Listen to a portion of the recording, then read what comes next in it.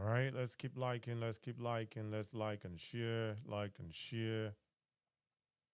Let's like and share, boy. Let's like and share, boy.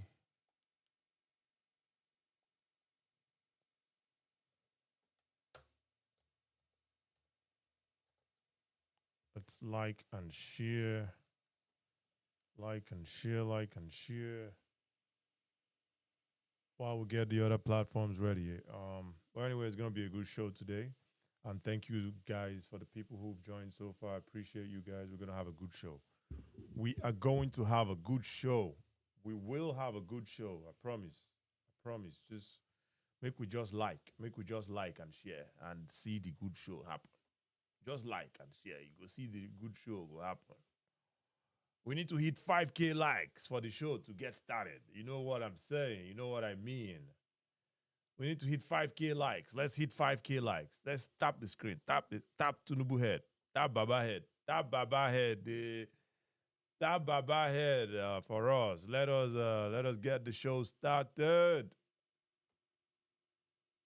Tap Baba head. Tap Baba. Baba the Warriors. Baba the Warriors. Tapping head. Tap Baba head. Baba is stressing everybody out. We're gonna have a good show today. We're gonna have a good show today. We are going to have a good show today.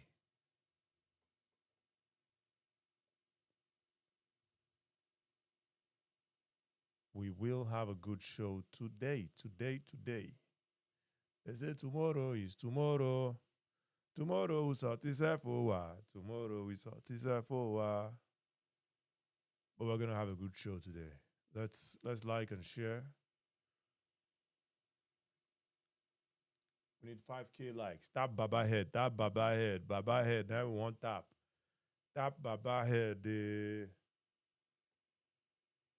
While we are setting up the other platforms, we're going to have a good show. A good show. A good show today. Today. Today.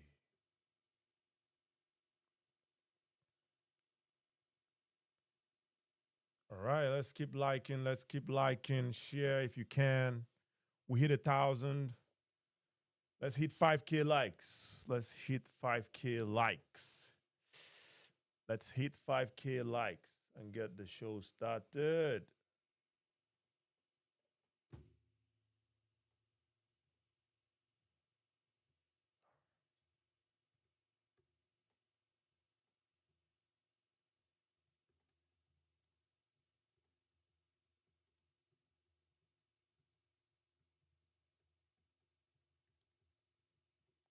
We are going to have a good show today.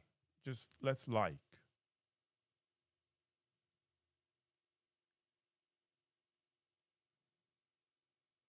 Let's like and share, like and share, like and share, like and share. We hit 1,000 likes. We need to hit 5K likes. All right, I see someone requesting. I'm gonna get to that in a moment. But we can't get like, we can't start talking just yet. I'm just about finishing up my setup. So when you come up, please mute yourself. We'll get to you in a moment. We need to hit 5K likes before we start the show. And I'm still setting up this thing too, so bear with me on that. But let's keep liking and sharing if you haven't. Like and share, like and share, like and share. We will have a good show, and I appreciate you guys for joining. Appreciate you guys for joining. We're trying to bring our Facebook brothers and sisters on board. We are trying to bring our Facebook brothers and sisters in the house. We want to carry them along. So we're trying to get them here. Our YouTube brothers and sisters are here. Facebook brothers and sisters are here.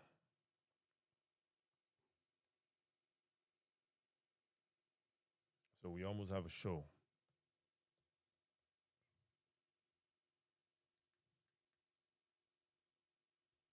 almost have a show.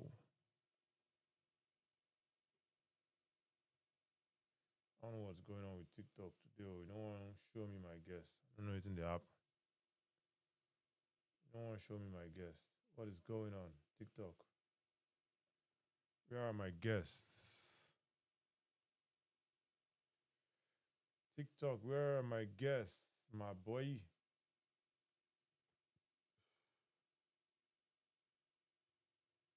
Let's keep liking and sharing. Please, please, pretty please. Let's keep liking and sharing. Pretty, pretty please, pretty please. Hustle America, my brother, without mount. That's what it be. Without mount. Let's talk about it. Waiting Baba don't do for us. Baba they stress us. Baba go they share to 200 pounds. UK people in the UK. I don't know what we go do these people low. I don't know what we go do these UK people low. They go they share to 200 pounds for these people. These people line up, they collect 200 pounds. They stand for mandate. Then go share rice for Nigeria, go UK, share 200 pounds. You can't make this shit up, man. You can't make this shit up, man. I no go lie for you. You can't make this shit up. Nora Locks here, I greet you, my brother. I greet you. You don't tell me say you no be woman, so I know say you be na man you be. Now man you be, I greet you. Anyway, let's keep liking and sharing. We're gonna have a good show. So let's like, share, 5K likes. That's what we need. We need 5K likes. Why is this shit not working? What the fuck? Sorry, I'm swearing in you guys' faces. All right. We need 5K likes and we'll have a show. Let's keep liking and sharing and get more people here to join the show. UK people with a forehand. And that chase they say, you never tell me I forgot go collect my own. My UK people, I don't know what we go do these UK people. I don't go lie for you at that chase. I don't know what we go do these people. I don't go lie for you. UK people, they collect their own portion of rice. As they share for their brothers for Nigeria, they collect their own for UK. Sure? Now, wow. Now, what? Strategy, master strategies. Now, rice and money you they share. 2026. Master strategist. You the forehand. These are our master strategies, the forehand. I know life for you. The guy the forehand, he form my hand. If you need to follow my hand, he form my hand. He form my hand. See my hand. They fall out. Master strategies, you're not doing well. Now rice. The other day I see people carry bags of rice. They carry for street. They share for people for street, for keke. Is this the strategy? Is this the strategy? This is the strategy. Yo, Tinubu, man, the forehand, man. I no go lie for you, man. Now, low mentality people, they go still see all these things. They call them that man. What are you strategizing with rice? Rice. People buy from Medugri the other day. Rice. Fuel price don't go up. Rice. Rice don't tire for rice. I did watch one skit the other day. They call rice. Say, okay, time don't reach, oh. Time don't reach, oh. Mo, you get occasion, one go share. You say, okay, leave me, Jare. You know, see 200 naira. Why you they bother me every time? Carry 200 naira, go this one, leave me. I don't try. You know, it's ridiculous, man.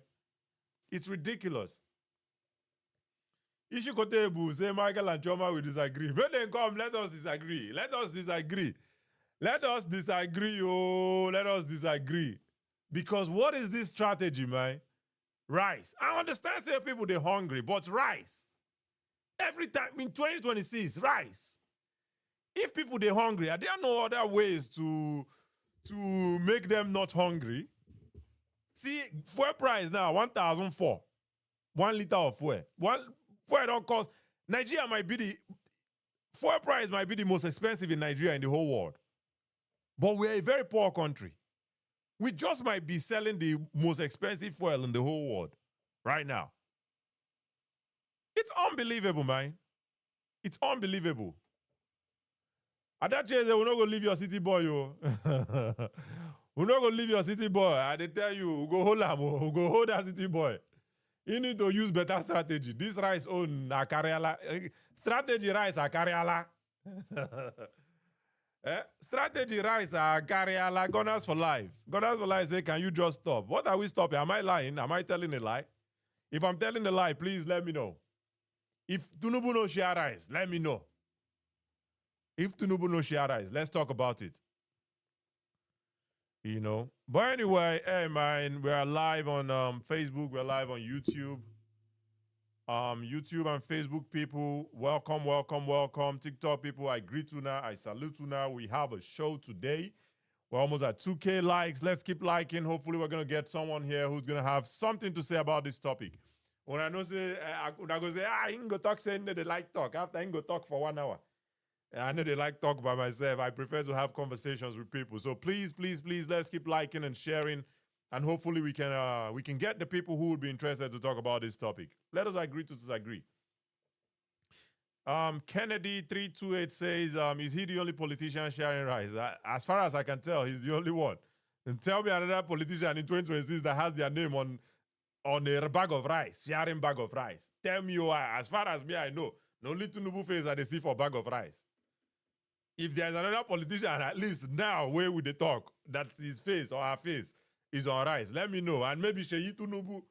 Sheyi face the day rice sometimes, so I don't see Sheyi face. So those two, father and son. They say a bird cannot fall far from the tree. I mean, that's what they talk about. No, a tree cannot. How they take that thing? You know what I'm trying to say. You know what I'm saying. You know what I'm trying to say.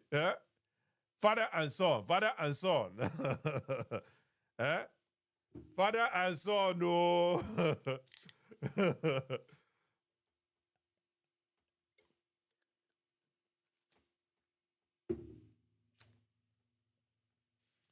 Kennedy 3328 says that means you are insincere and not worth having argument with.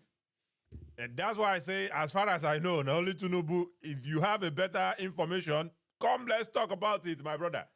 I say I'm not worth having the conversation with. Come to that, join this fact. Which one be join this fact? I'm telling you that the only two I don't see are Tinubu and Sheyi. Say that join this fact. Is it a lie? Am I lying that Tinubu and Sheyi's face are not on rice as we speak? Yeah. Am I lying? If that's a lie, then tell me about it. And me, I go internet now, show you pictures. A fruit, my sister Adache, a fruit. A fruit cannot fall far from the tree. A fruit cannot fall far from the tree. Father and son. But it's ridiculous. It's not even something to laugh about. It's sad. It's a shame. It's a shame that in 2026, right? Rice. Aren't you ashamed? Hustle Emeka, welcome, my brother. Paparazzi, I greet you. Paparazzi, I greet you. Hustle Emeka, just give me 1 minute there. Let's keep liking. And hopefully we can get to 5K. Otherwise, we'll get the show started. But aren't you ashamed? Paparazzi, one day, I greet you. Welcome, welcome. Isn't it a shame that when you go to the international stage, you have contemporaries. You they meet Macron. You they meet Charlie. The other day, ain't go meet Charlie, Abby. You they meet, I heard he's going to meet China Man. You they meet all these people. Your contemporaries. Now, rice, then they share. You think shame no they catch you. You know they shame. Will they go meet your mate? Now, rice, then they share. You know they see how China Man don't come. You know they see what the China Man don't do for in country. You know they see what Charlie they do for that side. You know they see what Macron they do for your side. How can't you see all those things and come and replicate? From tomorrow, you don't fly go France. Today, you don't fly go France. You know they see those things. Shame no they catch you. I remember during the elections, this was one thing he said. Tinubu said, oh, we are going to compete with Russia. Compete with Russia. We are going to compete with Russia. Oh, Jagaban. You come now, they share rice. Now, so Russia man, they share rice.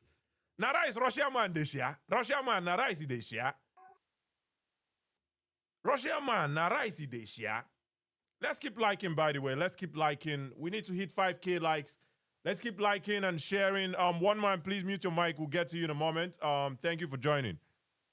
I would say you no go stress me today. I remember your name, so please don't stress me today. No, I just wanted to ask you a Yeah, question on You something see, you I said. don't tell you mute yourself, otherwise we're not gonna have the conversation. Please mute yourself. We'll get there. There are people that are here that want to ask questions. We'll go hear from them first, then we'll come back to you. But I appreciate you for joining. I appreciate you much. Isn't it a shame? I mean, let's keep liking. Let's keep liking. Thank you guys. Chukuma Chuki Ekuma.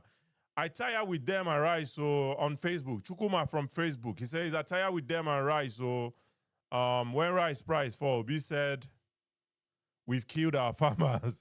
I actually don't know what these people want. They refuse to look and understand the reform. They are busy complaining while others are building on the reform. Tomorrow they'll say it's Tinubu that gave us money to start up. Very daft individuals. I don't know which side you dare, Ojuki.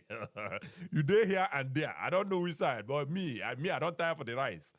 You know, when your contemporaries, when you go to Russia, when you go to China, when you go to UK, when you go to France, your contemporaries, you know they see what in they do. Shame no they catch you or got Tinubu na rice. Even if you know you they share the rice, even if the people where they share, you know they tell them nah I beg, I don't pass this kind thing, I beg. No, no put my face for that thing, I beg. You know they tell them like that. Rice. You can't tell me that Tinubu is not seeing his face on rice. It's unbelievable. Ghana, they laugh us. Ghana people, they laugh us. It's unbelievable. Unfreaking believable. But hey, let's keep liking. We're at 3K likes. Let's hit 5K likes and we get this show started.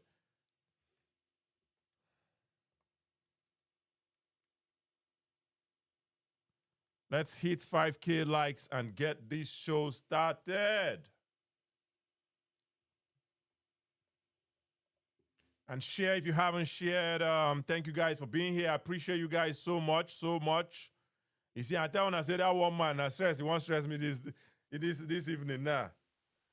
One man na stress, he will stress me. Every time he call me, I have one question. People wait there before you, they don't get one or two questions. Let us be cordial. Let us be civil and respectful. But anyway, let's keep liking and sharing and get more people here to join the show. We have 3K likes, almost at 5K. Let's keep liking. I appreciate you guys. Appreciate you guys for joining. Thank you guys so much.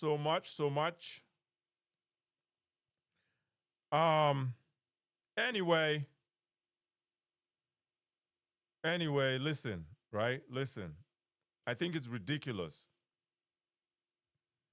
With all the swagger, where Tinubu supposed get, rice is still part of his strategy.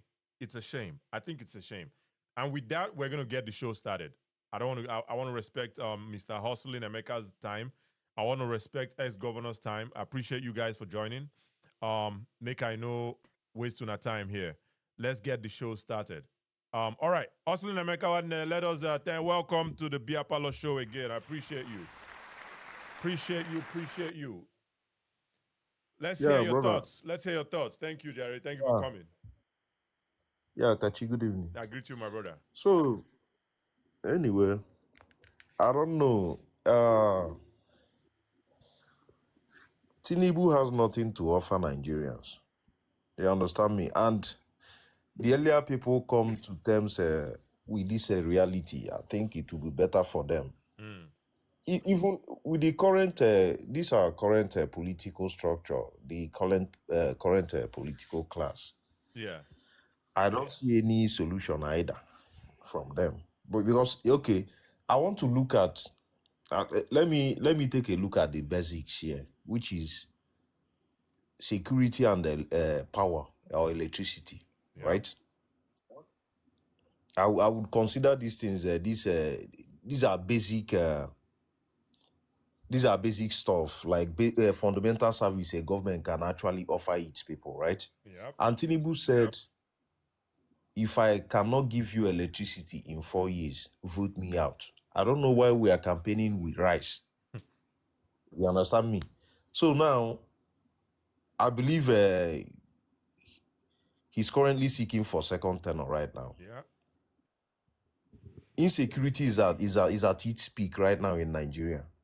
Just recently, we had a bomb blast, I think in Maiduguri, right? Now you look at the state of our roads in Nigeria. People can't even travel from. People can't get from one point to the other without being kidnapped and being asked for ransom. We now have a new trend of like videos of people that were kidnapped by these bandits and the rest of them seeking ransom online on TikTok. Yep. You understand me? So the government, like Tinubu's, I don't even want to, because I don't want to. I don't want to make it look like maybe I have a preference for a particular political or maybe particular person that is still vying for this position. But I just feel like every single year, every single administration, we are recording a new low in Nigeria. It doesn't matter who is coming there. It doesn't matter if it is a Buhari, a Tinubu, or whoever. We must record a new low. And the moment we spiral down, we are not even coming up. We just keep on going down. Okay, let us look at the purchasing power of Nigerians. Can you say it is with what we have right now? It is the same maybe 5 or 10 years ago. But to be fair, on Tinubu, he ain't saying go shrink purchasing power, so I guess he's done it, right? He No, said that. okay, now what is the value of the naira in our pockets right now? Ridiculous. I would much rather prefer Buhari's administration than what we have right now, or even Jonathan, right? So, it's a shame. And you look at Nigerians are not even interested in changing the country. To some, it's all about maybe tribal politics. It's all about now my man did there, or it is my person, it is my religious person. They don't look beyond tribe, religion, or personal preference. So at the end of the day, we have somebody like Tinubu, and definitely, even after Tinubu, maybe eventually Tinubu wins the second, he's a second bid. Can you hear me? Am I audible? Yeah, I can hear you. I can hear you. Okay. We are not even sure of the person coming after Tinubu again. Yep. You understand? So it's a shame, and this our stomach infrastructure politics, sharing rice and malt, and it's just very funny. So anyway, I don't see any. Tinubu hasn't done anything differently from his past president. I haven't seen anything special here. We don't have electricity. In fact, we are generating below 5,000 megawatts. A country of 200 million plus. Ghana is about 3 million or thereabout. Ghana generates the same amount of electricity. But Ghana is 3 million. Nigeria is 200 million plus. You understand me? So I don't see any leeway. I don't see anything good here. I just pray that maybe probably we may have a different person, or a different person better than Tinubu. You understand me? Yeah. In terms of the leadership, or Tinubu has failed Nigerians totally. He has failed, and I don't see any reason why he should be there. This for the second term anyway. That's my point. Thank you. Thank you, my brother, and thank you for keeping it brief. But yeah, absolutely. But just to echo something you said, his power promise.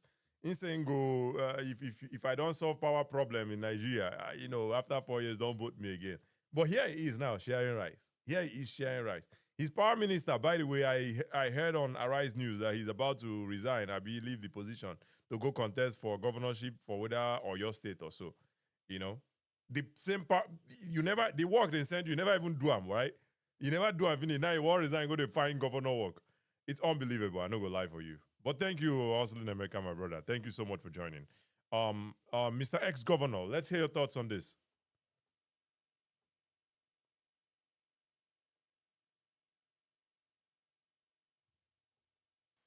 Yeah, host, good evening. I greet you. Can you hear me? Yes, I Okay, can. yeah. I can. Yeah. About Tinubu, it's a shame we are where we are today. They now call us Rice Republic. Within Africa, we are Ricegerians now. But somehow, I kind of blame Nigerians, because right from time before APC, Nigerians were warned. They warned Nigerians about APC, about Buhari and what they stand for. But Nigerians refuse and they say Buhari, he fights corruption. He fight corruption during his time as a Yep. military head of state. And today, look at where APC have led us to, what they've led us to. Everybody in Nigeria is crying. But another thing is that during the campaign period when Tinubu was campaigning, people didn't pay attention to all he said. That man promised us that he's going to reduce our purchasing power. Yeah. He said it. He said it. He Yeah. said those who are not paying tax, they should start paying. And that has been his focus. He's so focused on taxing. He wants to collect everything from everybody. Yep. The one he's borrowing, the one they are siphoning is not enough. He's not going into our pockets after reducing our purchasing power, which he promised though. But Nigerians never paid attention. This was a man that during campaign, you hardly understand his statements. Sometimes he slips off. I don't know. A man that he has to test the mic and he used his tongue to test it. All those were enough to make us understand that this man has nothing to offer. But surprisingly, whether he read it or not, Nigerians voted for him. People Yep. voted for him. And look at where we are today. Fuel is not affordable. Gas, I just learned that gas is 1,009 as of today. And we know the economy, the kind of country we are in. Most businesses run either on gas or on petrol. So how are businesses going to survive? Funny thing now is that election is coming again. People are still supporting this failure of a man. I don't know when Nigerians are going to wake up, when all these things are going to stop. We need to kick APC out of Nigeria. The only thing that, when you talk to APC supporters, the only thing that Tinubu has been able to achieve is just, what's it called? This is a Coastal Road, which all of us know he's not going to be able to complete it till after, even if he managed to get a second tenure. He can never complete it. Yep. So, my people of Nigeria, please, this man is a failure. Let's get him out. And head up, I noticed one man was here earlier. I just said, let me inform you. You see that guy, he's moving around saying nonsense everywhere. Nigerians are tired of him. See, he's coming up with one fake document accusing P2B of stealing 250 million naira, which is Yeah. a No. lie. He was on a No platform problem. with us earlier. We debunked him and he We need ran to talk away. about Tinubu. We need to talk about And I P2B believe today. We're not talking about P2B today. Let's I focus on believe he's Tinubu. coming with that document right here. No problem. No problem. Make we focus on Tinubu today. Another day we'll go talk No, P2B matter. I'm not campaigning for P2B. I'm Yeah. just giving you a head up. I hear you. The guy, Thank you. no. Yeah, I understand. I'm just giving you a head up. The guy is going about with Calm one fake down. document. Thank you. Yeah. Let's not want to keep Who be quiet. this again? Please, let's not just unmute you. Please, be respectful. No, I'm the moderator. I'm trying to moderate it. I don't need help. I think I can do it myself. But Mr. Ex-Governor, if you want to round up on your thoughts so that we can move forward. All right, I think he left. So make we try the respectful, I beg. If someone is talking, let's not just interrupt the person. I don't know if my network is. Can you guys hear me?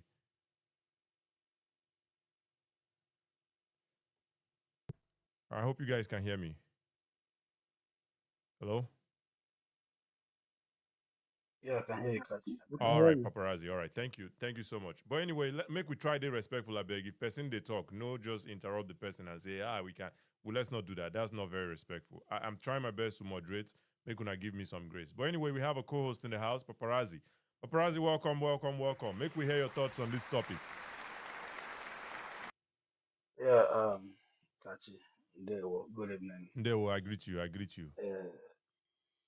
First, I'll thank you in my traditional way with so much of your monologues you're dropping. I mean, Appreciate. sometimes I say you're putting in the work. Thank you. You're putting in the work. Thank you so much. Thank you. Firstly, yeah, is something disturbing with this right strategy, owing that the de facto president, Sheikh Tinubu, is a young guy, he's savvy, he's well traveled, he's been, and the likes of Kuban, they should rather take their time to advise the president and the presidency on how things works. We have outgrown this thing of bringing, be it relief item or grains or whatever, to share to people. He should advise his father to try to see how his government can leave a legacy. What is that legacy? Roll out a national compact program or a kind of a universal credit program for Nigerians. These are simple things to do. Almost every Nigeria has a need. There are ways they can identify struggling families going from the civil service, those on certain salaries, say, i.e., the minimum wage, I think is 80 or so. I know they have level, this level that they pack on into levels. I don't know how they, well, I know government they pack on into levels and see how they can do those things. And, it's time Nigerians in diaspora begin to advise in good interest. We can have, like a food stamp program rather than treat Nigerians and rob them of their dignity. Government can actually give people vouchers, which will have a barcode. Then they can go to selected stores or selected centers to redeem those items, which they will scan against the barcode, and they know this is issued to this individual. There are ways to do this. I wish they will listen to the public. It is good to give to people, but not to bring that as a campaign.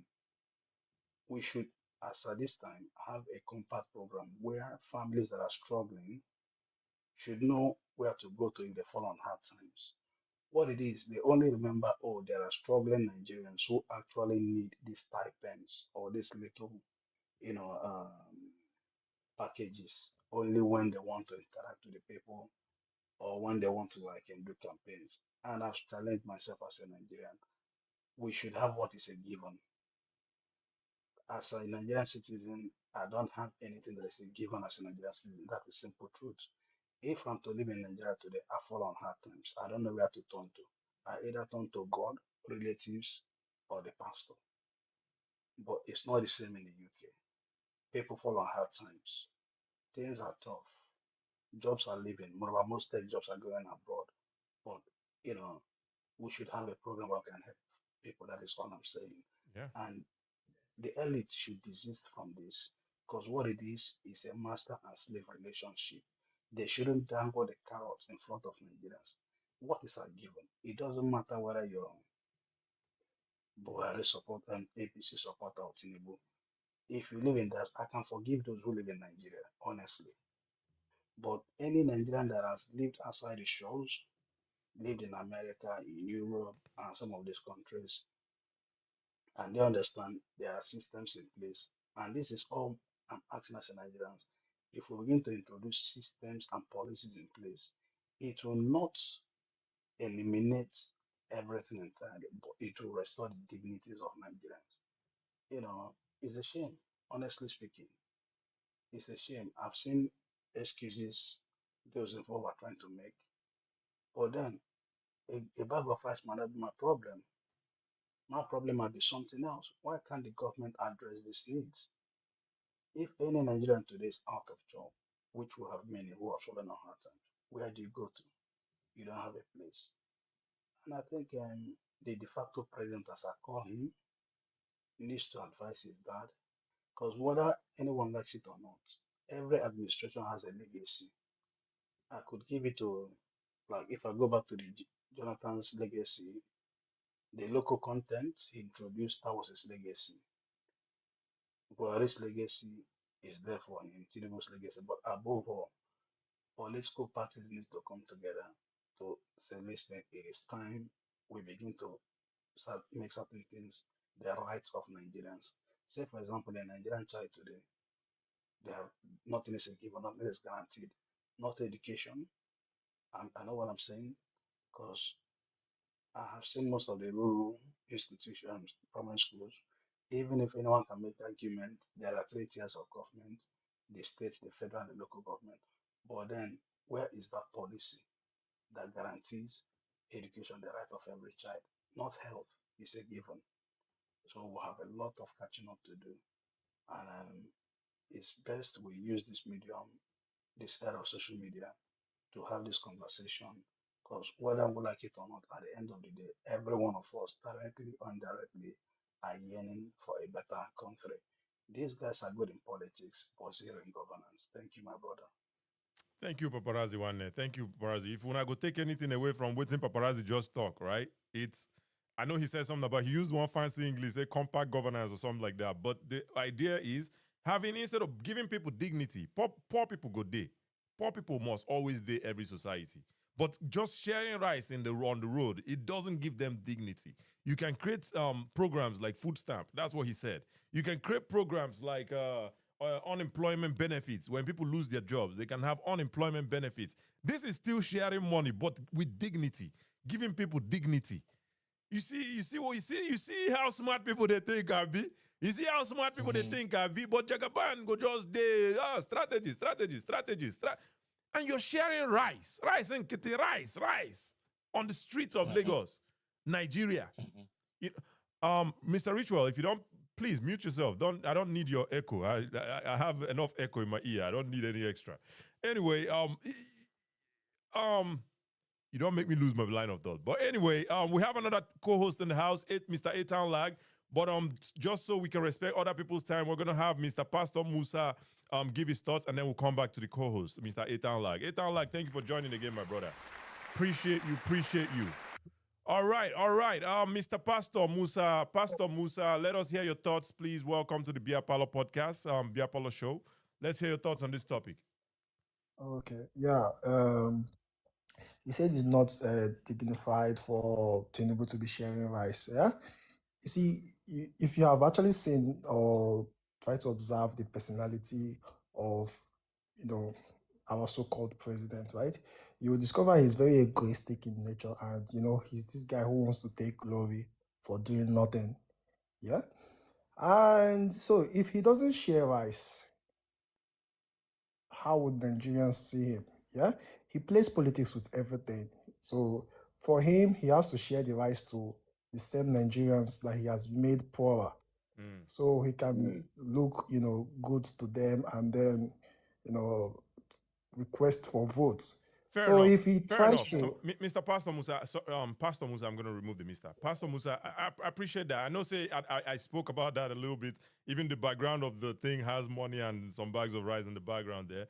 However, let's go back to the topic. What has Tinubu done, and can you feel it? Let's start from there, and we can pivot and segue and all that good stuff. okay, yeah, thinking of what good stuff Tinubu has done, I think he has done nothing good. Because everything he has said he has done, it's basically irrelevant. When he says, oh, he gave, he gave the so-called education, what's it called? Student loan, right? Yeah. Now, even this so-called student loan, you took away the purchasing power of the people, right? People can no longer feed, people can no longer do things, and then you are giving them, student loan that they can't even pay. These people they can't even feed. People have scale of preference. Someone who have not eaten, and how is he going to read? You get. So the so-called what's the name of this road that he has built? He said he's building Coastal Highway. Coastal Highway. Yeah, he knows he cannot complete that project. That project was just to steal money and siphon money from Nigerians. So to me, I don't there is not. necessarily think that it's just to maybe that one day part of the plan. I don't know, but I think for him anyway, in my head, I think the most important thing for him that to connect from Lagos to Lagos somewhere, give Lagos that highway, and then wherever he reach, he consign the next government.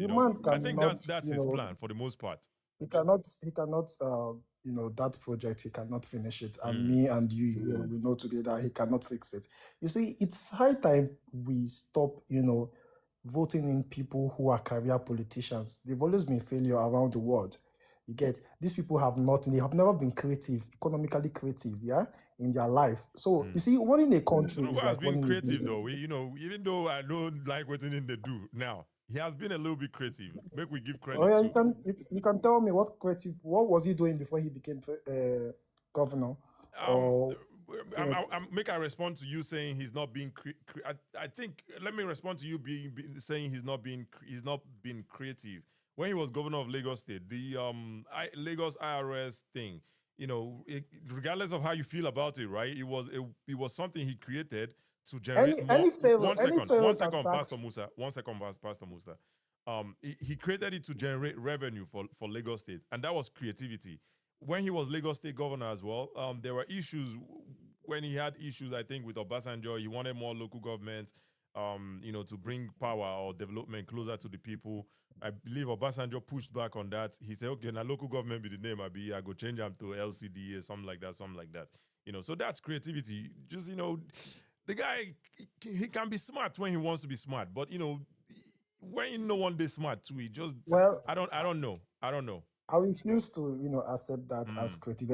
Any pharaoh can, choose to tax his people anyhow just to mm, generate money that he can never use for anything, you know, this same guy, he didn't build any single bridge in Lagos. Yeah. Now, the only thing he will achieve in Lagos was giving free education. That's the only thing Tinubu did. You mm, get now, after everything, he knows how to lie to Nigeria, use media and everything to tell us that he built Lagos. He never built Lagos. Fashola did. The guy has never been creative in any way. Now, mm, let me go back to this, right? I'm here to just tell Nigerians that Tinubu has no chance of winning 2027 election, right? His main motive now is to manipulate Nigerians through the whole, spending money with the rice thing, bringing up social media stunt and everything that he's doing. mm, But he knows deep down in his mind that he has no chance of winning because number one is this, right? He got 8 point something million votes 2023. And I can tell you today that if Tinubu decides, oh God, who is this guy? If Tinubu gets 8.7 million votes that he got 2023, he will still lose because the only reason why Tinubu won 2023 was the vote of the opposition was divided. So he correct. has no chance of winning Fair enough. 2027. Fair Yeah. enough. Fair enough. So We're not speculating or analyzing his chances. We'll do that. Will be a good show for a different day anyway. But if you want to give us your final thoughts on this topic so we can move forward. yeah. So what I'm saying to Nigerians is this, right?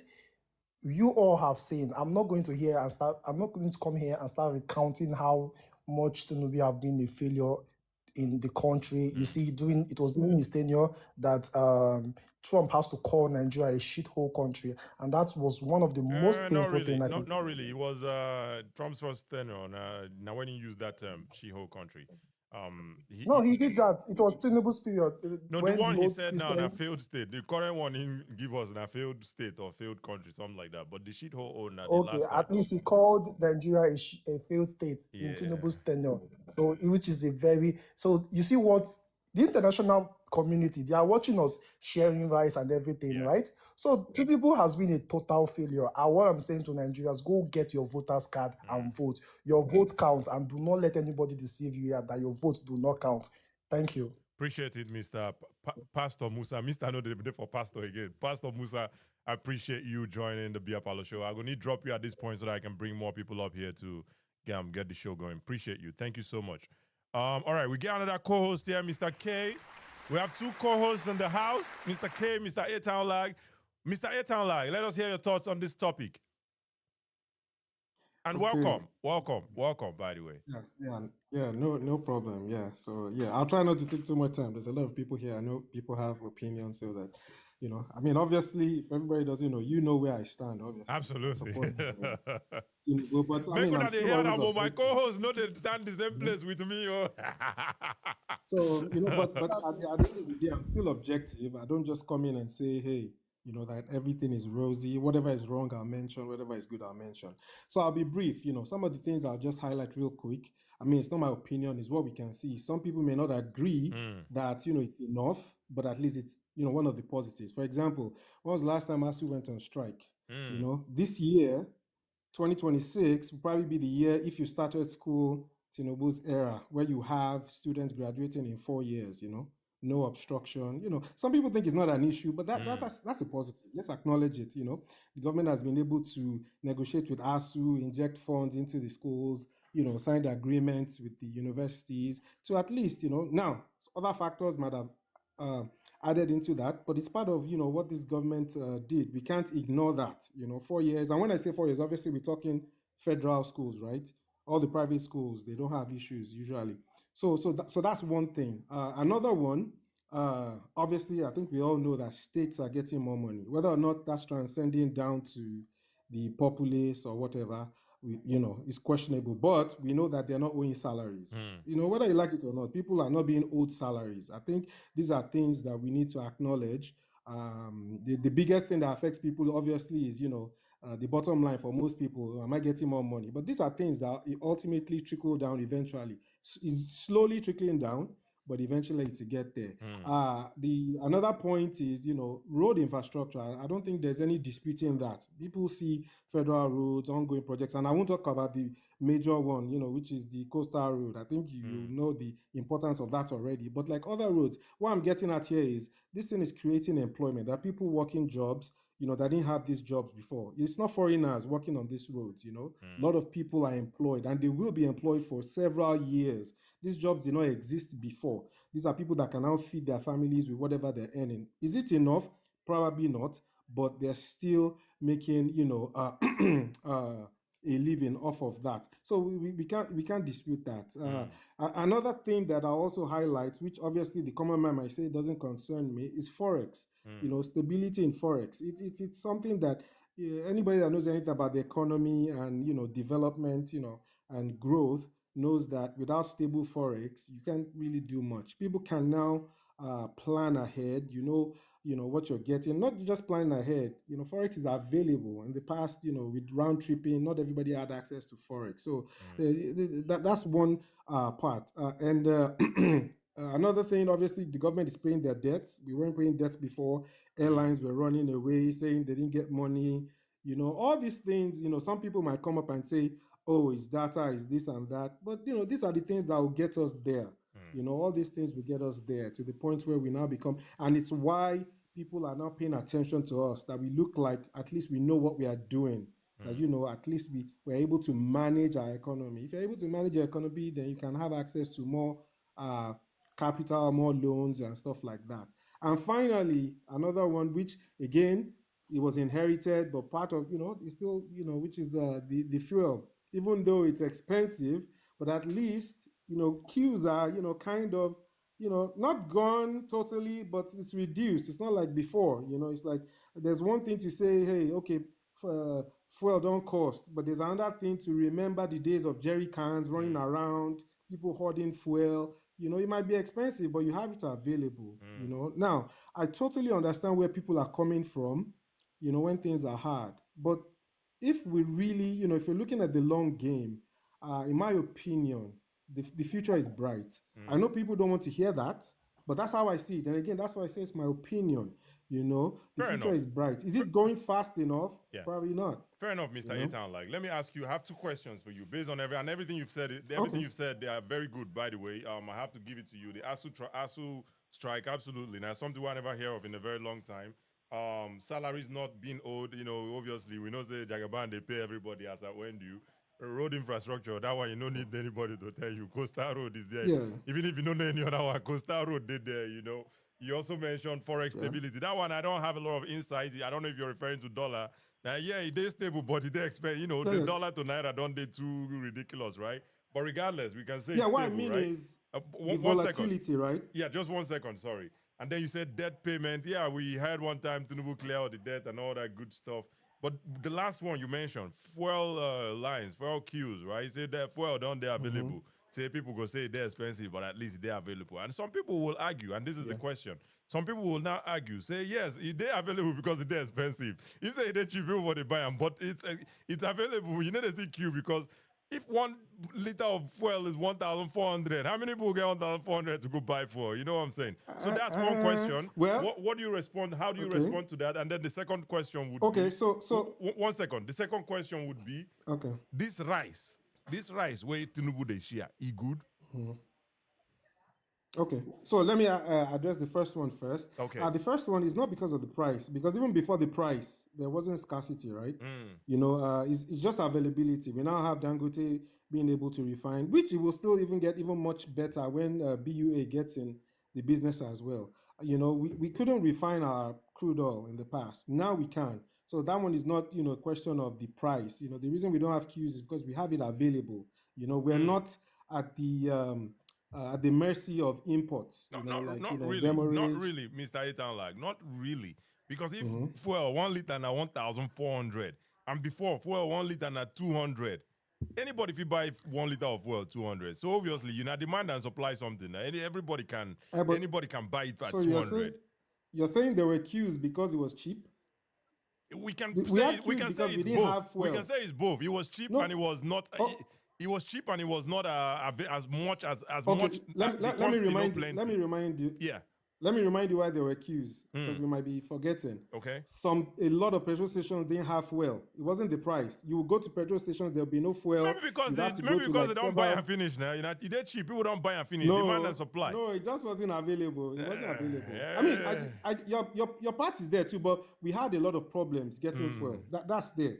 We had a lot of problems. But I want to touch on this topic real quick too, and you know, bear with me just 1 minute, right? Because a lot of people don't know much about this crude oil petrol issue, and I see a lot of people talking about it. They're not in this sector, right? And some people wonder why fuel is going up. I just want to touch on it really quick. It's important because everybody's an expert, even though they don't know about it, right?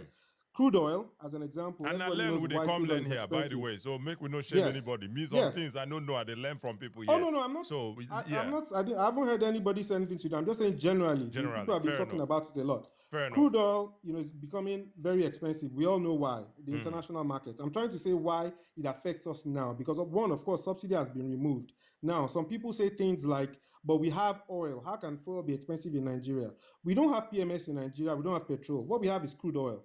And it's sold at the international market. It's sold, if crude oil, Brent or, you know, WTI is sold at $150, the people that refine it, the cost of producing that fuel is what determines their final, you know, selling price. Now, Dangote, as an example, has to buy crude oil from the international market because Nigeria cannot supply him what he needs. He needs 650,000 barrels per day. We make about 1.8. Out of that 1.8 million a day, we have contracts that have been signed. You know, they have long-term contracts. They have obligations. And the thing we forget is the people involved are international operating companies, not the federal government. It's a production sharing agreement between the federal government and these companies. The government can't tell them, hey, go and sell to this person. I mean, they try to do it, but they're also not going to tell them, go and sell your own at $50 when everybody's selling it at $100. If I can sell to somebody in Saudi or wherever at $100 at the current rate, why would I want to sell to Dangote at $50? So there's still the forces of supply and demand there. So it's not something where we can easily just say, hey, Nigeria will get it at a cheaper price. So Dangote still has to buy to supplement. So that's why petrol is higher. I just wanted to touch on that. Fair enough. So And I agree with you. I agree with you on that. However, you know, I think it will be, I don't want to say nice, but, you know, you can at least see that in the past when you were pointing out that, you know, it wasn't available. Yeah, it wasn't available maybe because it was cheaper and people were able to afford it more. If something is cheaper, obviously more people will be able to afford it. And if there's X amount of that resource and more people are able to purchase it, it's going to run out faster than when there's still X amount of that same thing. But that's one a common economy, simple economics now. It's not basic economics. That one is there. I'm not disputing you can't dispute that. But I think the major thing was, maybe you've forgotten, a lot of times we had issues getting the fuel down to Nigeria. Have you forgotten the time when we had fuel that was killing people, that was smelling, Abacha period, and those type of things? How many people didn't born by Abacha period? How many people were there here waiting for Abacha period? But I'm just saying, like, you know, we had a lot of logistical issues with getting the petrol into the country, so that affected it. And don't get me wrong, the price, yes, sure, you're right with that, but that wasn't the major problem. It was, you know, availability. Now we have more than enough, and Dangote can even supply neighboring Western countries. Fair enough. West African countries. Fair enough. Mr. Etaolag is choosing to stick with availability. That is not the price, is not the price. He's choosing to stick with availability. Is backed by data. This is an industry I know enough. very well.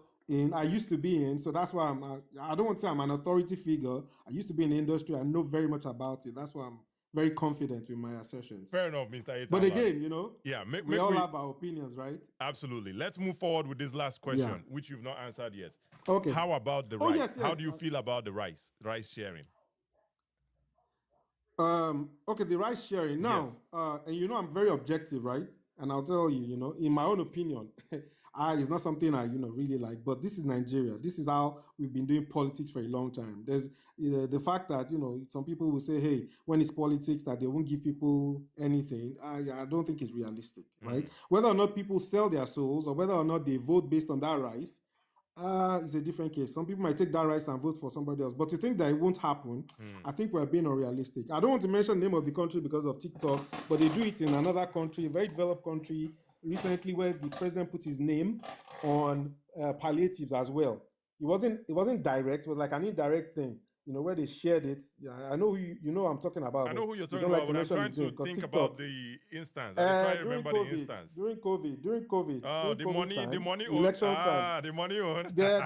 They put his name on the thing. Let's be realistic. It's part of it. You don't catch me.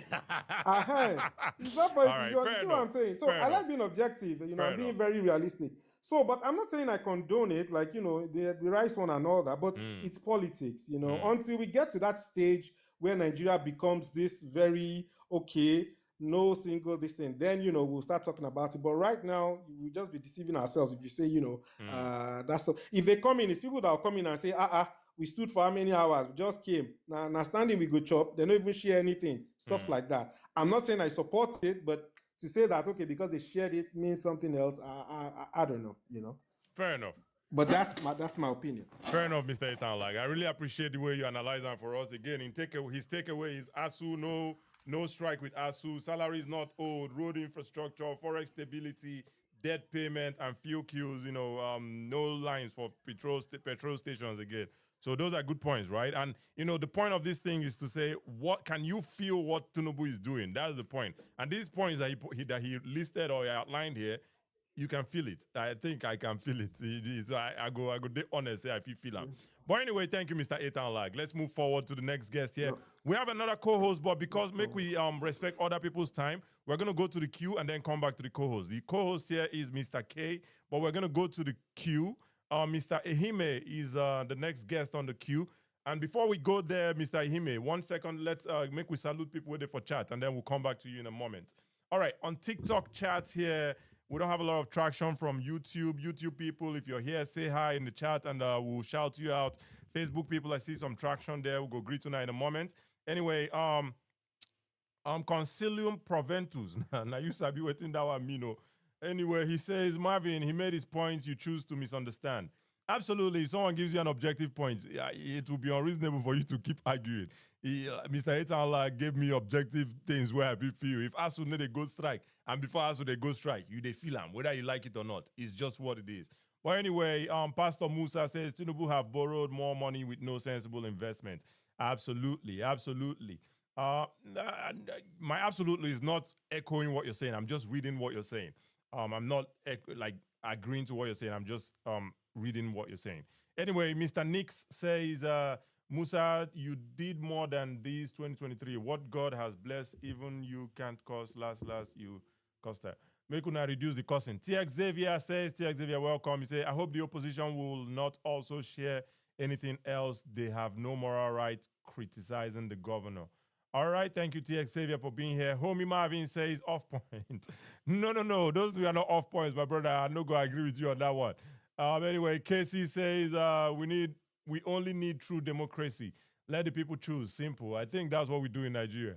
Even though say rice they enter sometimes, but it's what it is, right? Anyway, I greet all of you. You and I saw it happen in Texas. I guess you're referring to the COVID palliative where Mr. Etaolag been mentioned earlier. I greet all of you nowadays. I appreciate you guys. Make we greet people waiting for Facebook. We have Jide Ogunshola. He says, Ademola Talks. What do you expect from them, both the moderator and invited guests? in all that has make una dey keep una tech short so that we're not going to read plenty script. But anyway, I greet you, Mr. Jide Ogunshola. Thank you for being here. Ademola Talk says, so the UEA and other airline ban on Nigeria that was uplifted is an achievement. All right, you can come to TikTok and share that with us so we can hear your thoughts fully, Mr. Ademola. Follow us on TikTok at Beer Parlor Podcast, and we'll bring you up and you can share your thoughts. Chukwemeka Chuki Ekuma. He says Nigeria is the leading country in AI capability. My brother, you don't come on. Anyway, if they write out for Google, it's what it is, right? We can't argue with it. Anyway, thank you, Mr. Chukuma, for saying that, for writing that on Facebook. All right, make I salute people with day here. We have Adachieze, Anyanwu, thank you for being here. Paparazzi one day, thank you for being here. Homie Marvin, Chica, day for you, hustling America, my brother, thank you for being here. Consolium Proventus. Nix Nora Loxer is a man.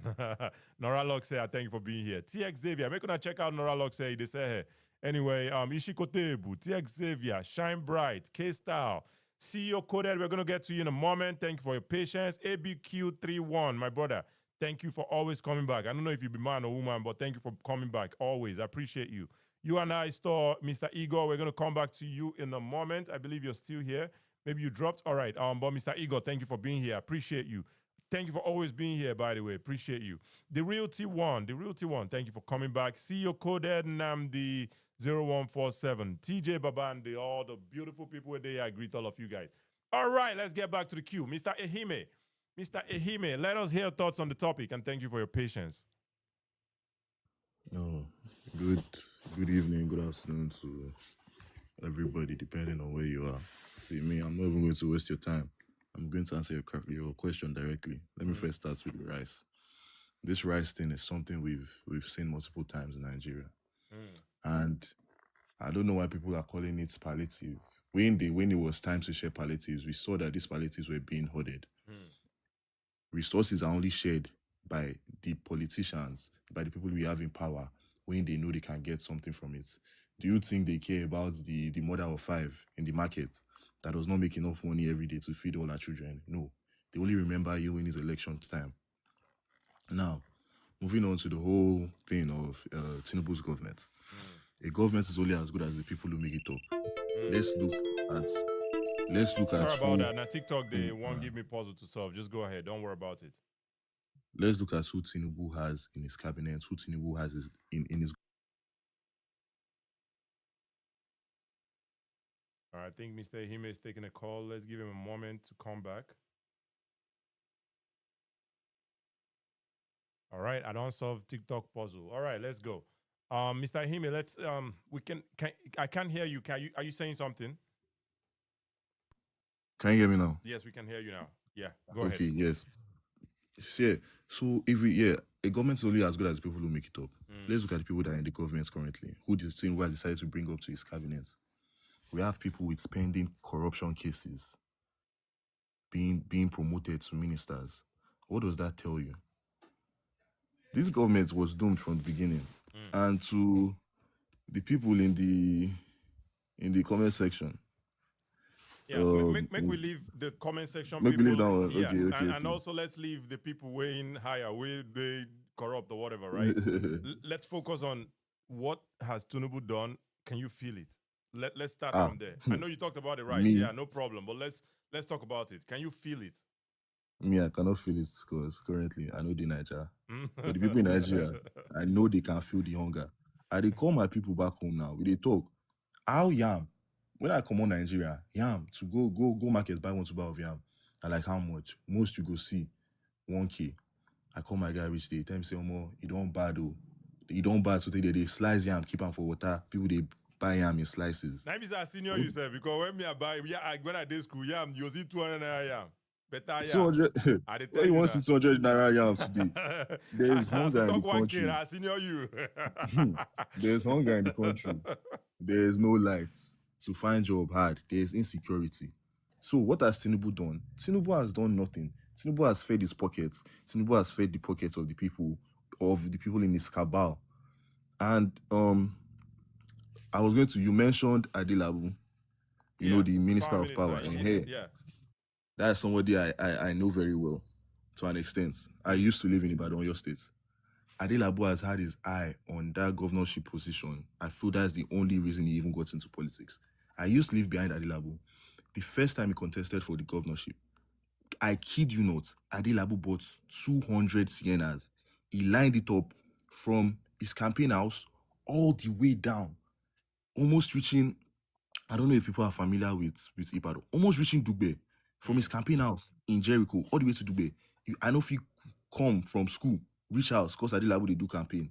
Adelabu took such a loss during that campaign when he lost. And ever since then, I feel everything, all he wants to do is to make that money back. Yeah. If Fair enough. And you know, it's from waiting me, I don't hear. It be like him be the article of governors. He don't lose governorship race tire. But regardless, make we not make him about that Delabu. I know I mentioned him earlier. You know, he's trying to resign and go pursue the governor thing again. Let us hear your final thoughts on this on this topic, so that we not go deviate. Now, why the guests then they here? You know, so that we not go bore the guests. You know. Yeah. Okay, yeah. So just to let me try and slide the Adelabu P into my final thoughts. Fair enough. What has Tinubu done? Tinubu has employed people like Adelabu. He has taken them into high places of position. These are incompetent people.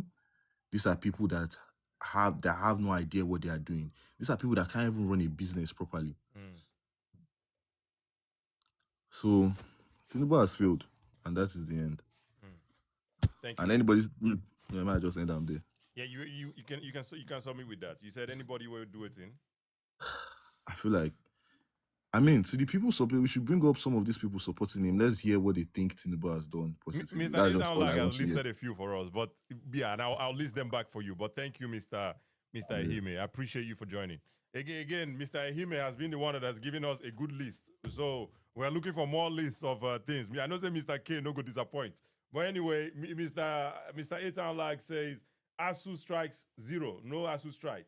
Salaries not owed, road infrastructures, forex stability, debt payment, fuel queues, no fuel queues again for Nigeria. So those are objective arguments. You know, those kind of things, they're hard to argue.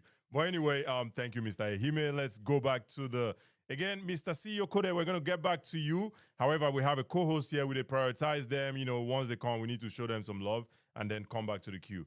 We have one co-host here that's Mr. K. Mr. K, thank you for joining again. Thank you, dear Paula. Yeah. I know that the other day say, how you they do this co-hosting? I don't know. I don't just surprise him because yeah, you don't gist me. You don't gist me as the apple now, so I do all right. And I hear when you talk say, cow lag, she's a 8 hour lag. I'm waiting Mr. 8 hour lag, yeah. When you talk say cashew, that guy catch you well. You are very difficult to catch. Boy, he catch you. He catch me. He catch you for that one. Yep. But then, to be honest, right? One thing I always say, and you know me now, just like 8 hour lag, we are very. One thing you can pick from. You know where I stand, right? You know where I stand. One thing you can pick from us is that we are very objective. Most of us are, we are not supporting Bola Tinubu because of APC. Most of us, we are just supporting him because, okay, there are some 1 or 2 policies that he has done. Do you understand? And that's why we are not ardent supporters. We can criticize him if he fumbles. We can criticize him. Do you understand? We are not diehards. Do you understand? We can criticize. But then, when you have done some things, well, you have done some things. Governance, I believe, is a continuum. No government will solve your problem in 4 years. I've not seen that government that will solve your problem in 4 years. Most of all these developed countries that you have lived in, including Canada and US and all those, no, it's not only one person that solved their problem in 4 years or 8 years. They developed over time. You put this block here, you put this block here. Imagine Obasanjo solved the problem of light with that $20 billion that they blew away. Nobody will be talking about light or electricity in Nigeria. Imagine they've solved that problem. Nobody will be complaining about it. Just like Obasanjo, imagine Obasanjo solved the problem of telecommunications. Did you hear anybody talking about telecommunications again? No, because he has solved that problem. And sometimes, government will build and build and build and build and build. One thing I don't agree is that, he hasn't done anything. No. That's not possible. As bad as we're saying Buhari was, Buhari did something. No matter how small it is, he did something. At least I know that there was this Lagos Ibadan Expressway. He was the one that did it. Yeah, at least that's something. And I know that he did second Niger Bridge too. That's something. You can't say that he didn't do anything. Farmers during Buhari's time, they enjoy it because he gave them subsidy. I know rice farmers that made money. He did something, right? That Kaduna Abuja rail, it was Buhari that did it. So you can't say that he didn't do anything. You can't say Jonathan didn't do anything. We can list things that Jonathan did. We can list things that Yar'Adua did. We can list things that Obasanjo did. Do you understand? Have they done enough? I can list, if I want to criticize Tinubu, I can criticize him, right? And if I want to tell you all the things that he has done, I can say it. You gonna need He to tell has us done one, or some. make we hold on Now, to one or two. let me give you an As example. Mr. Let me give you an Etalak do for example. us. Yeah. Let me give you an example. Go Let me ahead. give you an example. This tax thing, right? For the first time, I'm seeing someone, accountant, calling me and saying, "Guy, send us your house rent receipt because you can claim it in your tax." That's more money to me as somebody that is working. That was not there before. It wasn't there before. Now, look at how he tackled corruption in that floating in that what's it called now, the naira dollar issue. I think I can't remember the name they call it now. That naira dollar forex. Okay. Look at how he tackled the corruption, because one guy that is rich, that has connection, can sit down in his sitting room one day and just call the CBN director, "Oh, I need $1 million," and he will get it at 450, right? And he will go and sell it to Aboki at 700. He round trips it and becomes a millionaire overnight. People criticize that thing. I remember Sanusi criticized it. That it's not sustainable. We had from A, most of the people that went that studied abroad those times, you have from A, from B, from F, from G, from whatever that you need to sign before you can get official rate. But one big man can sit down in his house and get it. When he came, he removed that. He removed it. So if I need $50,000 today, I can go to my bank and I will get it. That wasn't there before. Those are most of these people most of the diaspora people here that are shouting, when last were they in Nigeria? Anybody that has gone to Nigeria last year, we know that there is improvement in that airport. There's massive improvement. Last year, I was traveling out last year, right? There used to be this, I don't know, Kachi, when you travel, there used to be, if you go to MMA, Muritala Mohammed, there used to be this long, what's it called? This long table where we say DSS go day, SSS go day, all these people, they go day, they're plenty. In fact, most times you go don't carry their money along. You know, sometimes you just drop for one, you go to say, for the whole table. Jonathan, that thing not come out. The last time I was in Nigeria, when I was traveling, I did not see those guys. The place where I saw DSS was at the last end. And I know many people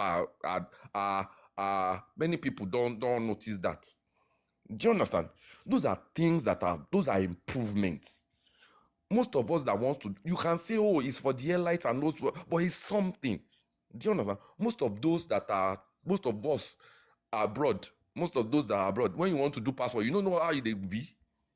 You don't know how they be. Today, you can sit down in your house and a passport will come to your house now. It happened in this administration. This guy,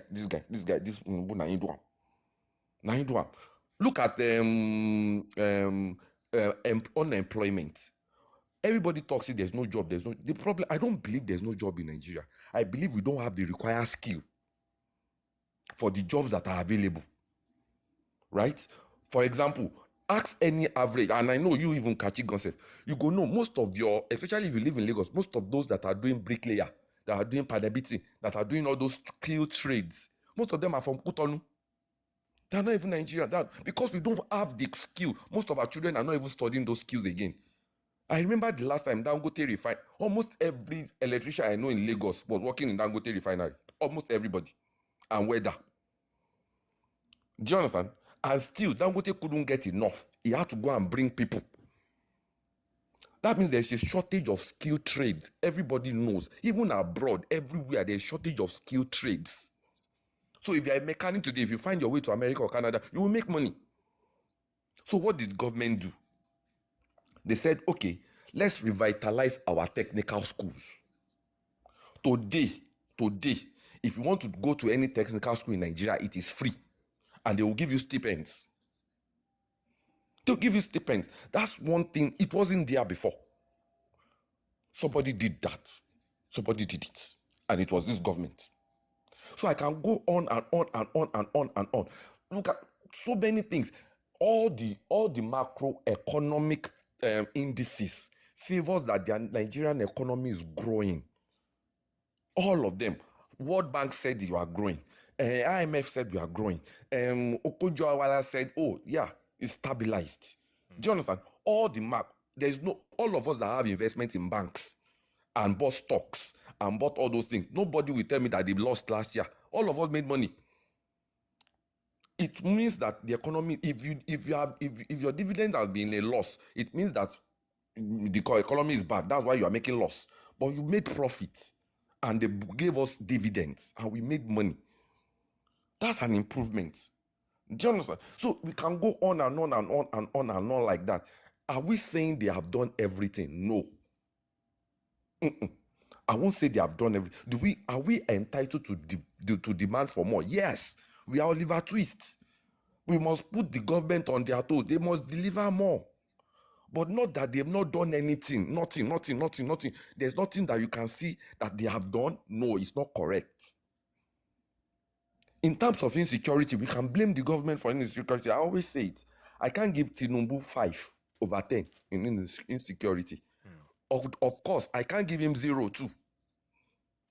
But I won't give him 5 to tell you that area he needs to do more. Fair enough, But to Mr. tell you K. he has not done anything, nothing at all. Come on, man. Come on. There's no government that will come there that won't do one thing that you can say. No, Fair now. enough. Fair enough, Mr. K. Yeah. And I just One have thing. a few questions for you, right? You know, Yeah, unlike go these ahead. things where you list, they are really good. I'm not gonna lie, right? However, just like the ones where Mr. Etan like we mentioned, like ASU, everybody, most Nigerians they go school, so they feel ASU strike. Now they need to feel them again. That one can be felt naturally. You know, salaries not being paid. The average Nigerian where they work with, government, if they need to owe them again, then they feel them. So that's something that can be felt. Road infrastructure, obviously, everybody they ply road there almost every other day, right? So those things are things that can be felt. The ones you mentioned, however, you mentioned tax deductible. I'm not saying it's not important.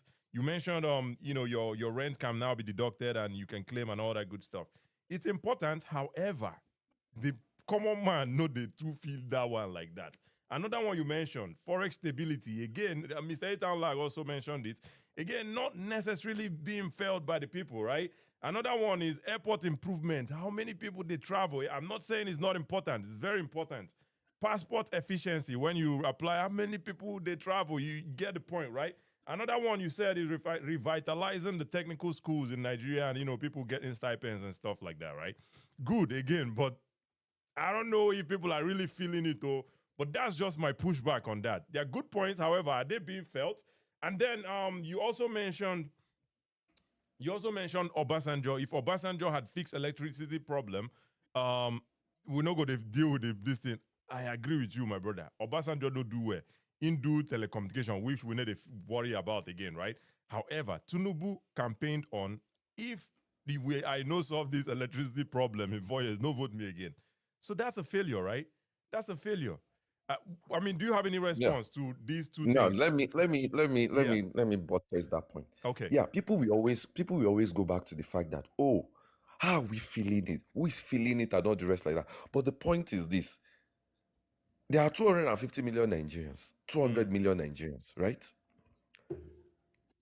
We have those that are feeling it. They are also Nigerians now. Me, I don't talk about masses. Me, I'm not a socialist. Just I'm a capitalist to the full, maximum profit. You understand? So anytime you see me argue, I will always argue along the probably middle class because that's who I am. That's me. Now, you say how many people are feeling that, for example, I have 30 people working for me, right? They are Nigerians, right? They are earning. And of course, when you look at their family, they will have more money. It will affect those families, those 30 families, their children, more money. They will be able to buy more things. So that's how they feel it. It might not, look, for me, change is not when it's almost everybody. Change starts from those little things. So those little, that's where change starts from. It's not until if 30 people can feel it, if it will resonate, if 60 people can feel it, the 100 people feels it. That's how change goes round. And that's why I'm an advocate of something, right? If you want to fix something, start from the family. Once you start from the family, which is the smallest unit of the society, then it begins to. Why are we talking about corruption today? Because it's in the family. If everybody can stop corruption in their own family, which I think is impossible though anyway, corruption will stop. And that's how I always look at things. Those people, those 30 people that are working for me, those 30 people that are having their salaries at the same that we have been able to increase their pay. Do you understand? Most of them earning 100,000 okay, because the business model we are running is based on forex. Okay, we have been able to make more profits. Okay, we've increased their salary. They felt it. I don't have to go to the larger community of 220 million people. I don't even know them.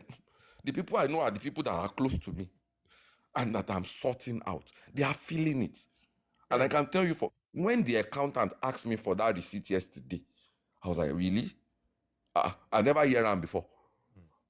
I say I feel claim my own this thing. And so for all those and so for everybody that is working in Nigeria, everybody that is working in Nigeria, I'm talking about everybody that is working in Nigeria. If you are earning salary, you can claim up to 500,000 of your rent. It has not happened before. Imagine you to look at how many people are working. It might not be much, but at least somebody started it. Fair enough. How about the electricity problem? Obasanjo no solve them. Fair enough. But Tinubu say, if I know solve them, no vote for me. What do you say about that? Now, when Tinubu said, oh, if you don't, of course, I've seen people argue that, oh, if you look at the video holistically, I don't believe in all those things, right? If I tell you this is this, if I don't do this, don't vote for me. Well, if you believe that and that has no effect, you don't vote for him.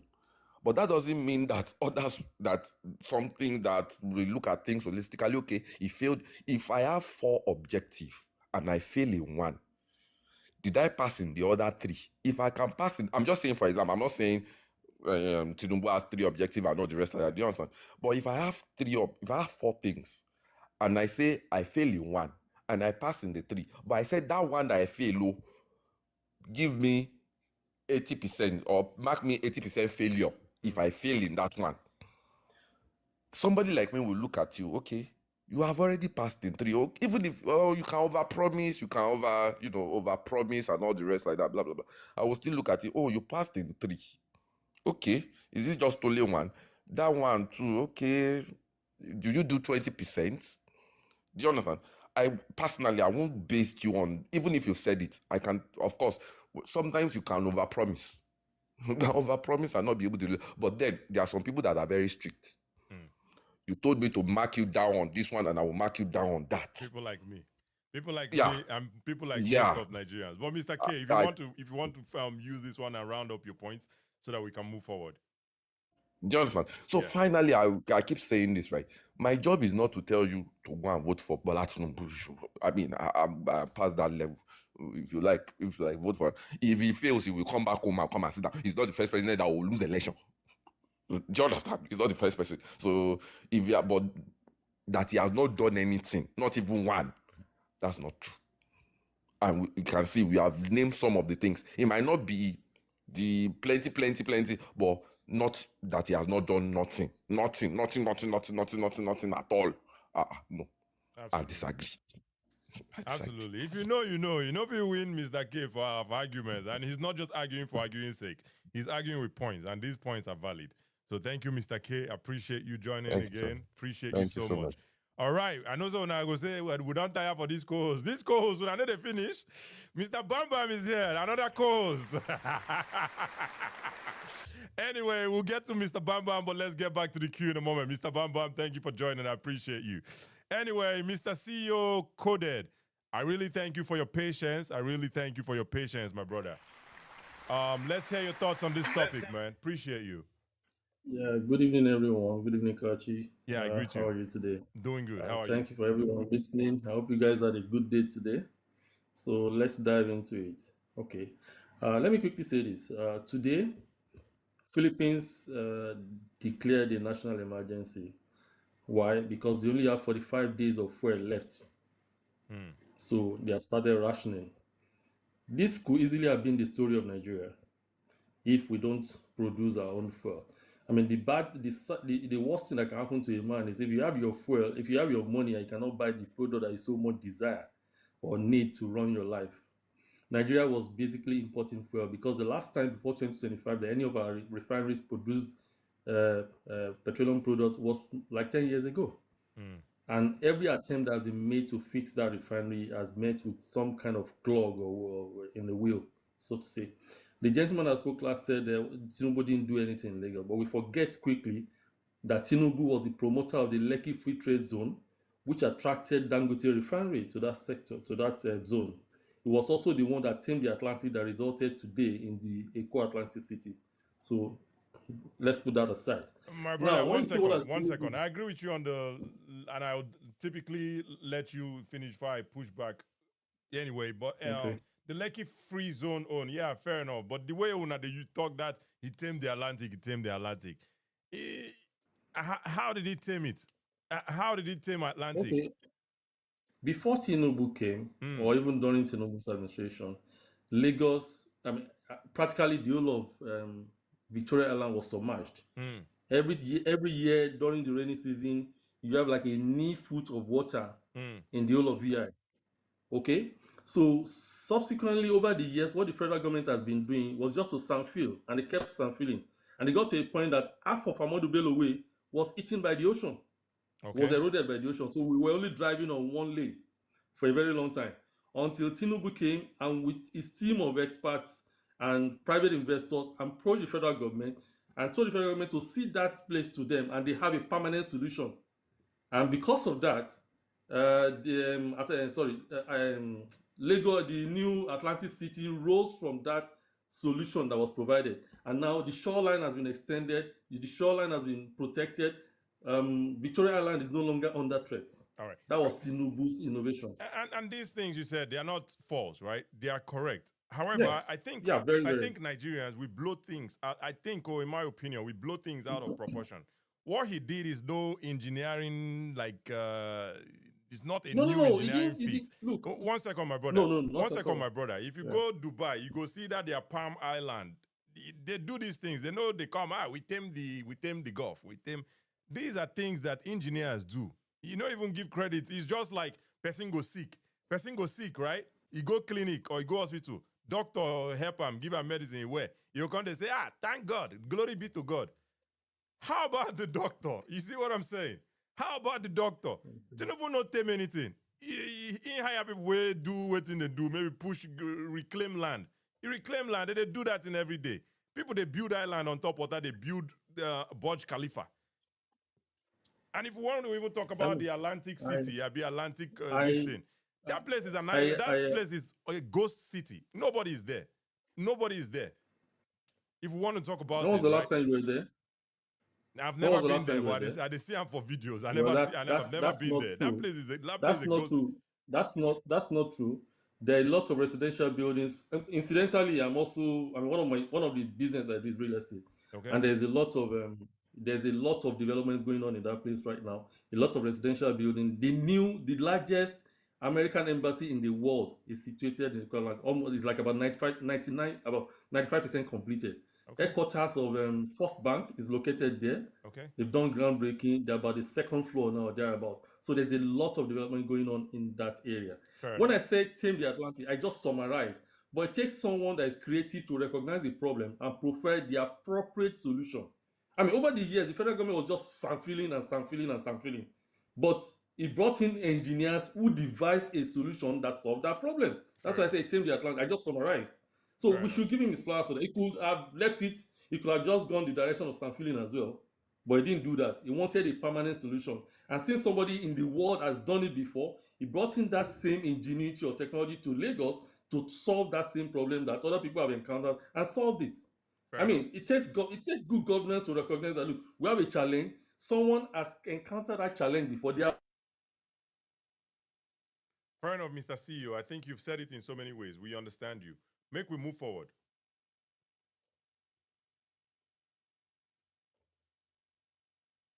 I think Mr. CEO is having a call. Let's give him a moment, and we'll get back here shortly. Mr. CEO, when you are back, please make we give you a minute or this thing. In the meantime, make I dey greet the people where they here. Gunners for life. I see you. Consolium Proventus, Paparazzi one Adacheze, or CEO coded left. CEO coded, if you can join again, that would be great so that we can have that conversation. But I appreciate you. Sorry about that. And I thank you for your patience. Anyway, Consolium Proventus. That name sounds like all these Caesar Augustus the second Proventus. Anyway, thank you for being here. Paparazzi, one I greet you. Adachi is thank you for still being here. Hustling Emeka, one I greet you. Nix, Chika Dave for you. Owen, fine boy, no P. 8-town lag, Mr. 8-town lag, my brother. Thank you for being here still. Appreciate you. Nora Locks here, make gonna check them out. They sell luxury hair. TX Xavier. Thank you for being here. Sev G Ishikote Buobaya MO Bobby Guy Man Jamie, Mr. Jamie, my brother. Mr. Jamie Deya, and another co-host though. Make me bring him up. I'm just seeing he requested. Anyway, Mr. Jamie, thank you for joining, my brother. I greet you. Ellie J, CJ Baba, Filumq. I know go forget this your name. Thank you for still coming back. I appreciate you. Well, we have a ton of beautiful people with here. Thank you guys for being here. Ezekiel Ogunshokin says on Facebook, he says, breaking news, Oju Yobo, Tinubu, the falling object. All right, we're not going to do that. Anyway, thank you for being here, Ezekiel. Olumide Ayodeji on Facebook, thank you for being here. YouTube people, I know you see a lot of traction here, but you guys say hi in the chat, and we'll go salute you now as well. But I appreciate you guys. Anyway, let us go to 007 Richie Real. I thank you for your patience, and then we'll come back to our okay, Mr. Bambam is next anyway, but Mr. Richie, if you want to give us your unmute yourself and give us your thoughts on this topic, please. Thank you. Thank you, and I have to say thanks to Goddess for Life for bringing me here. Gunners for life again. Gunners will lose. Yeah. We beat una pra No, yesterday. no, Talk about no. Gunners for life. Don't worry. Wait till they do this one. No, we have three. We have three in the box already. Wait till they do this one. We beat you pra yesterday. They talk Gunners for life.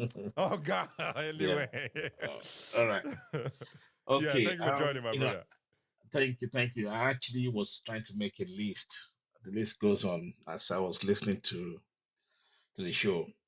But one thing I wanted to say, which is a bit of a concern for me, people, it seems we kind of exaggerating things.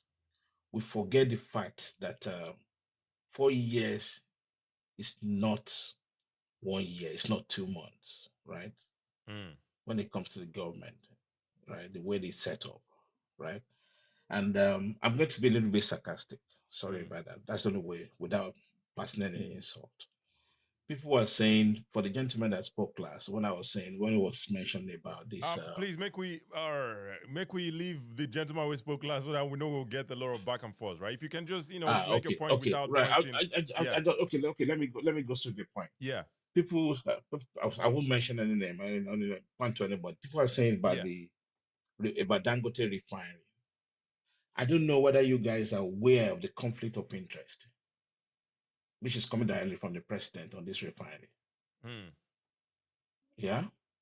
And the conflict of interest is when Ohando was revitalized, Tinubu was very quick. That's the first thing he did when he came to the government, right? Pave way for the Wale Tinubu to set up Ohando. And do you know what Ohando is? Owando na oil servicing company, or if I know them as gas station. But my brother, we don't want to I'm, make we no body guess. Let's focus on the topic. What has Tinubu done, and can you feel it? So that we not go board the guests. The guests are here for I'm this feeling reason. the negative aspect of it. That's what I'm trying to say. Okay, Yeah, fair I'm enough. sorry. Yeah. Yeah, that's why I brought the Ohando into it, right? Okay. Because when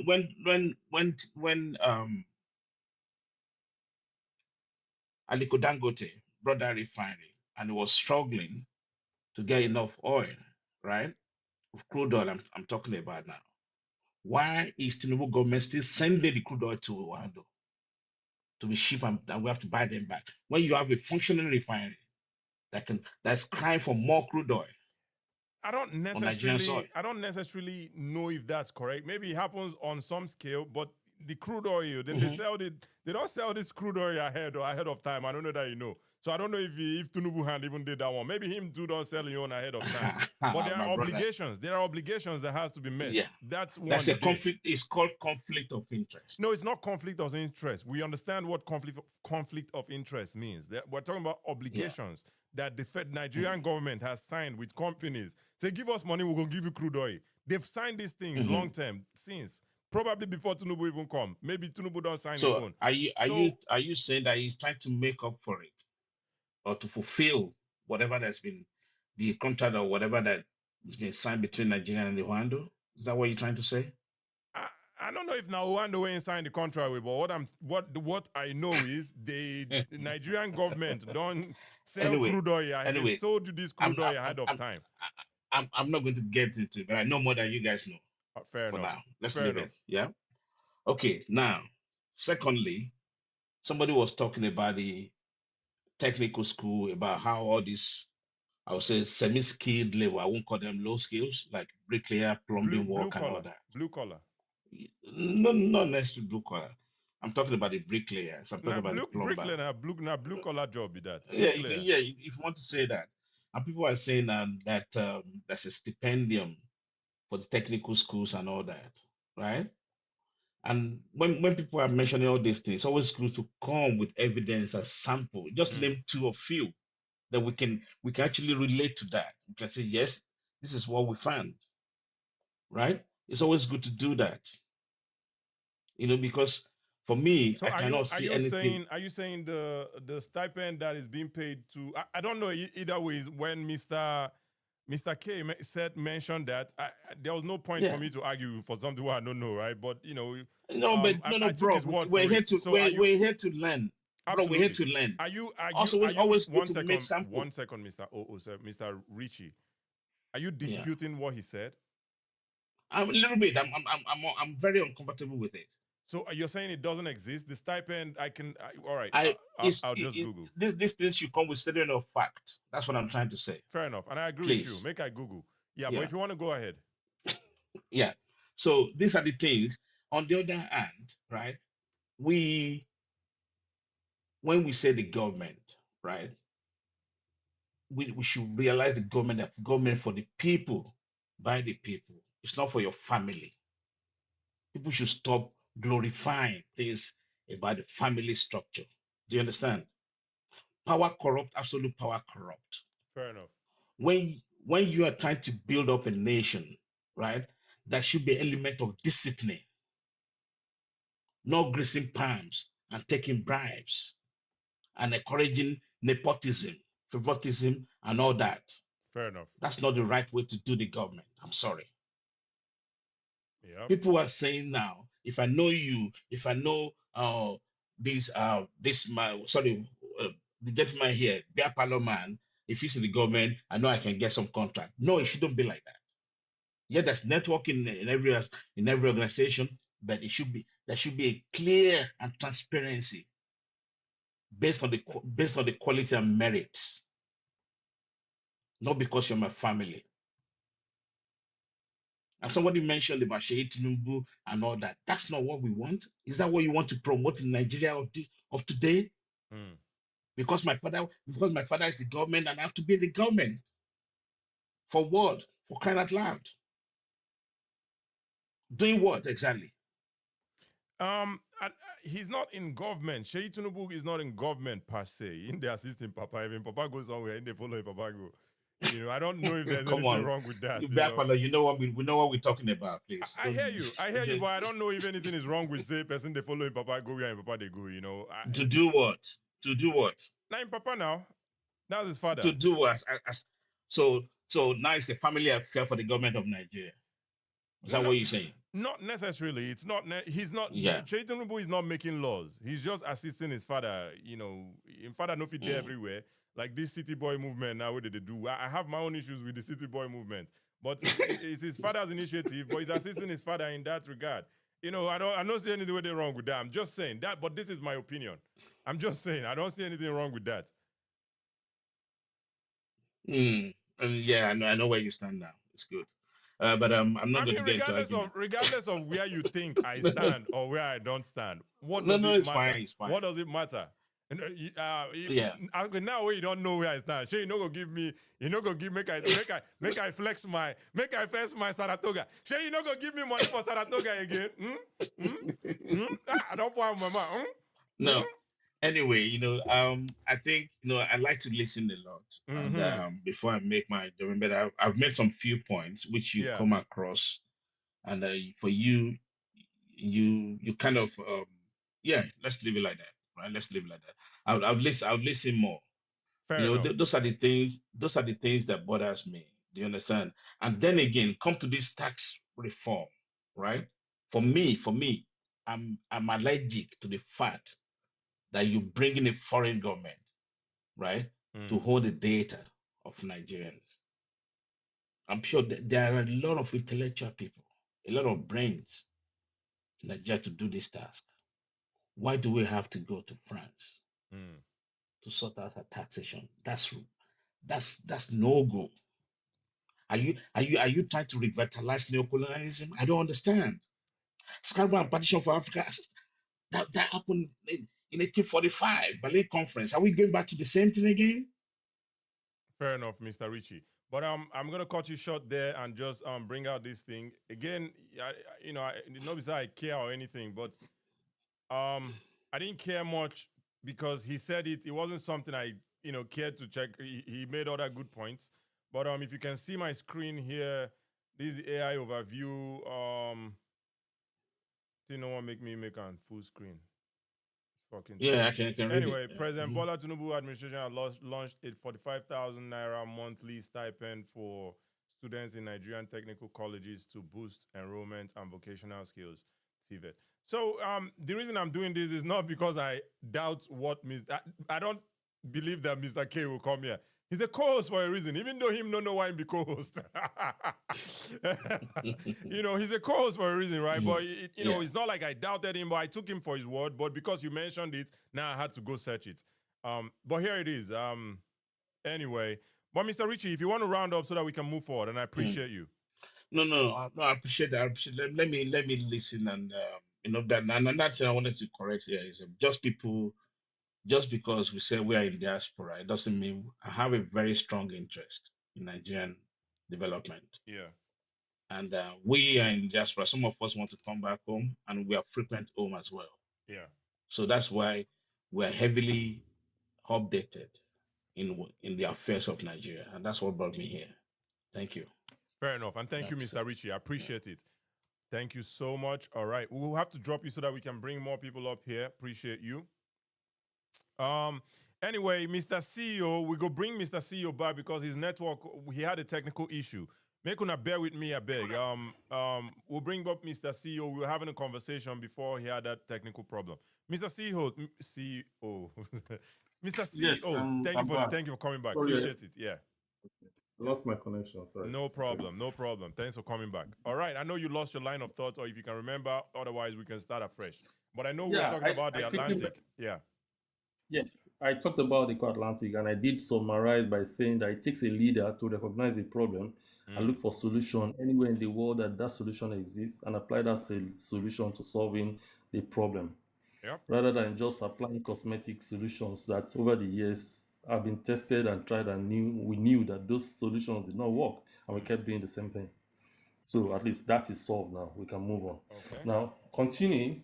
Okay, yeah. I'm quickly. I mean, you see, for us to understand what Tinubu has done, we also need to understand where we are coming from. He removed the fuel subsidy. Nobody has argued about that. That's a bad policy. Look, I keep telling people the best time to have Mr. removed K fuel and subsidy Mr. was during Etanla go Jonathan. argue say no be bad policy. So say No, in your no opinion. problem. In your opinion. Well, I'm not going to say my opinion. I will support my position with facts. Fair enough. Okay. Okay. Okay. Yeah. The best time for Nigeria to have removed fuel subsidy was during Jonathan's administration. The next best time was during Buhari's administration. But unfortunately, none of them did it. And then this man came and he did it. Because, I mean, as a nation, we were practically borrowing money to pay for subsidy. We didn't have the money. And we were borrowing to pay for a subsidy for upwards of like about 6 years or more. NNPC was not remitting anything to the Federation account. So until 2023, when they start remitting back to the Federation account. And sometimes we forget that we're not that a rich nation. And we apply our funds to things that do not necessarily edify us or add value to the economy of this country. The same thing with the FX arbitrage. We were practically sponsoring people's life. You want to buy a Bugatti, you go to the CBN to buy dollar at 395, and then you buy your Bugatti, and then you enjoy your life on Nigeria's expense. A lot of people travel out of Nigeria simply by getting USD from the bank at 395. They go to the black market, they change it at 790. The difference, the arbitrage on that is enough to buy you a ticket, to pay your hotel bills, and to do shopping wherever you have gone to. I don't think that's a system that is sustainable for us as a country. And it had to go. And those two systems were the largest contributor to the corruption in the system. I know particularly of someone that has Bureau de Change, 5 different Bureau de Change licenses. He doesn't have an office anywhere. His office is his car. He carries those licenses in his briefcase and moves around. He gets allocation from the CBN on a weekly basis, and he makes upwards of like about 300 to 400 million without adding any value to the economy of this country. Those were the things that were happening then. And I don't think any serious government will allow that to happen. And look, when I try to say Nigeria is not that a rich country, I try to cite an example of Accra and Ghana. Ghana is a country of about 35 million people. Their budget for this year, you can go and check, is $31 billion. Nigeria is a country of about 230 million people. Our budget for this year is about $36 billion. The difference is just about 5 billion. But in terms of population, they're just like about maybe like less than 10% of our population. So you don't expect that performance on our budget will be at the same level. When people say he's borrowing, what is he borrowing for? Infrastructure. And to be honest with you, this is the government that has done the largest amount of road in Nigeria. We are very familiar of the legacy project, the Lagos Calabar Coastal Highway. Then the other legacy project, which is the Sokoto Badagry Super Highway. It takes you to, I mean, if you really want to know what is happening on this project, you need to step out and go look at what is happening. I've been there, I see what they are doing. Apart from those legacy projects, other projects are going around Nigeria. And according to the Ministry of Works, there are about 450 road projects going on around Nigeria. Some of them have been there. At least I know of the Shagamu Ore Road, which is Shagamu Bini Road actually, which is now being done by concrete. The Asaba Bini Road is also a concrete highway. So many of them are bound in Nigeria. So when people say, they're just building new roads, they're not maintaining or fixing the old ones, they're actually doing that as well. Now, in addition to that, somebody has talked about the new passport processing system, which is the first time in the history of Nigeria that Nigeria is having a central passport processing station. Okay, and now you can get your passport without hiccups. The airport, for the first time in the history of Nigeria, is being automated. We now have e-gates and the rest of them. But the one that excites me the most is the total redevelopment of the Lagos airport. You see, if you look at the map of Africa, by natural geographical position, Nigeria is a natural hub, in the sense that anywhere you are going in Africa, once you get to Nigeria, you should be able to connect onwards to wherever it is that you are going. Because from Lagos to any part of Africa is an average of about 5 hours. Lagos to Cairo 5 hours, Lagos to Kenya 5 hours, Lagos to South Africa 5 hours, Lagos to Gambia or Sierra Leone is about 5 hours. So it's a natural hub. Unfortunately, for a long time, we had not taken advantage of that until this government came. And now Lagos Airport is being redeveloped as a transit hub for Africa. And that is actually very exciting. I'll give you an instance. A lot of people don't know about the transit passenger economy.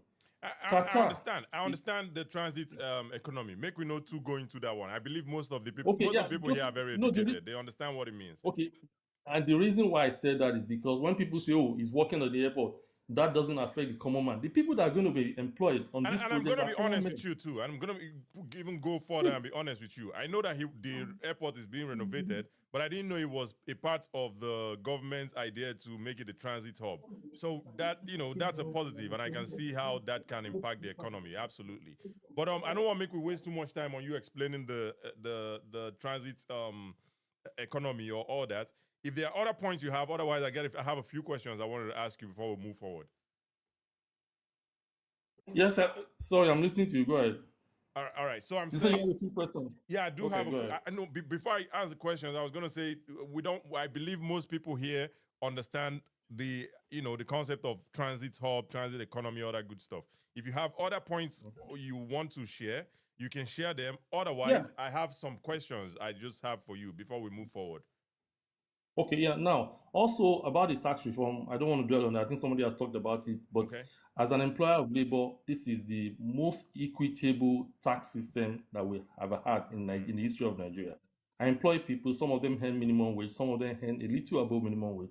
As of last year, they were paying like about 15,000, between 10 to 20,000 naira as taxes. But this year, they're not paying a dime because of the new tax law. So, and there was a time in this country that a minister of finance said that the number of people in Nigeria that pay taxes of 20 million and above is just about 214 people. Yet we are the capital of private jets in Africa. So it tells you there's some sort of imbalance in our system and needed to be corrected. So for the government to recognize that and then correct it, I think we should give them their flowers for it. I don't want to, like I said, I don't want to keep repeating what people have said, so I'm just going to move forward. Fair enough. In the healthcare system, I think the government also introduced what is called free CS in every federal government hospital. You can check that. Somebody already talked about the technical school. Then the stock market. I mean, this is the best time to invest in stock market. Like free trades and the education loan. I mean, we all know about that already. So I'm just going to limit it to that. Then of course, challenges exist, and we all know what the challenges are. Insecurity. Before we get into the challenges, and that's one of the questions I'm gonna ask you actually. The new one you just pointed out here is the free CS in federal hospitals, which again I don't know. I hope most people here too don't get this information. There are free CS in federal hospitals, right? And you pretty much repeated the other things that the other guests have also mentioned: infrastructure, forex stability, passport, airport, tax reform, all that good stuff, right? However, make I just push back on one thing you said. You said super highway between Abeokuta and somewhere or something like that, to that Ibadan to somewhere. You say super highway. No, I mentioned the legacy project, which is the Sokoto Baragri and Lagos Calabar, and I said other roads are also being repaired.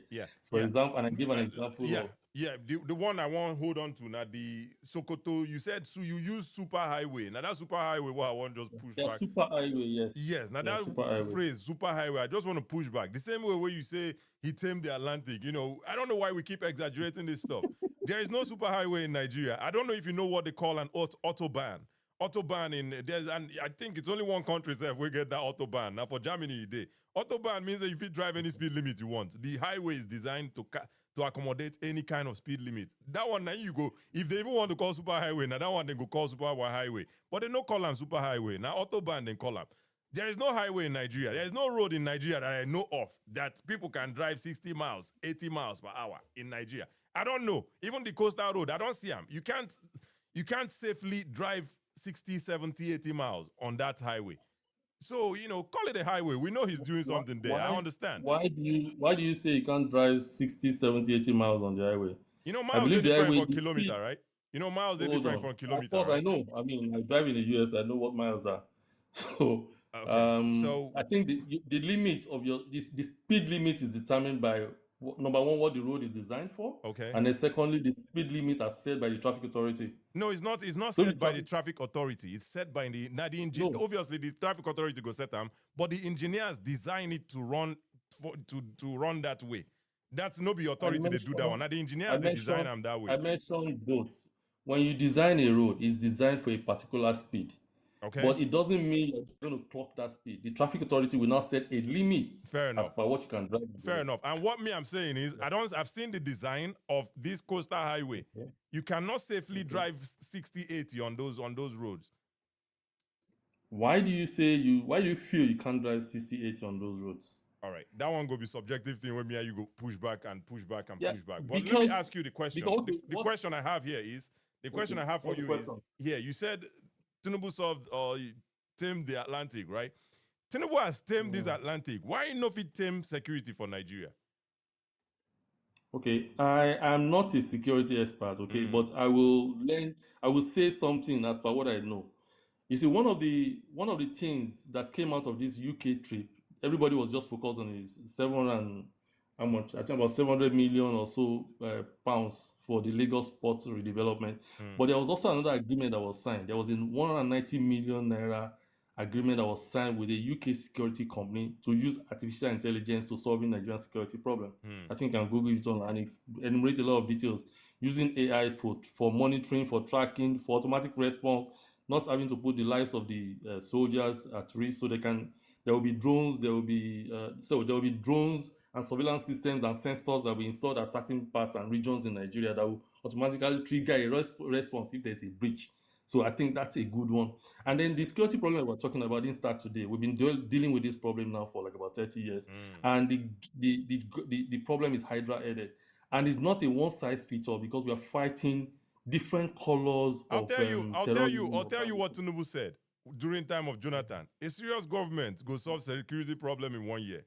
Tinubu said that when he been the campaign. He wasn't campaigning per se, but he was being the opposition at the time.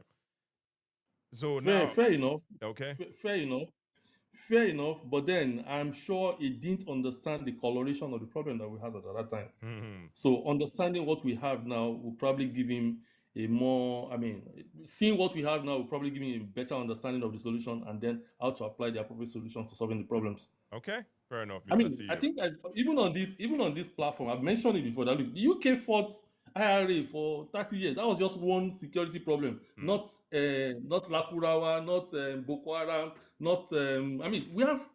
If you begin to list all the T groups in the northern part of Nigeria, I'm sure you list up to 10 or more. And each of them have different ideologies and different reasons why they have to carry a 47 to face people. I said something. I said, look, I never imagined in my life that a Nigerian citizen will carry a 47 to face another Nigerian citizen and will be happy doing it. But this is where we are. That's where we are. Even in the Southeast. Now the one they pay me pass. Now the one they happen for my village, my brother. And they pay me pass more even because some of my brothers and sisters they support them. Now that one they break my heart pass. But anyway, Mr. CEO, I appreciate your time. I appreciate you coming back, even when you had the technical problem.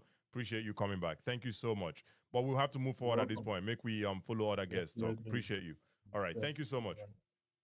You're welcome.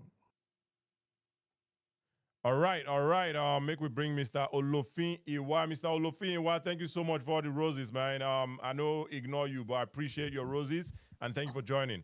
All right, let's get back to the queue here. Mr. Bam Bam. Mr. Bam Bam.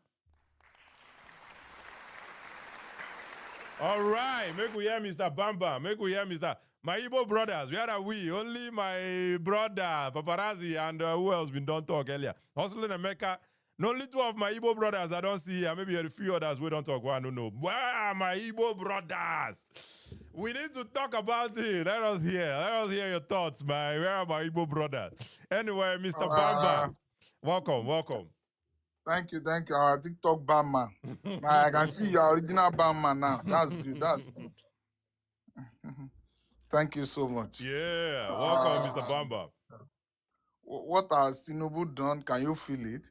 I support Tinubu, but I like someone to call me to point out the area that I want Tinubu to improve. Security. I'm so more comfortable. Say with no that more. Security. Security. Say Yes, no more. security. Yes, security. Electricity. It's Do you understand? electricity. All the T's. Then the you know, how does the government utilize the money they realize through our pain, our sweat? Do you understand? Because by removing subsidy, those are, because I have so many things that I know that Tinubu has achieved. And somebody said earlier that we are not supporting Tinubu because we are supporting APC. No. Before now, I used to support, whenever I support anybody, I will criticize that person. And presently, I even register as AA member, so I could not register as APC. This thing, I register as a party supporter. But you know what? Number one, this Tinubu that we are seeing, some people don't know the value of this currency, the subsidy that was removed on subsidy on currency. I'm not talking about fuel. I'm talking about floating of naira now. I don't know if you remember, between 2007 There's to an echo in 2009. your background, Mr. Bambam. There's an echo in your background. Oh, why is that? Maybe because I'm inside the room. I don't know why that's happening anyway. I've been another person, mic they on. Yes, I'm thinking another person. Anyway, yeah. All right. Sorry about that. Let's see if it continues or if it stops now. Okay. Are you still hearing that? I think it's gone. It's gone. It's gone, yeah. Are you sure it's not from here? It's gone. I know to hear him again. It's gone. It's gone. Okay. Yeah. Okay. So in 2007/2009, yeah, there was hyperinflation in Zimbabwe. I don't know if you remember. Where 1 trillion Zimbabwe naira is almost amount to nothing. That is where Nigeria is heading to. If we had not float our naira, because we have started printing money to meet our obligations. We started printing money to pay salary. Today, 1 trillion Zimbabwe naira is equal to 10,000 naira Nigerian money. Although their particular banknote, 1 trillion Zimbabwe dollar, is no longer, because it's amount to zero. It's not useful again. But if you check the value in today's money, 1 trillion Zimbabwe dollar is 10,000 naira Nigerian money. You can check it. But so many people don't know that singular act. Many people don't know what it has, how it has helped us. Now, this is it. Presently now, minimum wage is 70,000. Do you know why we can increase our minimum wage? It's because there is funds available to do that. If there is no fund, no government will try that to increase minimum wage. So how do those funds, how do we make it available? So people can criticize, why do you support this government? There's something I've understand. I've understand that no government can satisfy us. Even God cannot satisfy us. Not really. Like the security where I've been pointed out, right? Yes, I'm going to talk about the if security. people are being literally buyed every other day, it's not about no government. This government that satisfy is, us that with is that not what one. I mean. Yeah, that is not what I mean. I'm going to talk about the security. Okay. You know, that is not what I mean. What I mean about the insecurity is a cogent issue. Do you understand? But we are taking the issue one after the other. That what are the things that we are supposed to see? Do you understand? In Nigeria, that we will say, okay, government is working. Somebody said 4 years is not a day or 2 days. But a lot of people forget that before policy could take effect, it will take years. You cannot just make policy today and you expect to see the gain of that policy immediately. It is not possible. I'm going to push you back to the security. Which policies would you say that Tinubu's government is doing? No, because I'm going to talk about security. I just want to make it at the end, because I posted every day about this security because I'm not happy about it. Do you understand? But in terms of security, somebody said he scored Tinubu he cannot score Tinubu 0. Me, I will score Tinubu 0 in terms of security. However, I say Tinubu is not doing anything? No, I will not say that he's not doing anything. To me, if Tinubu does not have a motive to do something, he will not forcefully say that we need state security, state police. One of the things, and because he has not done that, that is why we cannot count it as part of his achievement. But he has made motive. Tinubu is the person that is making move. Even the governor don't want to do it. It is Tinubu that is saying, by fire by force, we need to have state police. Do you understand? But to me, how do I think Tinubu can do it? Like, no, I'm not a security expert, but at times when things happen, I do ask: is it not possible for president to give order to the inspector general of police and this and that? These people were kidnapped. Go there. If they are not back, don't come back out. I give you 2 weeks. Do you understand? Because it has happened before. When there is this armed robber that is disturbing Nigeria. Yeah. Do you know how many inspector general of police Obasanjo removed? Because he said, I gave you 2 weeks to bring this person before Tababalogun went to Benin Republic to go and bring that particular person. Do you understand? That is my own area. That if you ask me that why am I disappointed in Tinubu, why the reason why I said I scored him 0 is because I believe as a president, if you are feeling what I'm feeling in time of security, I believe you can say, do this under 2 weeks. If I don't see result, this and that. At the same time, I know the policy that is going on in time of security, but you cannot play politics with people's lives. Yep. Do you understand? But the same Tinubu has approved forest guard. Now, there's a way, our own policy, the way we think is different. The way I think he should do it is different from the way he thinks he can do it. He implemented forest guard to help, you understand, to secure our forests. That is number one. And presently, some states, I saw it because we have one recruitment ground at Ilan. They were there now. Going on, the recruitment is going on, the forest guard. Some states are doing that. Even Zamfara State brought his own recruits people to Ilan to train them so that he would deploy them. State security is there. Do you understand? But the issue of insecurity, to me, I don't know. I don't want to sound somehow, but to me, I believe this thing, apart from kidnapping, I'm talking about the one that is upper north. I believe is more ideology that people need to do more apart from the president. I know something is fishing. Because to me, if you ask me, I believe something has not been, properly done about it. Look at the issue of kidnapping that is going on everywhere. Do you understand me? I'm not happy about it. Yeah, kidnapping can be directly related to hunger.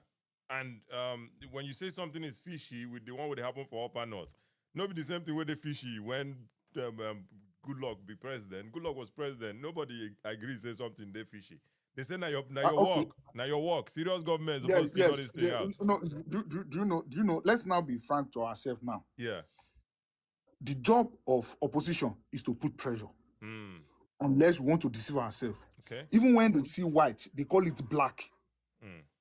Because every one of them, whether that is why I said somebody that said one coup plot is revolution. They want to use the coup 1966 to I said there is nothing like revolution. Everybody want to become leader because of our own selfish interest. Everybody want to rule. So when opposition is talking, they are talking at the side of sentiment. They want to be in that position.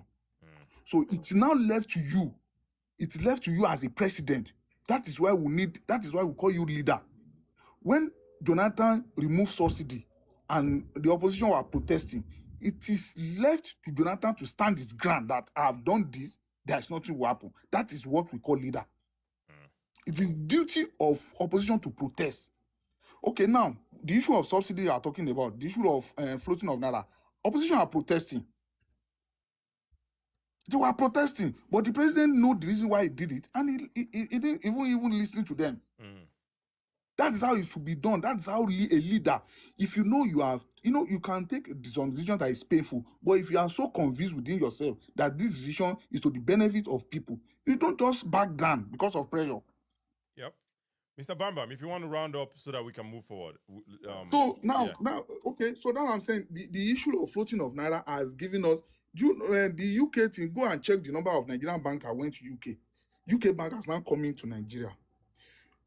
People don't ask questions. The student loan is there. Nobody knows that government is paying student loan. People are benefiting from it, but people will sit down and say, no, it's a lie. Stipend is being paid. Today, before now, you will have seen civil servants come out that we have not received salary 3 months ago, ago. Nothing like that. There is mourning outside. The only pain I feel within me is that this money that are being given to people, this money that are being distributed, are you sure people are not going to siphon those money? Because that money is our sweat. They remove the subsidy, we are paying more for it, and there is money available. Do you know that the money is given to government to, number one, to make sure that there is subsidized buses in the state, Yeah. to make sure there is food bank, to make sure that there are road, to make sure that people unemployment, people that are not are receiving stipend, to make sure that the elderly people are receiving stipend. That is why they remove subsidy. That's why the money has been given. The money is being given to everybody, governor, senator, councillor, every month. Yeah. But do you think it's Tinubu's job to also go and look at the money when they give these people? Is it his job to go make sure that the money is going to where it's going to, and if it's not going there, same way in sack or almost sack Fubara, suspend Fubara. Why can't Now, he do the same thing with all these other governors in the give money that is not possible. He can't do that. Hmm. He gave them money because this money, when you receive money in federal allocation, there is statutory division. That's how they will divide it. It belongs to states. Okay. The only thing that can happen now is for president to admonish them, because if they are not doing what they are supposed to do, it will destroy his government as well. But at the end of the day, all this money that are record for it, whether you like it or not, after your government, there will be an account. You will account for all those money that you receive. That's but the only problem we face in Nigeria, by the time they call you to come and accountable, it will be like they are intimidating me because I'm not in their party. Nobody has asked question. What they ask you to come and prove, is it true? Yeah. Before you said it's because of you are in opposition, you should first of all ask this question: do you receive those money? All the money they are being given now, they will account for it. Tinubu might not be able to ask them directly now, but they will account for it because there is record.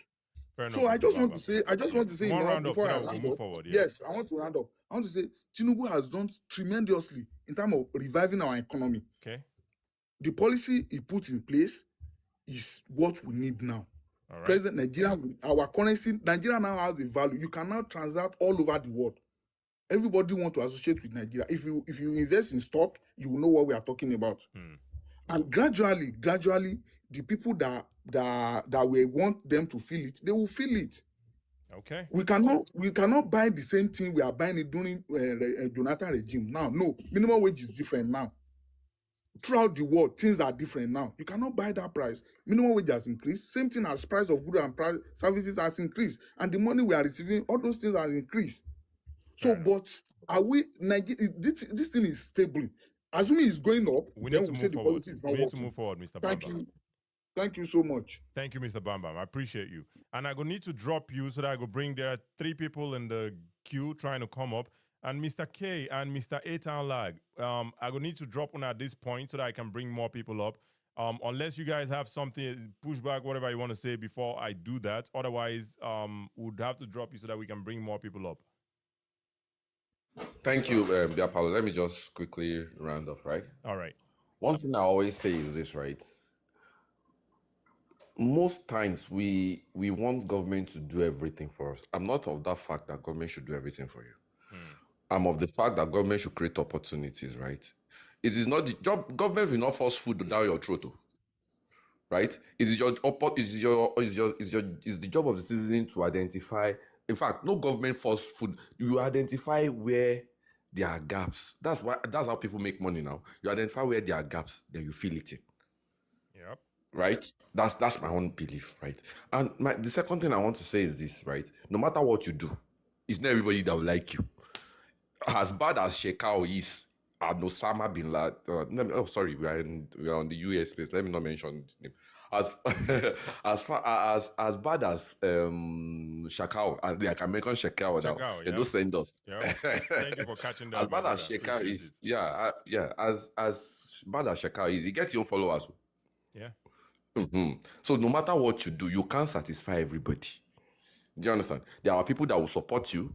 There are people that, no matter how good, even you catchy, you don't say as you don't say as your brothers, they always attack you. Then they ask me, you don't get any Igbo topic today. Then they worry me. You understand? So everybody will get your own supporter. Everybody will have his own opinion. The only thing is this: we should be objective. Where there is a lag, you tell it, okay, you can do better here. Where you have done well, you say it, you have done well here. But to now zero that, nothing. That's not how a country develop. Country developed by objective criticism. Objective. Do you understand? And you bring solution. This is the solution to the problem. Look at all this opposition. I'm not hearing where anybody is saying, oh, this is how we are going to do it better. What's the alternative? What are you giving us? Okay, this one is bad. Okay, what are you going to do? How are you going to do it better? You understand? How are you going to do it better? What are your policies? That's what you should be bringing out now. That's what APC was doing in those days. They will smash your head. Yep. And they will blackmail Buhari, not Buhari, Jonathan that year. I remember. They will blackmail him, they will push him, they will talk, That's the job of the opposition. Thank you very much, and God bless us. Thank you, Mr. K. I appreciate it. Mr. Etan Lag, do you have any final thoughts before we drop you and get more people up here? Just very quick, and you can drop me. It's Okay. just more of a recommendation. I think that issue of transit hub, I think this is just a recommendation. It might be a very good topic to talk about. I mean, as much as you think everybody knows about it, and I've listened to CEO speak on this topic before, and it was very insightful. I think it's something that might be very beneficial to find a day.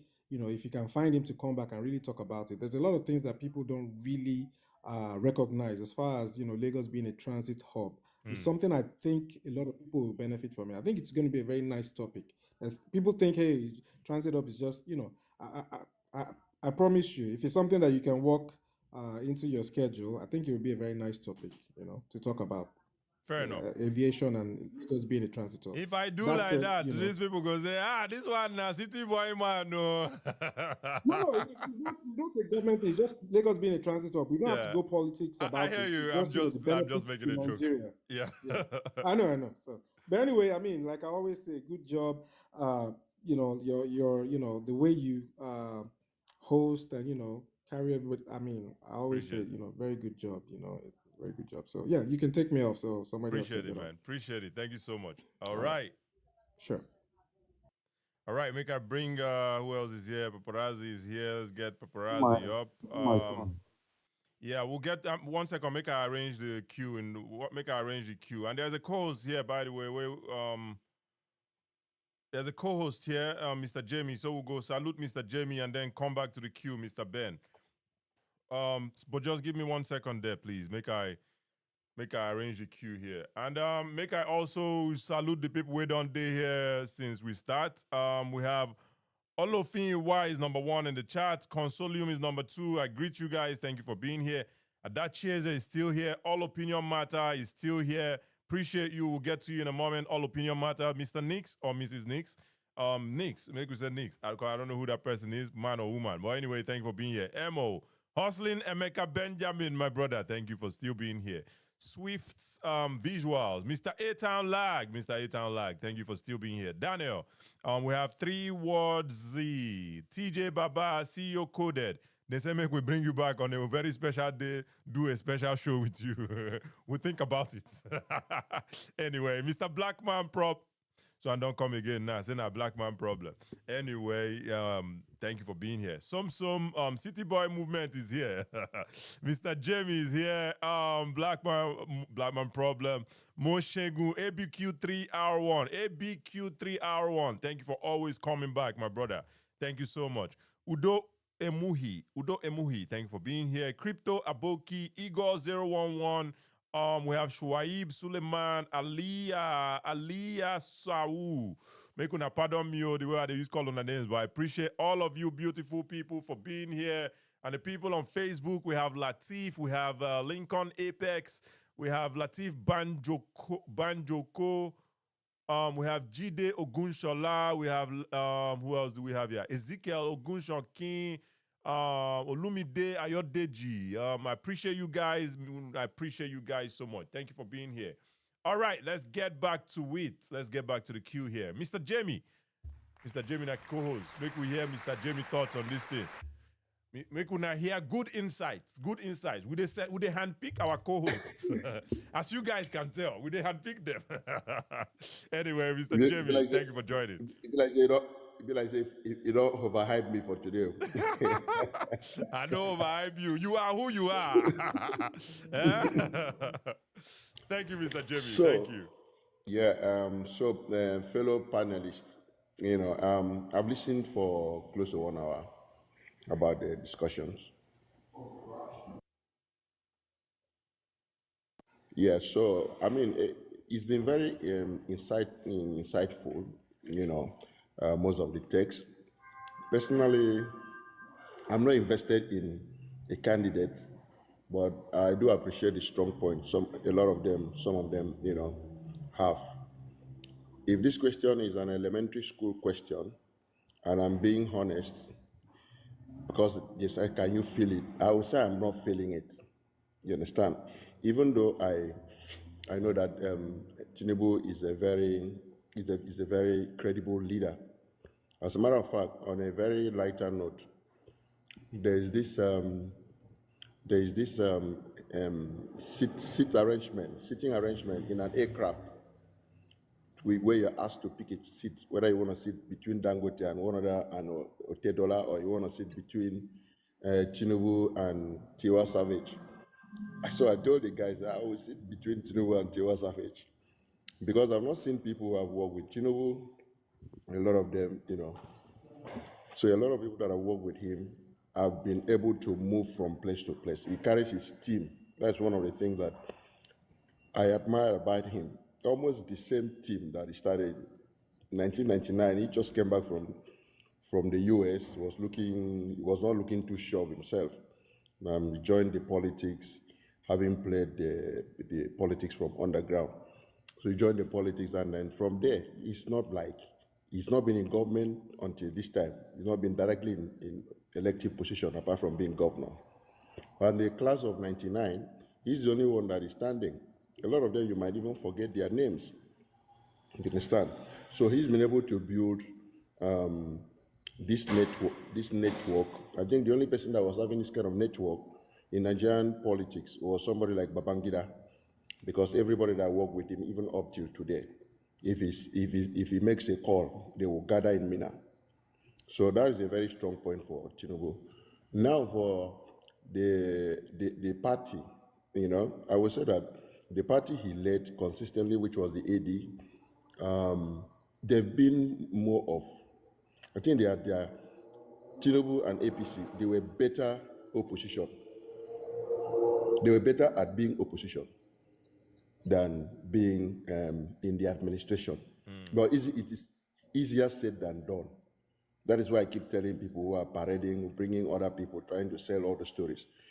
Get in there and find what are the real issues. Then you'll be able to tell us the fact, and then you start begging. Then another thing I want to say about him and his regime. I've not seen them being very forceful when you criticize them. So I've not seen them. I've not seen that. I've not seen that combativeness. You understand? Bayo Adenoga tries it once in a while, but sometimes it seems like they ask him to pipe down. So they have a fake criticism, of where they are not getting it right. So, but me, to be objective and be on a neutral side, I will try to see, even though I'm not feeling it, are there people that are feeling it? Are they in large number? I will say yes and no. And then if you have to discuss that, it has to be sectoral. I thought the timing, no, not the timing, I thought, the process of the subsidy removal. I agree with I agree with it, but that you didn't put what is it called? You didn't put Buffers, measures maybe. in place. Yeah, buffers. Yeah, buffers. Thank you. You didn't put measures in place to absorb it. It's a lot of things. The shock. For instance, if it is transportation, because even if you raise minimum wage to 150, it is not enough. You understand? It is not enough because the inflation is super high. So all the things we're trying to do, revolves around there. If you had, for instance, pumping maybe like 50,000, no, not 50, too much, like 10,000 mass transport and they give it to the state and withhold their money. You understand? Those are ideas. Expect somebody like him to have those kind of idea, and that this the idea is going to work, and run an effective bus system like they do the BRT. That will cushion the effect. You now know that, look, it's not, these people are not buying PMS for your car. It's optional where they are public transportation. Those are some of the things that should have been put in place, because you know there is so much money that is being made. The government makes so much money, but the people are not making the money. You know, so that is where I think I fault. The idea is good, but the implementation is faulty. That's what I'll say about that. On security, I mean, it. Am I not giving a zero, because security is like I think I understand that a little bit. Security is not like a factory. What you achieve cannot be seen in their warehouse.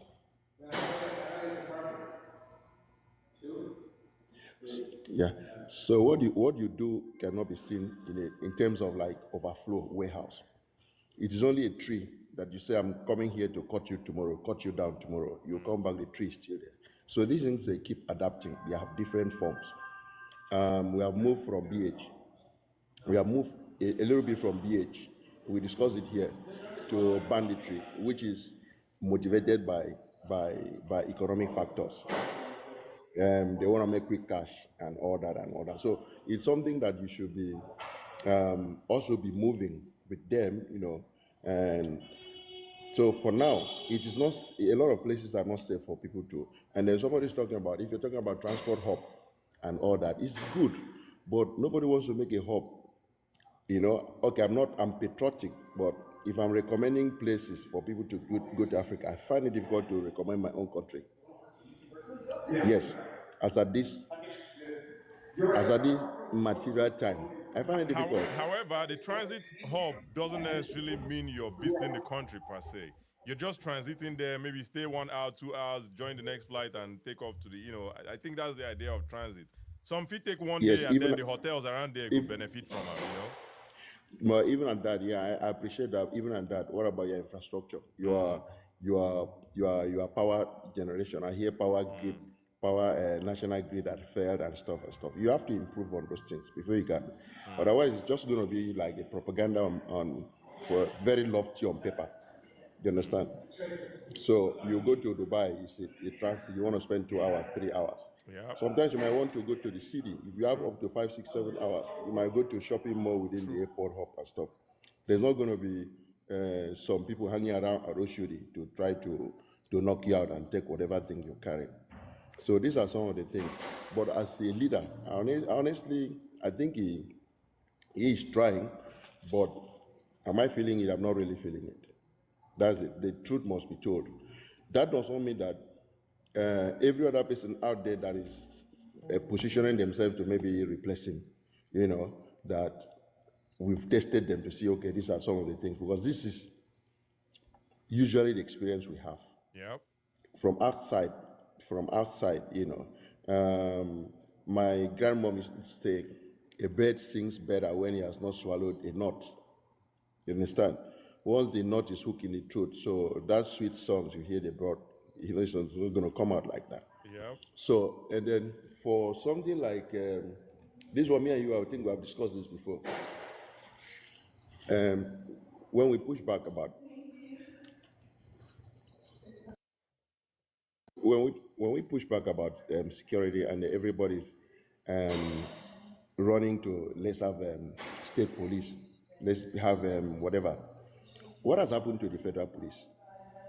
How effective? What is their budget? Why can't we put our foot down and now find out how much money do we spend on policing? You remember I told you the other day, there was one time during Jonathan's government, somebody just pressured him to visit one police barracks, a police training institute in Ikeja. And when he went there, he almost wept. That place was like poultry farm. I know Head Road. I don't have any confidence that things like that have improved. People sit down in the police. IG come every day. They start, this one will talk about uniform, this one will talk about this. There was a time we had a problem in Abuja. You know, the IG said they should put street cameras. There was so much money voted for that. I don't think that was implemented. Nobody's asking questions until we have another incident. Then I say, oh, this, you know. So we have a federal police. How much money are we budgeting for them? How much have been released? What are the equipment? Do equipment update. Get their men, you know, get them deployed so that they can earn their money. Okay, now let me tell you the danger. If you have state police now, we have communal clashes. There's a tendency for the two state police to face themselves. Now, where is the strength of the federal police to intervene in that circumstance? Because the federal police need to be strong first in itself before we want to have the components. You know, over here, the feds are the FBI. It's both an intelligence organization and a police organization. You understand? So once they come into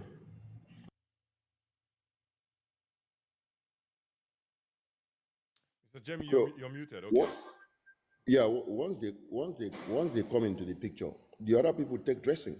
There is jurisdiction. So now everybody is now, because we are having serious issues. Everybody, oh, state police, state police. No, they don't do it like that. Strengthen the federal police. They will know that they have the capacity to either supervise or you know the component segment. Not that tomorrow Abia is having issues, border issues with Eboyi, and they mobilize their state army, you know, and you know it's going to be very catastrophic. Yeah. So this is a question of begging. We are just begging the question. First, this thing, define what are the roles of this component unit. It's not just like you know, a knee-jerk approach, which is what we have. You know, so if Tinubu was outside government, as a matter of fact, within this time, he will not score a government performing at this rate. They will not score them very high.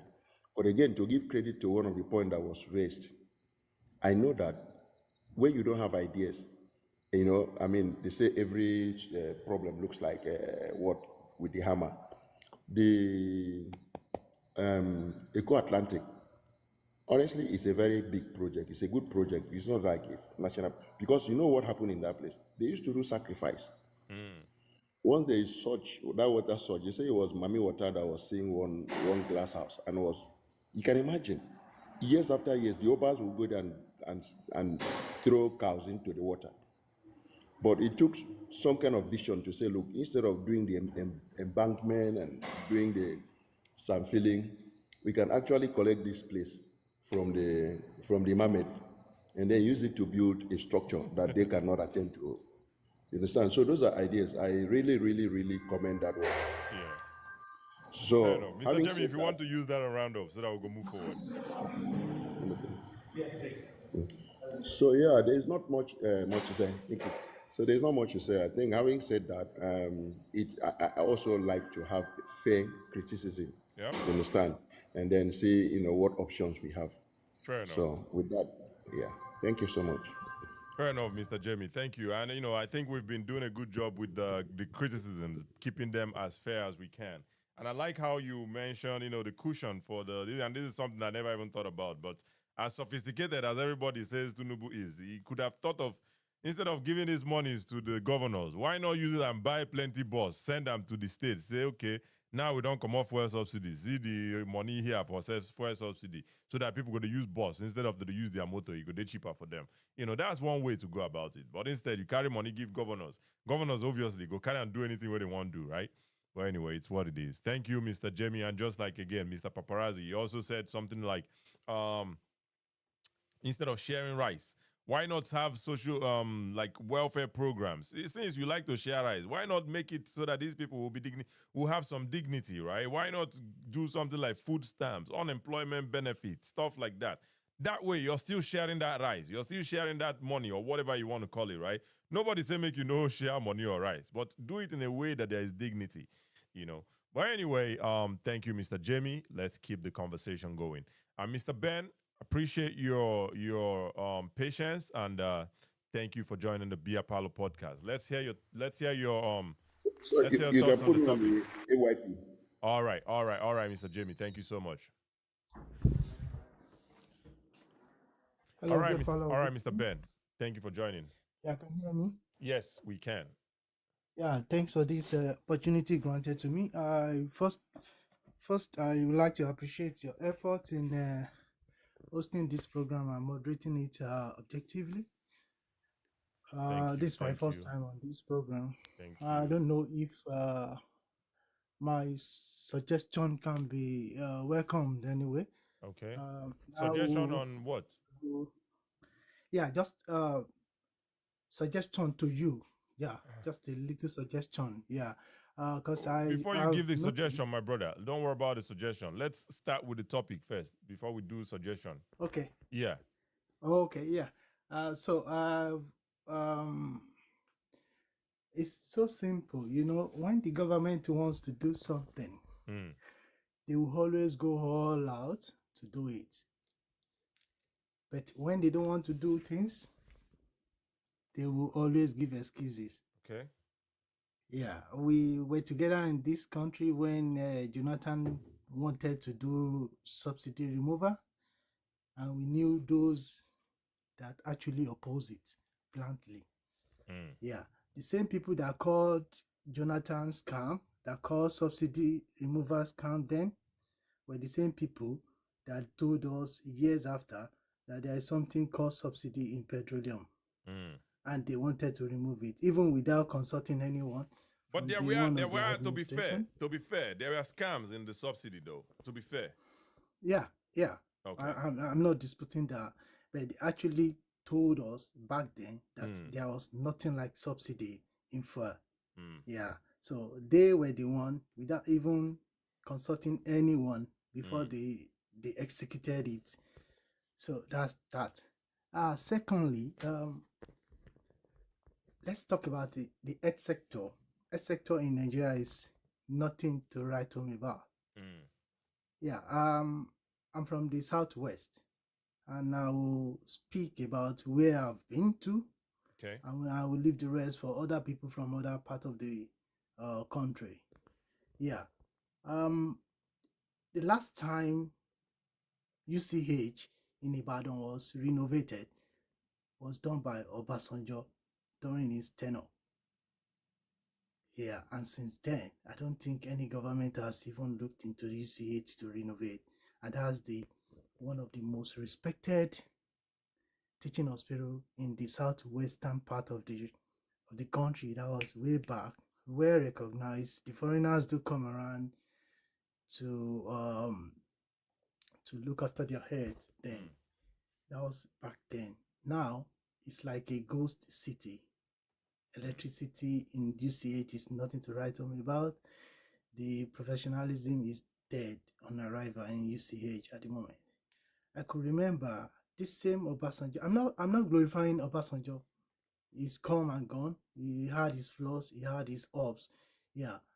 I could remember back then the RCC, they were the one that constructed that dualized Ibadan to Ile-Ife, the highway. Yeah. Now the road is not motorable in any way. Yeah, I'm only speaking about where I've come from. Yeah. That's And what that's you know, the right? same Now the place. place you know where you go talk Yeah. about, right? Yeah. Yeah. I hear you. And that's the place where the same Tinubu has come from. I could remember from Ibadan to Ilorin, it was constructed, the express was constructed by Obasanjo, and it was left uncompleted between Oyo Township and Ogbomoso Township. Since 2007, I think, nothing has been done. Nothing has been done in that regards. So, health sector, I don't think it's done anything tangible to say, yes, it's really done something for us, health-wise. Some people talk about subsidizing dialysis, or that's not the only issues people have medically. People have, they face several challenges. You can easily subsidize it, but they just don't want it. They have the will, but they just don't want to do it. That's that. Security wise, it's just zero.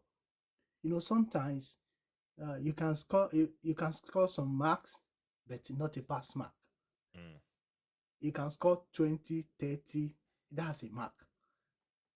But is it up to 50, which is 10 as the baseline for pass mark? No. Yeah, that's it. As I speak with you, a friend of mine is still in captivity of kidnappers. I don't know if recently you saw online a viral video online regarding one Goke that is in the captivity of kidnappers. He was on his way to Sokoto and they are demanding for 100 million. Oh, I didn't see that. He's a friend of mine. Oh my. He's a friend of mine. I'm so So he's sorry, still man. there. Yeah, he's still there for the last 2-3 weeks. They are demanding 100 million. I have other information that I will not be able to share online. You shouldn't. I'm sorry to hear. Yeah, so that's that. Security is a known. It's in the public. Everybody knows that is a total failure in security. You know, when these people before they attain power, they will tell you they have the solution to Nigeria at the tips of their fingers. But when they come there, then some people, some apologists will start campaigning and soliciting for them. No, this is somebody that told us that he can do this, he can do that. He actually applied for this post, and nobody should you know, he verbalized that nobody. He said nobody should stand in for him. That he has the will to do this. Yep. And now we are seeing how he's doing it. And then you see people coming out. No, the situation has gotten worse before now. It's not the one that just started it. It's this and that. They keep giving us excuses. Yeah, that's that. Education-wise, the student loan of 18, I see it as a scam, total scam. Why so? Yeah. What they would have done. Why do you think it's a scam? Yeah, I've not really seen anyone who can come boldly to say that he's actually benefiting from it. That would be a good show to hold. I will tell you two good things. I will tell you two good things that they've succeeded. This government has succeeded in just two good things. And the first one is traveling around, and second one is propaganda. Those are the two things that they've succeeded in doing during their tenure. Yeah, Obasanjo traveled around. At the end of the day, we were able to see at least the few things he got from his series of travelings. Yeah, but this time around, this guy has traveled all around. We can't really pinpoint a particular thing from maybe Brazil, Argentina, wherever he has gone to. We cannot really say he's achieved this. You from Ogun State? Been able just to out of curiosity. I'm from Oyo State, bro. Okay. I'm from Oyo State. The reason I ask whether you're from Ogun State because of the way you don't mention Obasanjo like 100 times here. I want to know whether you're Obasanjo brother. No, I'm not a fan of Obasanjo. Okay. I'm just trying to compare. Fair enough. I hear you. I was just thinking, you don't mention Obasanjo. I said, this man, you have to be from anyway. No, I'm not a fan of Obasanjo. Okay, so fair enough. Now, you see, the longest bridge in Africa is in Egypt, 6th of October. Yeah, the one next to it is that Third Mainland Bridge. If Tinubu had been the one that constructed Third Mainland Bridge, because it was started by Shagari and completed by IBB, if he was the one that did that, they for say he tamed the lagoon. They for talk say he tamed lagoon. Yes. Yeah. Thank you. They say now he built Lagos. Now he did that. Yeah. So now, the person that even did it, most people don't know that it was his project. They don't know that it's IBB project. Just that some of the things he did later that actually overshadowed some of his good things during his office. Yeah. So now, education-wise, is zero. What they would have done, what I expect them to do, is to make sure that's the system in abroad. They give free education to people from the age of 3, 4 till 18. Those period, the parents will be able to save money for their higher institution fees. But they wouldn't do that. How much will it cost government to do that, to generate free education for people? That's where you see teenagers walking on the street because they need to fend for themselves to pay for their fees. Those are the things. It's a failure in that aspect. The moment he mentioned free education, what happened next? The moment he mentioned student loan, what happened next? There was surge in school fees all around the institutions. There was a real surge. They thought maybe, the government is going to pay this. At the end of the day, what have you gotten? Nothing. Nothing from that. If you've seen people that are benefiting, let us know. Give us fact and figures. That's what we need. Fact and figures. Not just talking around, making propagandas up and down. Yeah, if you want to summarize the last point so that we can move forward, Mr. Ben. Yeah. The success of a country rests on the people. The success of a country rests on the people, and then the difference between insanity and genius is the achievement. Show us the achievement, no propaganda. God bless you, bro. Thank you, Mr. Ben. And just to what was the I know you said you had something you wanted to share earlier. What was that? Yeah. I was about saying maybe because I've been on this live for close to 2 hours. Okay. And I noticed as a moderator, we don't have time frame for people speaking on. I don't know if it's something you actually looking at, or I don't know, maybe 10 minutes or 15 minutes per person, so that we can manage time for other people as well. Just that's my suggestion. I hear you, and thank you for that waiting me this thing now, waiting me what pointing that out. I appreciate you pointing that out. However, I guess this is your first time coming to the Beer Parlor show. But how we do I'm here, we try to have conversations, and conversations, you don't know how long you're going to take sometimes. So that's the reason why we don't tell people, 10 minutes and you're done. No, then it's kind of robotic. It's kind of, you see what I'm saying? So I'm trying to have a conversation with people. So it's not a submission. We're not submitting. We are having conversations, and conversations could take long sometimes. It could take shorter times. But I appreciate you, Mr. Ben, for pointing that out, and thank you for your time. Thank you for your patience too. Appreciate that. All right. Appreciate. Yeah.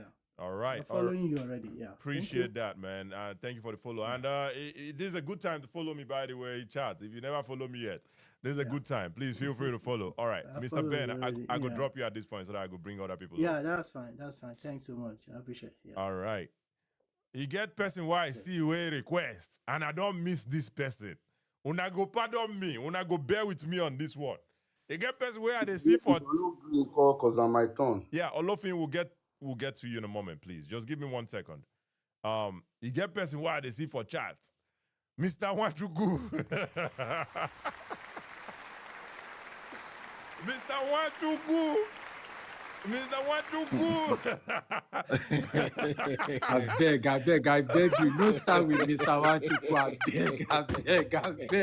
I beg. Make I dey go. No go. Wait, no go. I don't miss Mr. Wachuku. Where you this? I don't miss you, Taya. Good morning, my brother. Good morning. I greet you, my brother. Anto, good morning, everyone. Good morning. Anyway, Mr. Wachuku, make we no vex the people we don't there. We'll go back to the queue. We'll get back to you in a moment. Good morning. Okay, go ahead. All right, Mr. Wachuku. Mr. Wachuku get wahala. If you know, you know. Anyway, Mr. Olofi Iwa, thank you for your patience and thank you for joining the Beer Parlor podcast. And I appreciate you for sending the gifts, man. Appreciate you so much. All right, let's get into it. For me, I'll see if I can make it as brief as possible. I want to say thank you. And thank you for a forum like this. First of all, I'll go to the topic. What has Tinubu done? Can you feel it? For me, I can't feel it. I'm not based in Nigeria, but I have a lot of responsibility that I take care of in Nigeria, and I can't feel it. Because every time it's like I'm having to send more money to take care of things, and that's what I have to say first. But also, I can decide to give the man his flowers. We're lucky in Nigeria at this point to have someone like Tinubu that is a financial guru. If I say he's a financial guru, if anybody doubt me, go and do your research or find out whatever you need to find out. Let's talk about it. Why do you say that? Because the guy has done exceedingly well financially. He's taking Nigeria economy financially out of the dark waters. But there's so many other things. Financially, he's done exceedingly well. He's taking Nigeria. Nigeria now have credibility in the world market. If there's nothing else he's done, that alone is something. But he's a financial guru. In his field, he's done exceedingly well. But that's just finance. Finance might be a key factor in how economy grow or how a country is built. But that's just finance. There's so many other things. Security is different from finance. Yeah, absolutely. And that's why I want to give him his flowers. We are lucky at this time in Nigeria. Nigeria was gone, but this man has done a lot. Financially, let's give him his flowers. That's the only thing I will say. But there's still a lot of other things that need to be fixed. So that will be me to my next topic. The reason I'm saying this is it's not just building a good economy policy or building an economy, giving local government money. Now, Nigerian local government are receiving billions. They will squander it because there is no structure. The foundation is faulty. I don't care what the Tinubu does. It will still end up in the whole end point of it is failure because foundation is faulty. I don't care what anybody has to say. And I don't, it's just this foundation is already faulty. There is no way, unless you fix the foundation, we have to go back. Now, one of the reasons why I'm saying we have to go back is every time you hear about talk in Nigeria, they talk about Igbo, Yoruba, and Hausa. You say every time we hear about what? You say every time we hear about what? Every time they talk about Nigeria, we hear Igbo, Yoruba, and Hausa. Nigeria is an ethnic nation of different nations that came together. It doesn't matter how small. If you do not do an inclusive form of government, there will always be issues. There will always be some parts saying, oh, we were going to kidnap, or we're going to pick people, we're going to do stuff. The foundation is faulty.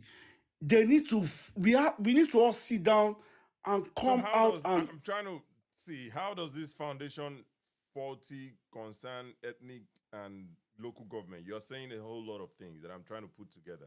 So now you need to understand that local government let me give you an instance. So in Abuja, the local government in Abuja is different from the local government you find in Kaduna because it's local to the people that live in that local government. Okay. They are the same set of people.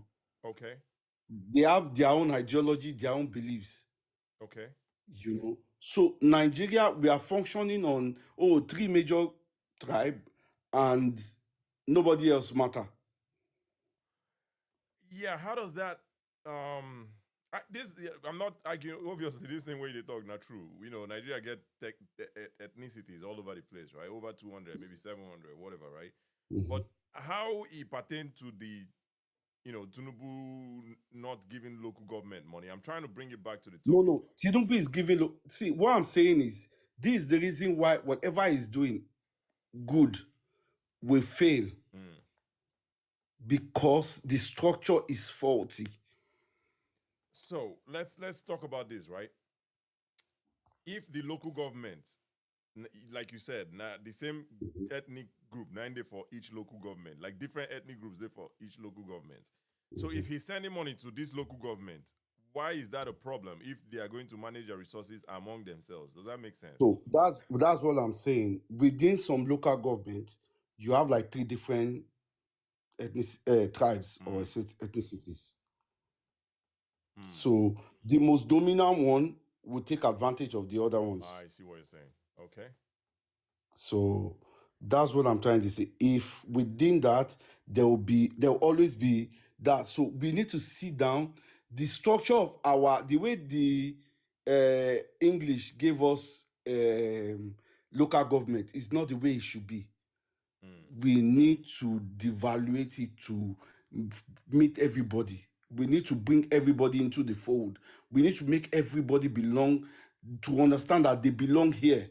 I see. There's no there, isn't that similar to what Tinubu did in Lagos by doing the LCDAs? And isn't this also exactly? That's why Lagos is functioning. There was a lot of I'm from Lagos. There was a lot of issue in Lagos. He had to do LCDA. He had to devalue it to say, okay, let's go back to, and mind you, it's not even a tribe issue in Lagos. It was a locality issue. But he had to say, okay, let's break this down so that people here can also get something. Because how can you just give a whole area one local government and you not give one small area and they are all in Ikoyi, Etiosa, they are making money? You now say it's fine. So if you break it down for people to. That's what I'm trying to say here. Fair enough, we need to change. Let us bring this conversation back to the topic. Are you feeling? Yeah. I think you've said he's a genius in terms of finances, but are you even feeling the finances, or what are your thoughts on that? No, I'm with the finance. It's done a lot. Okay. Yeah, it's done a lot. Basically, Nigeria is out of the dark waters for now with the finances. How about other areas? Security, education, healthcare. That's so you need to understand something. So I'll give an example. Yeah. Okay. I'm an editor in finance. I've worked 40 years in finance. Okay. And I have people working for me. Okay. If somebody that is working for me brings an issue that is related to finance, it's easy for me to deal with it and support that person. But I have nothing about security. If they bring it to me, my knowledge is limited. Yeah, but you being a CEO, you own a finance company. It's different from Tinubu being the president. He is definitely someone who was in finance at some point. But it's different from him because that's why you hire people like Delabu. You hire, exactly. chief of army staff, police inspector general. It's different. But I don't know anyway. The conversation, I don't know where it's heading, so I'm really struggling to bring us back. But if you want to give us your final thoughts on the topic so that we can move forward. So I might divide a little bit, but my talk is just we are divided, and being divided is a huge issue because we don't have a national orientation. We don't have a national agreement. There's no national communion among all of us. We don't have a national goal. Everybody is it Tinubu divide us? No, be Tinubu divide us. Not Tinubu. No, I'm just saying. But it's the foundation I'm talking about. I'm not blaming Tinubu for this. He didn't start it. But he can fix it. Okay. He didn't start it, but he can fix it. And so I don't waste a lot of time. My final topic, I might deviate a bit. You said something earlier about your village insecurity. I have a huge stake in the East, and I want to say something. To every Igbo that can hear me here, you need to understand Enugu used to be like Lagos at some point. Aba used to be like Lagos at some point. Onitsha used to be like Lagos at some point. You need to understand, learn the true story, understand what is facts. Mr. Olofin, I don't know, I don't get sense of where the your final conclusion they go. But that's not what we have today on the menu, unfortunately. But I appreciate you for joining though. Make we move Thank forward you. at this point. I appreciate you. Thank you. All right. Thank you, Mr. Olofin. Appreciate you. All right. Let's see who else we have here. Let's get Udo Emuhi. Let's get Archangel Uriel. All right, make we salute the people waiting for chats because they matter as well. If you come on, please mute yourself so that we can we know we'll get plenty echo. Good morning. Can I talk now? Morning from here. No, just hold on 1 second. Hello. Udo Umohi, we just brought you up. You can't just talk now. Just hold on 1 second. Okay. All right. Make we salute people waiting for chat. Olakunle, your name they so good. You name yourself twice, Abby. Anyway, Olakunle. He says coordinating. He also says, but why he has ministers? I don't know what you're referring to, but thank you for being here, Olakunle. Black man problem. I guess you're still on the chat. Maybe you dropped. I don't know. I see you down here. We're gonna bring you up in a moment. But thank you for still being here, Black man problem. I don't know what's in your problem be, but we'll see in a moment. All opinion matter. They don't create LG by tribe. Okay. All opinion matters. Thank you for being here. Dio says stealing public money is our real problem. Isn't where you come from. Yep, that's the most important thing. All opinion matters says people in one LG are not necessarily one ethnicity or language. Elubo babe with a laughing emoji. Thank you for being here, Elubo babe. Mr. Bayo, we were forced to be all this bullshit, man. Leave all that stuff, man. We don't date together. Either they force you or not. It doesn't matter. We're here. Let's figure it out. That's what we need to do. Anyway, Nick says not everyone is like you now. Okay. Archangel says we know come together. Oh, okay. Man, I don't know. We're not talking about all that today. Maybe tomorrow. Come tomorrow, we'll talk about that. Not today. Anyway, Insta King says, "Una just they lie, born liars, God forbid." Inoma says, "What do you mean by financial guru? How?" Tinubu they try. I mean, you have to give credit where the credit day. You know, you get the time where they say him pay off the Nigerian debt, like, right? We know they owe, but you can argue what you want to argue. But you know how credit system they work. Tinubu sharp guy, him pay down the one where he owe first, so that he go fit collect more. You know as they go. But it takes someone that's smart to think about it and say, if we pay down this one, our credit score will go up. Then if we collect more, it's what it is, right? Anyway, maybe Guru is exaggerating, but he was smart about it. Anyway, King Banky says, I totally disagree. What do you disagree with? Let us see. Inoma, thank you for the follow. If you haven't followed me yet, this is a good time to follow. Appreciate it. Click the plus button where they for the get follow button where they for up there. Just click them. That's how you follow. Anyway, Olakunle, thank you for still being here. Make we greet the people who are still there. All opinion matters. Number one, paparazzi one there. Number two, thank you for being here. Nix, Adachieze, Anyanwu, thank you for still being here, my sister. Black man problem. Three words. Mr. Etan Lag, Olakunle, thank you for being here. Somsom, Powerhouse, KB, Udo Emuhi. You're here now. We're going to have that. We're going to get to you in a moment. TJ Baba, Coach Ogunshola, Archangel Uriel, City Boy Movement, thank you for still being here. Oria Day, City Boy Movement. I don't know whether you come do recruit here. We're not our contract still did 10 years with where we signed, so forget about it, man.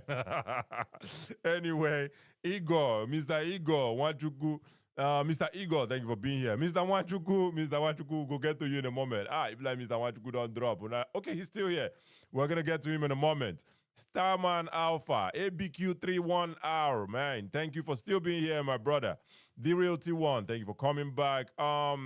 Anthony, we're gonna get to you in a moment. Thank you for being here. Akim, and this person with China name, thank you for being here. BJZ, Oluji, user ask me, and all the other beautiful people who are here. I appreciate you guys. And on Facebook, I see you guys.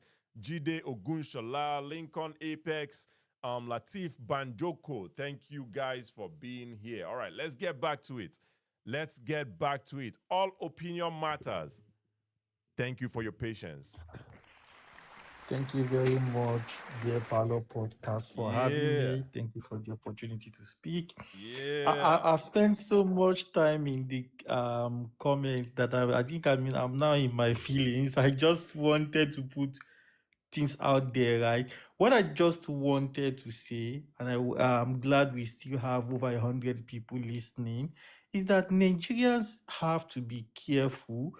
Oh, first, let me answer the question. Can you feel it? Yes, I am feeling it. But I just wanted to put it out there that Nigerians have to be careful of what we wish for, because what we are asking for and what we are describing is not the same thing. You want a president, but you want a president that does what you think is in your head and not what is in the constitution. Be very careful. Because when somebody describes Nigerian president, especially when they are making summation or they are putting comments out there, I see a fascist, I see a dictator more than I see a president. All right, let's talk about it then. Tinubu. Yeah. So One second. Tinubu suspended Fubara. What is that one? No be fascist. That one no follow for the fascist or fascism. Okay. Does he have the constitutional right to suspend? Maybe our constitution gives president power to be a fascist, right? Then it's not crazy for people. It's not a crazy ask. Then if people are saying, if you fit do this one, you fit do that one too, right? No. Why not? A fascist is not. There's no constitutional fascist. A fascist don't follow constitution. If you have problem with constitution, we would address constitution separately and say, okay, we want to probe our House of Rep leaders and every representative that we have to change a particular part of the constitution we don't like. But fascist and saying that, oh, this one is a constitutional fascist, the statement does not exist. No, I didn't say constitutional fascist. I'm saying maybe the constitution allows for the president to be a fascist. The way they write the constitution does not allow for him to be a fascist. He can choose. If he chooses to be a fascist, it means he wants to disregard the constitution, and then that's where people can call him to book, or people can take him to court, or people can antagonize all of that. It is opposition is not there to clap for you. Opposition is there to probe you. But in as much as they are probing you, what I don't have a problem with, it is his problem to deal with. He's the one who says he wants to come out for presidency. But when you are describing somebody that you want the president to be. All right, 1 second, my brother. I had to Google fascism because I don't know. Now you bring we day here, now you carry fascism come. I don't know. No, 1 second. Dictatorial power. Yes. Tinubu come out Fubara from as what did they call him? As governor, an elected official, president come out. Which other dictator passed that one? Wait, what you have to put? First, a dictator is somebody. Wait, now let's. I don't want us to spend so much time on it. I understand what you are trying to say. What I'm trying to say is that I'm going to go down. This one is just number one. Where did the list? There's a list of things where you define person as fascist. This one is number one, and I'm giving you examples. He removed a governor because there is wait now. Constitutionally, now, right? Yeah, constitutionally, because there is a reason to declare of emergency. Am I wrong for saying our constitution allows for the president to be a fascist? Am I wrong for saying that? No, yeah, you are wrong. You are wrong. So are you saying that Obasanjo is a fascist as well? What Tinubu would they talk about now? No, because they did the same thing. Okay. Using the same constitution. Hear me out. I'm not here to say Tinubu or Obasanjo is a fascist or whatever. I am only bringing a descriptive sentence. Hear me out. Yeah. You are the one that came up and you said what people are describing or people want is a fascist, right? And it shouldn't be applauded. This we are paraphrasing, obviously, but this is how you started your opening statement. And I said, is Tinubu not behaving like a fascist? You say, no, we have constitution. Fascists not go follow constitution. I say, okay, what if our constitution allows the president to be a fascist? You say, oh, so you're trying to say constitution and this, that means you're contradicting yourself. I'm just giving you an example. This is just an argument. That's what I'm saying. You summed it right correctly. All right. What I'm trying to say is that somebody who does not follow the letters of the constitution or the details in the constitution is person that is moving towards dictatorship and fascism. Fair enough. But however, if you follow the constitution but you do not agree with me on the application of the constitution, it's not fascism. Fair enough. What I am trying to say is that one, the president, Bola Ahmed Tinubu, is not sharing his personal funds. Nigeria money does not mean administration money or Bola Ahmed Tinubu money. The constitution is very clear on how you share the money. Money comes to federation accounts.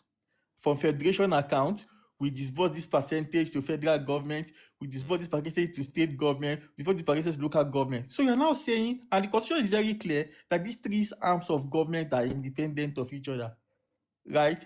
Apart from that, there's any emergency, the federal government cannot go to other state and start declaring state of emergency.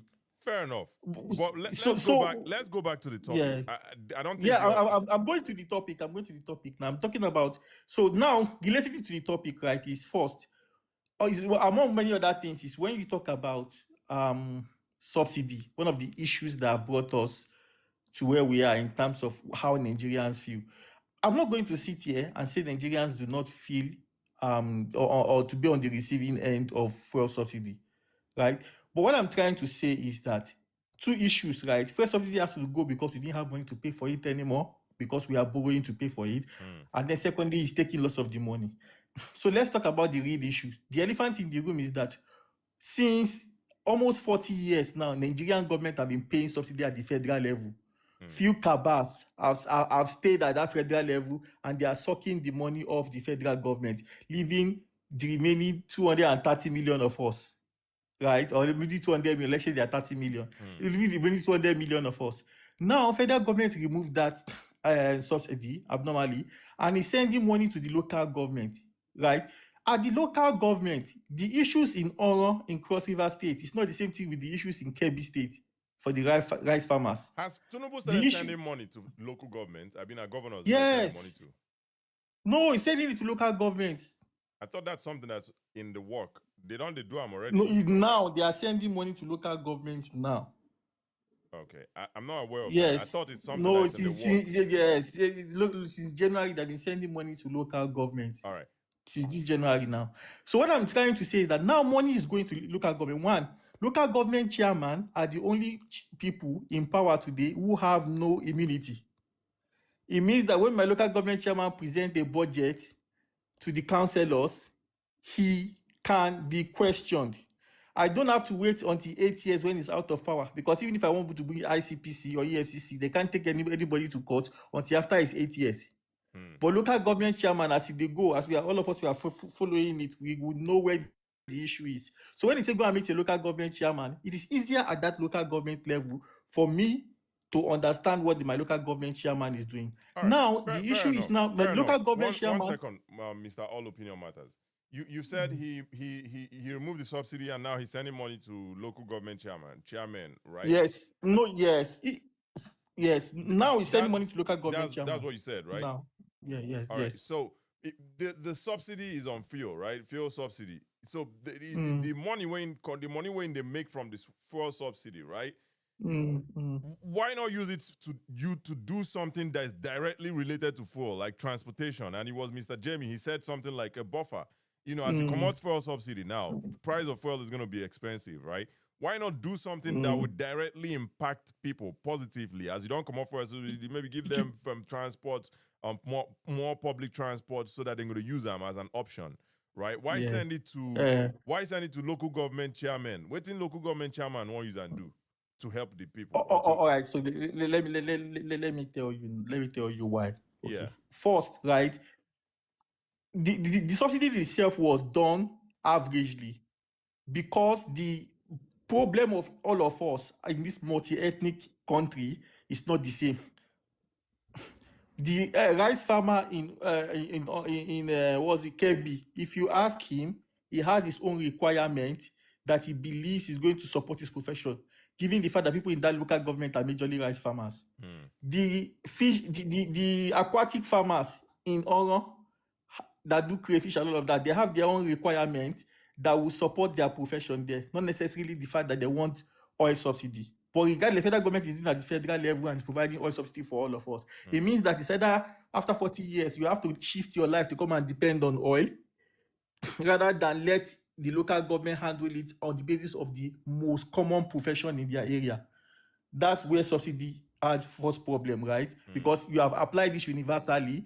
We have done it for 40 years. Most people have adjusted their life. Even our economy have adjusted to the subsidy you are paying rather than letting the subsidy come and help people in their various professions. That's the very first issue I had. We have with subsidy. Two, with subsidy is that we had issues when Jonathan first removed subsidy. He provided buses. Where is the buses? Where there is no structure, you just want to put money there for sharks to swallow. If we had bus systems running across all the 36 states before, and you're not providing subsidy for those buses like the BRTs, you have them in 36 states. Like now we're having in Enugu, we're having almost all the Southeast states as well, and all of that. If all the states have it, and then there's an existing structure of how that's working, you now put money there in subsidies going to work. But when there is no structure already, we are talking about going to purchase buses, bringing those buses to Nigeria, asking those buses to go to Jigawa, to go to Zamfara. You are just creating another avenue for Kaba to gang up. So the buses will not work. It's dead on arrival. It's just, except if you want to use it for PR. And you know, this money is for PR, not to focus on the life of Nigerians. More importantly, as we continue to live this life, we would adjust to the realities on ground. One of the problems, the functions of government is not to look at today alone. They have to look at long term and what is good for the economy. And Nigerians have to adjust to that as long as Nigerians understand that it's good for the economy. I do understand the National Orientation Agency is not being, it is not doing to its maximum capacity in publicizing to Nigerians what's happening around them so that they can adjust their lives. Yeah, I think especially in terms of it's taxing. not very fair, right? To say people should, must, have to adjust to the realities on ground. It's not very fair. A price of one second. A liter of gas is 1,400, right? That's very expensive. And I had this argument with the previous caller here. That's very expensive for the average Nigerian. Minimum wage is what, 70,000, right? And the caller was, his argument was, there's a lot, the fuel is now available in Nigeria. That's why you don't see queues anymore. And my pushback was, maybe you don't see queues anymore because it's more expensive. People cannot afford it. That's why it's more available now. But you cannot force people to adjust to poverty. To be honest, that's not what I'm saying. To be honest, that's not what I'm saying. What are when you I saying say then? adjust their life, I'm talking about in terms of policies.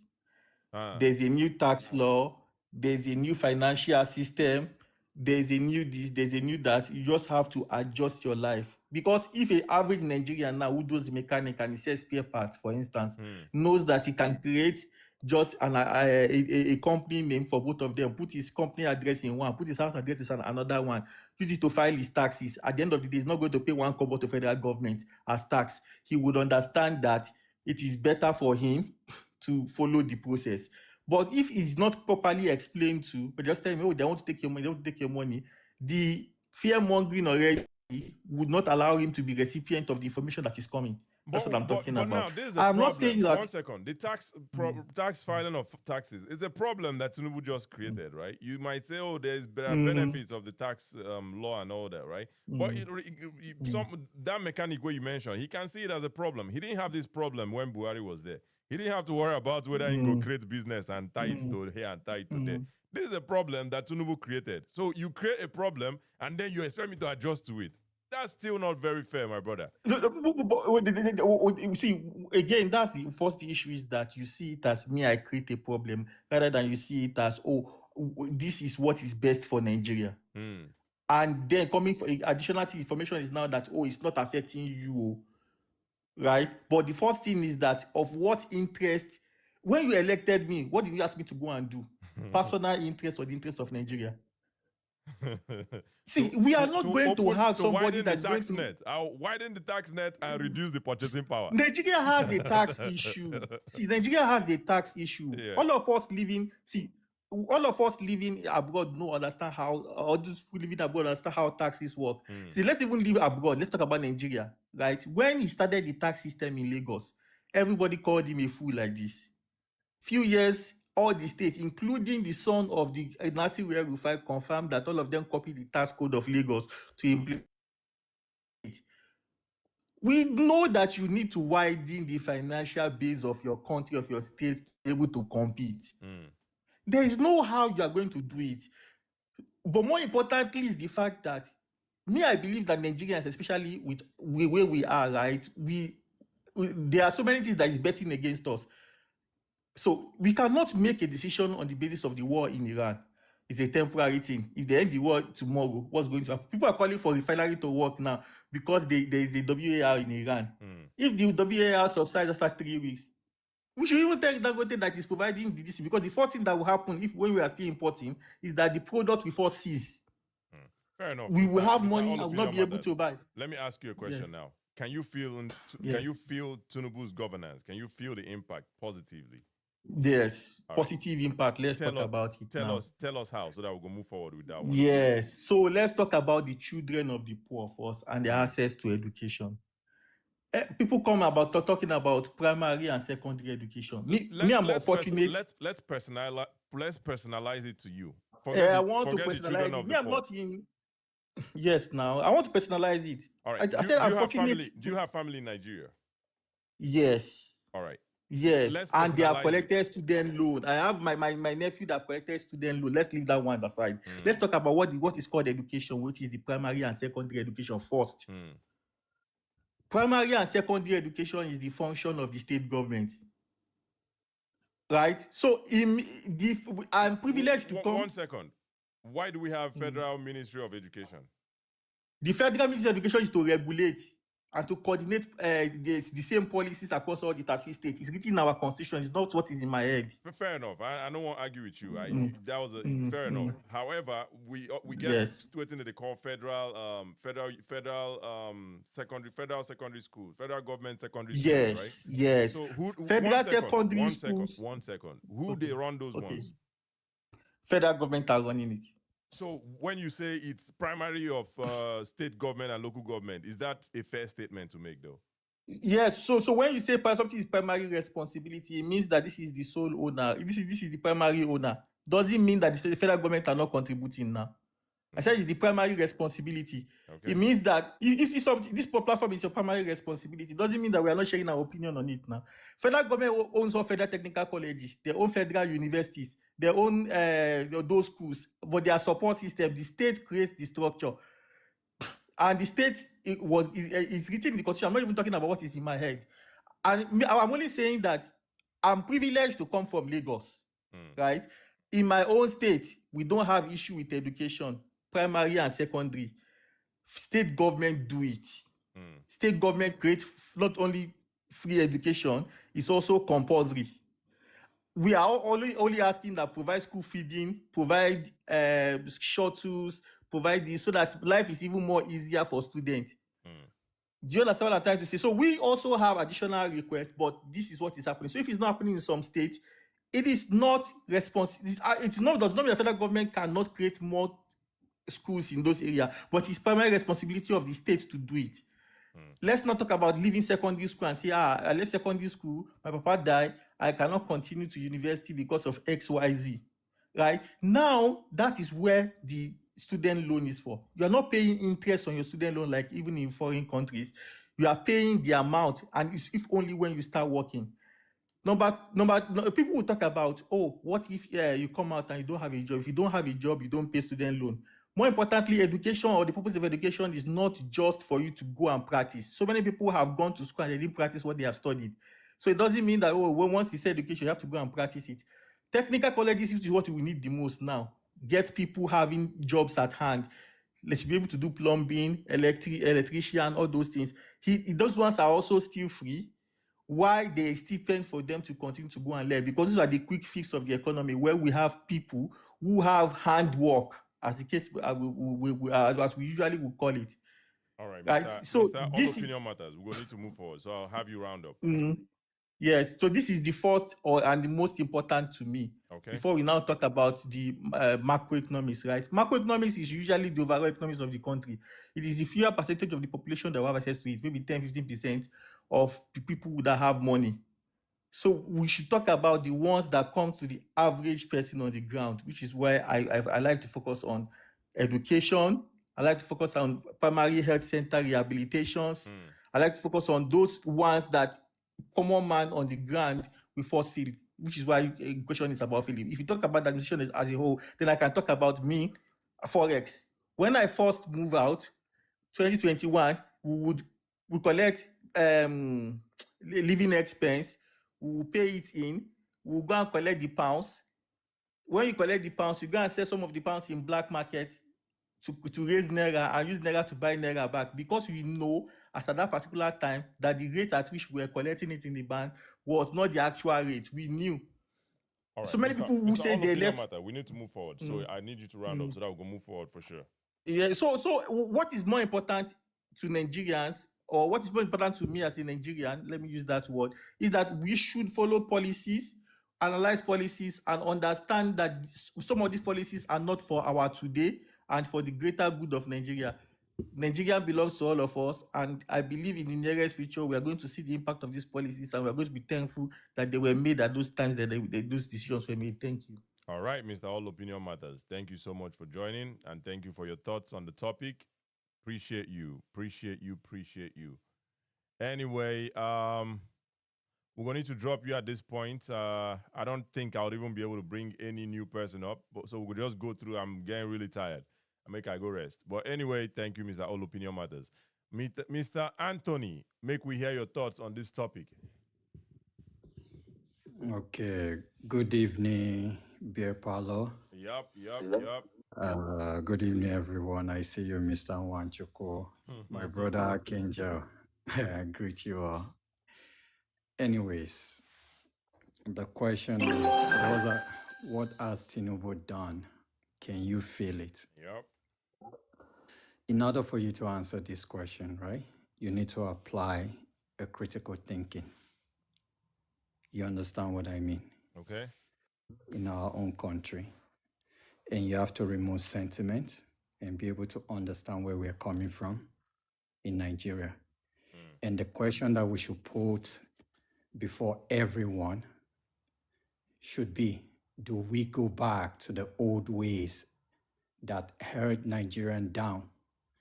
Or do we move forward with courage, discipline, and hope for the nation? It's very, very important. You see, when you look at Tinubu administration, you will understand, if you study Tinubu administration, you will understand what it takes to build a foundation for a country instead of living in the old system, dwelling and rotting in the old system. People will want me to come here and mention Coastal Highway, mention airports, mention all these things. No, it's beyond that. We're talking about... What are you going to mention? Yeah, we're talking about policy and structural reform. Okay. You see, a lot of people talks about infrastructure deficit, they talks about poverty, they talks about everything, right? And they compare Nigeria to so many countries in the world. But the question that we're not asking ourselves is, where is the revenue? Where is the money? We compare ourselves to $1 trillion economy in the world. American can wake up today and do whatever they want to do for their own citizens because the money is there, the funds is there. But what Tinubu has done for Nigeria, when it comes to the fiscal and monetary, it's what Nigerians have been asking for ages, since 1960. Because our economy since 1960 have no foundation. And which foundations would you say Tinubu has put in place? That is what I listed to you. The monetary and the fiscal, even the fiscal discipline is one of the things. When it comes to economy. Yeah, monetary and the fiscal sectors of Nigeria. They have laid a foundation with a great policy from the likes of Yemi Cardoso and the Wale Edun. So If which you allow me policies? to continue, you will understand where I'm coming from.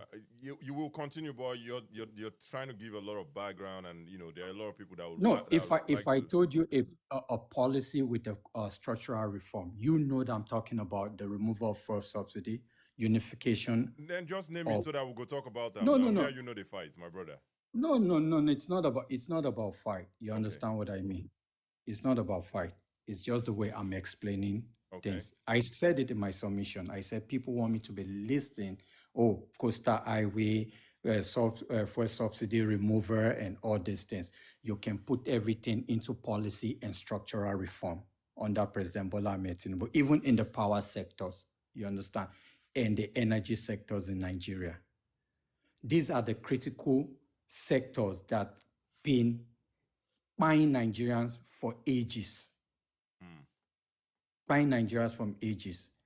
And the government that came in, you see, Nigerians are complaining because the micro level of the economy, it's not feeling it yet. You understand what I mean? But in a country, you cannot. I always tell people that unstable micro destroy the micro incentive. All right. You talk about Mr. Anthony. Let's leave the economy and all the fiscal policies, right? Let's talk about power.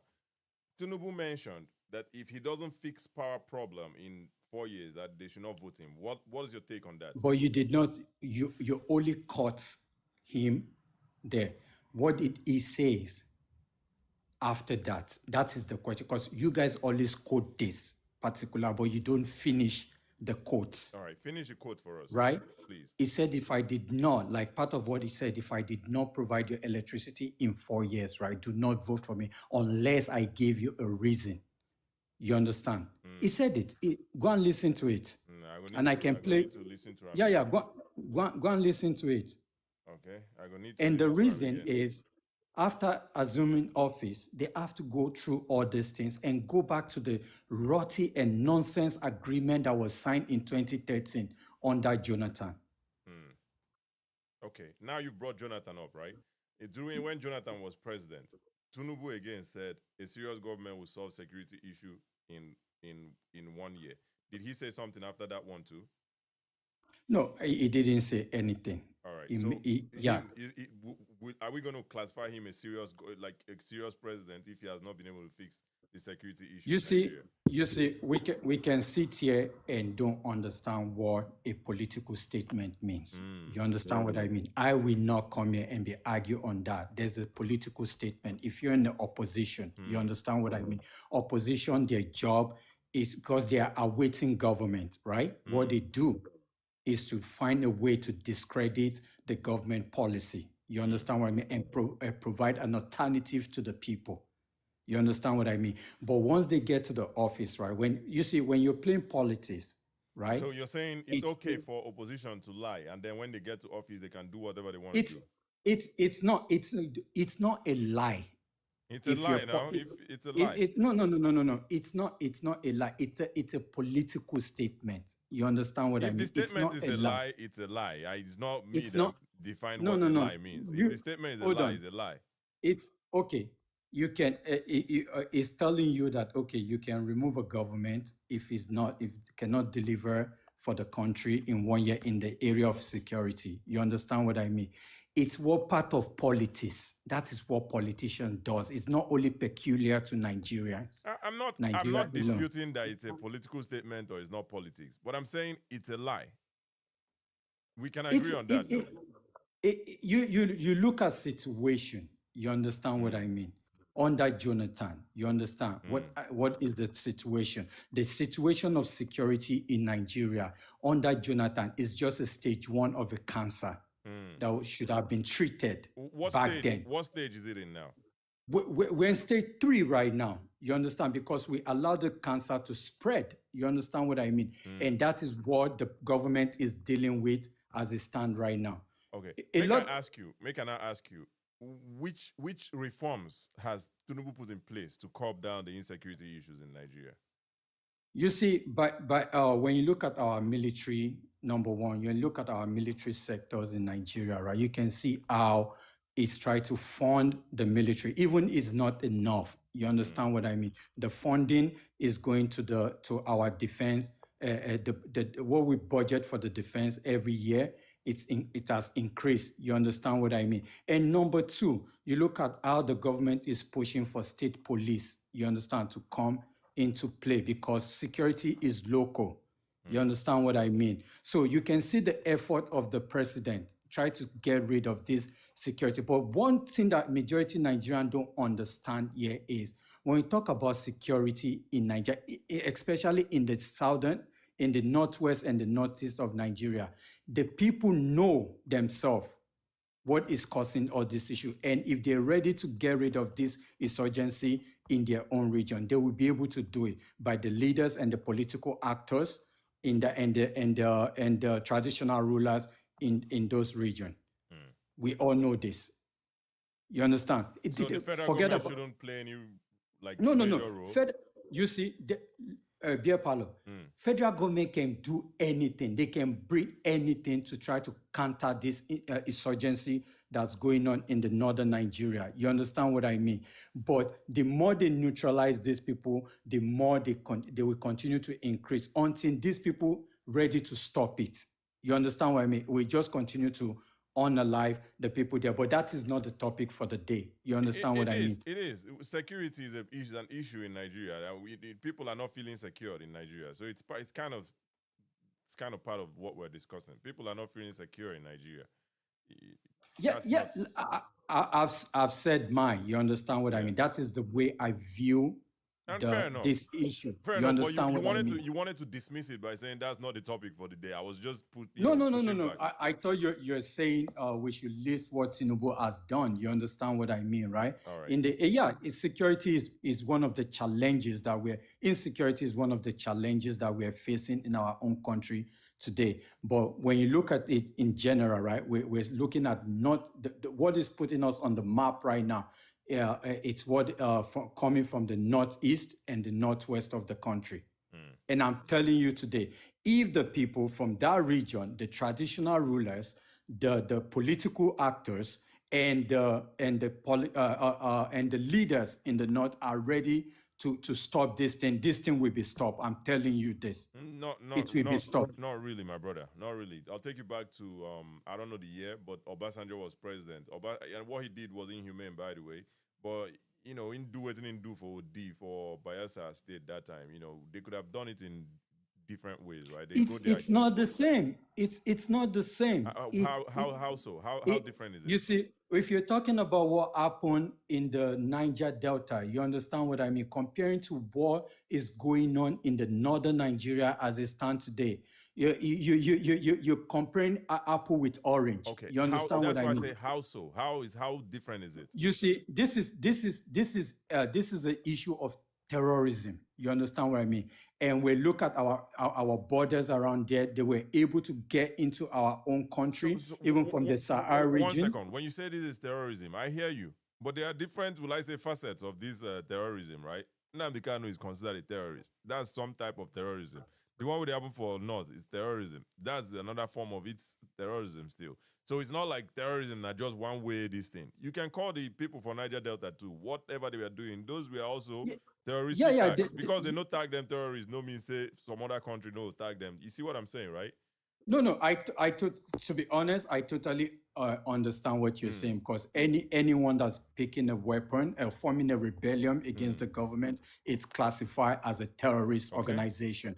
You understand what I mean? But what I'm telling you, this is a matter of ideology. You understand what I mean? That's been sold to the northerners in Nigeria. You understand what I mean? That's why you can see a little boy at the age of 9 years old will be able to carry pio and follow these people. You understand? Yes, poverty play a key role. You understand what I mean? They were able to bring these people to their camp because some of them will say, okay, if the government cannot save me, cannot provide for me, I'd rather join this organization group. But that is, I want us to think about this exactly, because what I'm telling you here, right?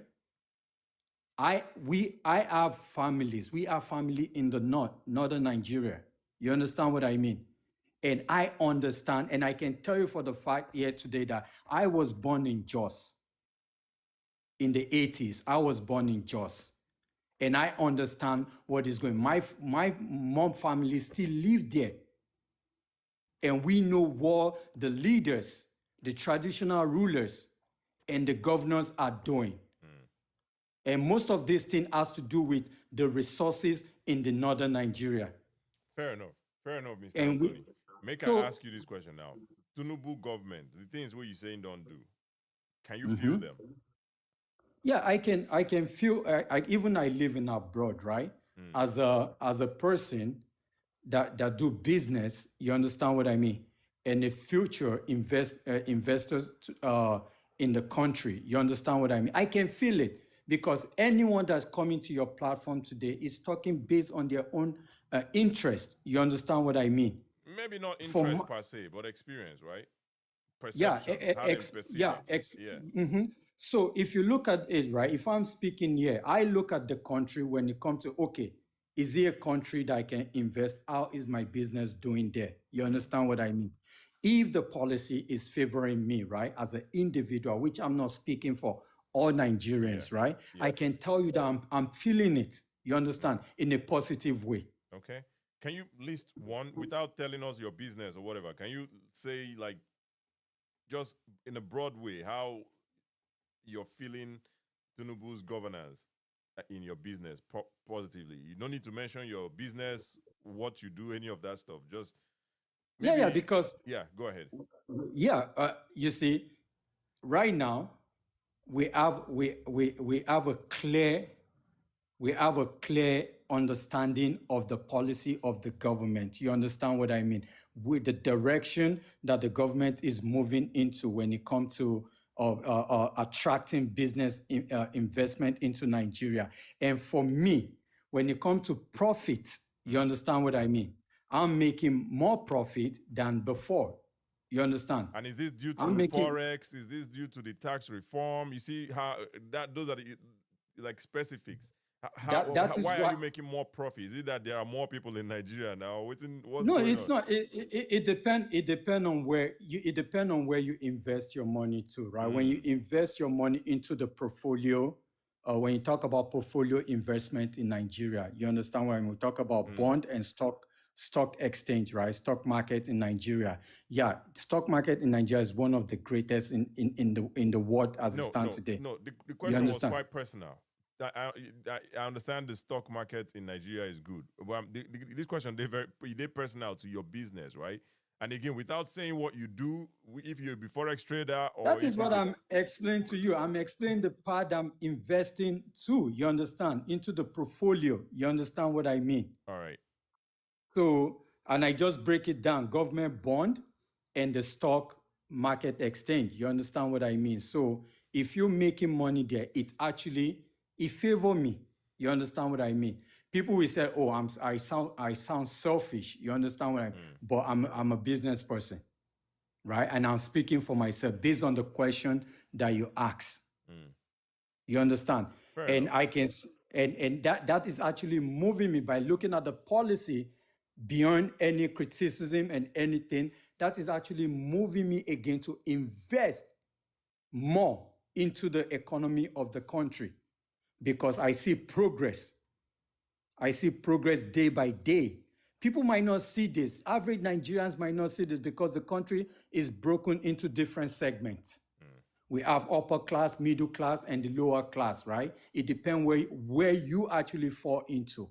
And you'll be able to tell us if the government is actually working for you. Because everyone, at the end of the day, we all set an expectation for the government before assuming the office. But my expectation is meeting up with my own expectation, and I believe that is the right person and is doing wonderful for Nigeria, is in the right path. Thank you. That's what I can say. If you have time for one, if you have time for one last question, right? If you have time, you have time. Yeah. All right. So I know say the economy they work for you, good for you, you're enjoying it and all that. But how about the average man where they buy fuel 1,400 per liter now. Do you Okay, think that person is enjoying it too? hold on. Your question, it's a direct question to an individual. You understand what I mean? It's a direct question to an individual. I don't speak for all Nigerians based on this question. Yeah. You understand? I don't speak. And when you talk about fuel, if you want me to speak based on Nigerians, we cannot all sit here and lie to ourselves that what is going on right now, it's only peculiar to Nigeria. It's not This peculiar is to Nigeria per se. Yeah. However, the Nigerian situation is quite unique because the minimum wage in Nigeria is 70,000.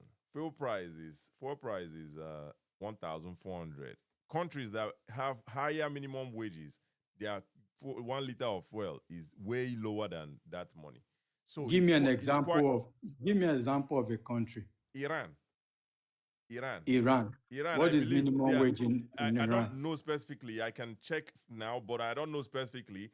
But their 4 liter price is about $20 some, 20 some naira. 20 some naira. Yeah, but what is minimum wage in Iran? That's All the right. question. Let's ask ourselves. go there. Let's go there. Just give me 1 second. Minimum wage Iran. Minimum wage in Iran is roughly $112 to $120 per month. Let me see. Then let me see liter of fuel. No, their fuels are cheap. In That's not Iran. All right, so you get the point though. So if there, which is let me see it in dollars. It says it's 115,000 Iranian rial per liter. I'm trying to see what that converted to dollars. It doesn't actually convert it to dollar in this 0.31 USD, about that. 0.31 USD. Okay, so Iran, you know the issue of Iran after the sanction from the United States, right? You know that their crude only goes to China. You understand what I mean? Their crude only goes to China. After the sanction from United States, they have crude in abundance that they refine their own crude, and at the end of the day, they can sell cheaper to their own people because there's no higher demand from Iran itself. They only go to China. There's no other country get crude from there. So when we're making a comparison, right? Even when we talk about minimum wage is the least that you can pay somebody. Does not mean that every Nigerians are getting minimum wage. But it's a good place to start. It's a good place to look at, right? If we don't use minimum wage, what are we going to look? What are we going to look at? I just want you to have an open mind. You understand what I'm to look at this you too. I want you to have an open mind and not to shift the goalpost. You're shifting the goalpost. I'm not shifting anything here. You don't just say minimum wage here, minimum wage. Anyways, if we look at minimum wage, we look at cost of living as well. You understand what I mean? If you're making a comparison So cost of living in Nigeria is cheaper and in Iran is expensive. Is that the argument? I don't. You can check it. You understand what I mean? You look at the cost of living. Unfortunately, we don't have time for that. That's what I said. That would be another discussion. You understand what Absolutely. I mean? So but those I are the things that you factors. Appreciate you, Mr. Anthony. Thank you for joining. Make we move to the next guest here, Mr. Somsom. All right. Thank you, Mr. Anthony. I really appreciate your time, and I really appreciate the conversation we've had so far. Appreciate it. You can join back next time we host the shows. Appreciate you. All right, Mr. Somsom, let us hear your thoughts on the topic. And welcome. Thank you for your patience as well. So I want to go through. As soon as I go notice, I don't tire. My energy level don't reduce. My energy level has dropped. I don't know if that is Saratoga they come out to drop my energy. But anyway, hey man, I'm losing energy here. But Somsom, let's hear your thoughts. So from the question is, what has Tinubu done? Can you feel it? I'm feeling it badly. Like this situation is not. It's very funny because people like Mr. Anthony and All Opinion Matters we say, the country is doing well. Let's How? not name names, please. You can say previous guests so that we're not gonna need to bring them up, meaning come Okay. the back, argue back and all that. In what metric are we doing well? We buy fuel at 1.4, and let's not even talk about minimum wage because that's shit. It's pure shit. The lowest, one of the lowest in the world, and we get fuel the most expensive. I have to pay for fuel 7,000 per day. It used to be 5, now it's 7. Okay, you remove fuel subsidy. Why don't you put it into the power sector? Because most of the fuels, like most of the fuel when they buy for this country, they go into gen. They not even they go into cars. So you they spend more money for the fuel because every day you got on your gen. I don't have light for 3 months. And someone is telling me that okay, it's still okay. What is okay? You can be able to do this video because you know you are comfortable where you are. You have light. You can think creatively. Person will no get light, no fit think because indoor they sweat. Indoor they think, oh, I want to go do this. I want to go do this. So how person go sit down? Go sit down for where they go. They tell you say, everywhere good. They don't remove subsidy. Everything don't high. Why the man is having more income in what they do now because of how the FX rate they. If Nigeria they go to shit, dollar go they better. So they make more money. Why they happy? Okay, you are talking about floating the naira. I was outside the country when they started this, when Tinubu entered the first few days. I wanted to exchange the naira. It was falling like every single minute. Oh, the rate don't increase. Oh, every single minute the rate don't increase. I was sending money from Nigeria overseas. So it was not translating well in terms of my life, everything. Okay, I came back, thinking everything will be better since I'm here. Now it's getting worse every single day. How do you remove subsidy? Because people just believe, say, okay, even if like no, they more they buy fuel. Issue no, you remove subsidy when you say, okay, people think they buy fuel. You know, say, okay, maybe you improve where the issue for day now, the light. No, security is 0. The first time I traveled, I no see reach 1 checkpoint for road. Now, if you travel now, anywhere when you go, you go see reach 30 to 70. Now, so that the food there, and the police is not even helping anything. That's the for-profit business. The checkpoints you see for road now, they reduce your gas, your fuel. Wait a minute, the problem with the checkpoints. I would think that. Okay, I see what you're saying. But I was just gonna say, I would think the presence of police supposed to make the place feel more secure, right? That's what I was. It doesn't make the place more safer. It just be like you just the add, because once trouble come, those ones will run. Nothing concerned to help. Not necessarily. These criminals, right? Let me tell you something about criminals. Criminals, they need to like where they go get any resistance. Then they go where they go get the least resistance. If they know the police they this road, they no go like go there because there's a chance they shoot them. You are saying this, but I'll give you an instance. In Ekpoma right now, before you reach Ekpoma, you see reach 10 checkpoints, but they kidnap there every day. So where they from they come? You just say they don't see the police there or the soldier there. They see everything. They know say, okay, all this one are idiots. If we give them money, they'll let us pass. So what it could be the use? Why they can't do there? They go just fool the road, slow the traffic, do everything, collect money, go give their oga for profit business. Work when you say, okay, you know how you supposed to do it. Now everything is about money. Either they carry money for rubbish thing, or they ask you for rubbish things, or they find way when you say they want to ask you or extort money from your hand. Fair enough, my brother. Make we bring the conversation. Make we bring the conversation. Come back to the topic so that we no go board the guest. Okay, sorry. Make we bring the conversation. Come back. Yeah. Just Tinubu and how you feel them. Yeah. The health setup is also 0. 0, because I don't see any primary healthcare that you say, okay, you want to go inside to treat yourself as a citizen. If you know yourself, you know if you enter there.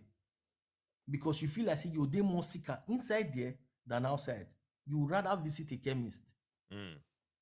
At least you have better service there, because okay, the person might not be a qualified doctor, but at least you get knowledge on what they do you. No be say you can't go healthcare when be say they no even get light, they even get ice in case you injure head, may they put ice for your head, may reduce more. So what is there now? What you call there? MRI machine zero, X-ray machine zero. You have to pay for all these things. So why are we going there? Do they have drugs in the primary healthcare? No, they will send you to the chemist. So why are you going to the healthcare center to go and ask for opinions? It doesn't make any sense. All opinion matters now. What opinion? All opinion matters. You they go ask for opinion When for I had- chemists at the hospital. Sorry, I'm just making a joke. Sorry about that. It's a When bad I joke. had a health complication. I had like surgery when I was younger for appendix. People were like, oh, go to the government go to the government that, for where, make I can't go there, can't wait how many minutes. Then they'll call them and say, oh, this it never too rich now, wait small. I paid for everything. I came out well because okay, I know say that my health be that. If you go Nigerian healthcare system now just cemetery, because at that point you just dey give yourself say you want to go die. If you don't dey ready to die, go there. May they just help you fast track your process. Yeah, it's a shame. Because The ratio of doctors to Nigerians, they very ridiculously low for Nigeria. It's crazy. And I don't blame them. Yeah. And I don't blame them. I spoke to a doctor one time when I was trying to read for medicine. He told me that after you don't through for a year, you gotta go US, go complete them. Which can't talk with that. So after you don't go here, finish. If you go US, what you make me want to come back? Can they receive 100,000 or 200,000? That's peanuts. Now, even the average Nigerian self no fit even boast of say, oh, I dey see my future, say, oh, I fit buy land, build house. Which money you get? You are eating through your savings every single day in this country, every single day, because food they cost more. Even let's not talk about the transportation system self. Zero. The people when they pay me pass na SSA. Like, what it be? Why you be special advisor to somebody and you no get sense? Yeah, fair enough. If before we enter SSA, American system. Before we enter SSA, then make you just give us your final thoughts on the topic so that we can move forward. Okay. Let me just say, at this point, Tinubu has to be the worst president ever. You can say, oh, he's trying through fiscal this, monetary. No, you have. If your citizens know they feel waiting you they do your economic policies, that you are pure zero. Some people are saying you have to bring out a new tax law. Tax law, the indirect tax one they pay since they don't know. We pay VAT. Every item that comes to Nigeria, we pay taxes for it. And the taxes are added into the price of the goods. I've worked in different places. I worked in international bureaus. I've worked different places. I know how the VAT work. The prices are added to these goods before you are sold it. So the tax is already there inside there. You pay them indirectly. Then because they pay direct, join the indirect. Which can drink a drink? I've been every day they wake up, they bring you new ideas when don't make sense. Yep. Yep. So everything. Mr. Sonso, may you round up so that we can move forward. No issue. I'm already okay. All right. Because all right. I feel you. I feel that for your voice, man. It's sad, and you know, they're annoying. Absolutely, I feel that for your voice, and you know, this is not the pain of most young Nigerians too. The Tinubu government, the Nigerian government at large. You know, but when you say Tinubu not the worst president we Nigeria don't ever get, you know, I don't necessarily agree with that. You know, because he's not necessarily just sitting there not doing anything, right? He gets some things in they do. You know, again, maybe you know they feel him, but you get people where they feel him, like you know the previous guest, And there are some other things, like some other guests have also pointed out, like the ASU no never go strike in a long time. Why You also know, go strike? What did they want strike for? yeah, so pretty much that's the same thing I'm talking about. But in previous administrations, we've seen them strike.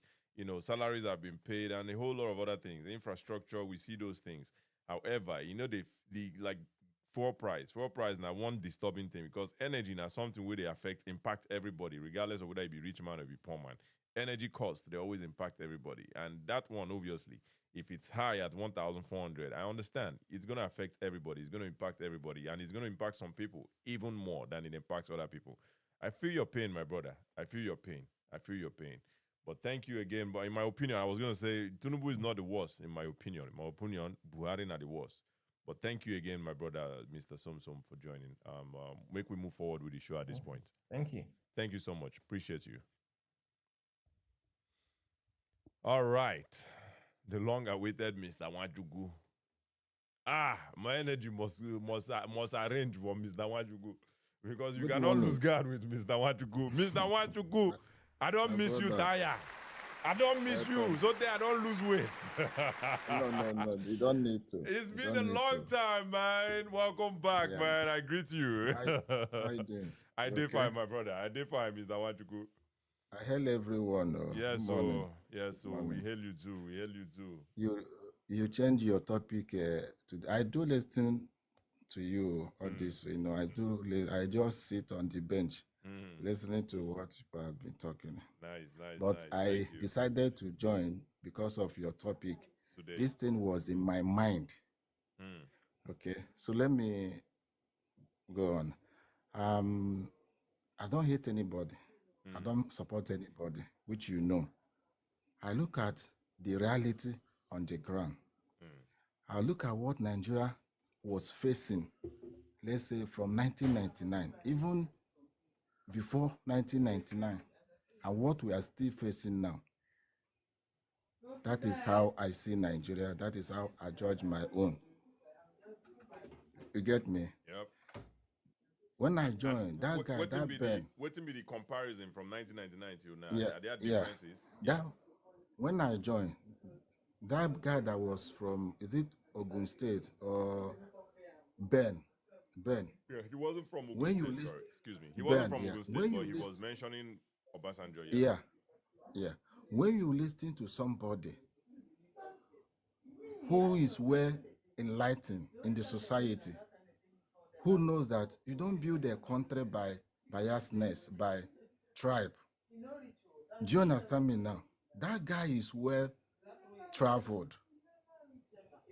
I've never seen any country that progress like the way we live as a people in Nigeria. So that guy was speaking. He's from Yoruba side. But when you listen to him, the way he sound, the way he say things, he doesn't care because of what? He didn't see those needs, those changes where he's living. He expecting Nigeria to be like that, but it's not like that. So he was pained. So that is how it should be. But I'm not against anybody supporting somebody, but I'm looking at the way the country had been and the way we are today. So the topic we are talking about, what has Tinubu done? Can you feel it? I'm not against anybody. I'm not supporting anybody.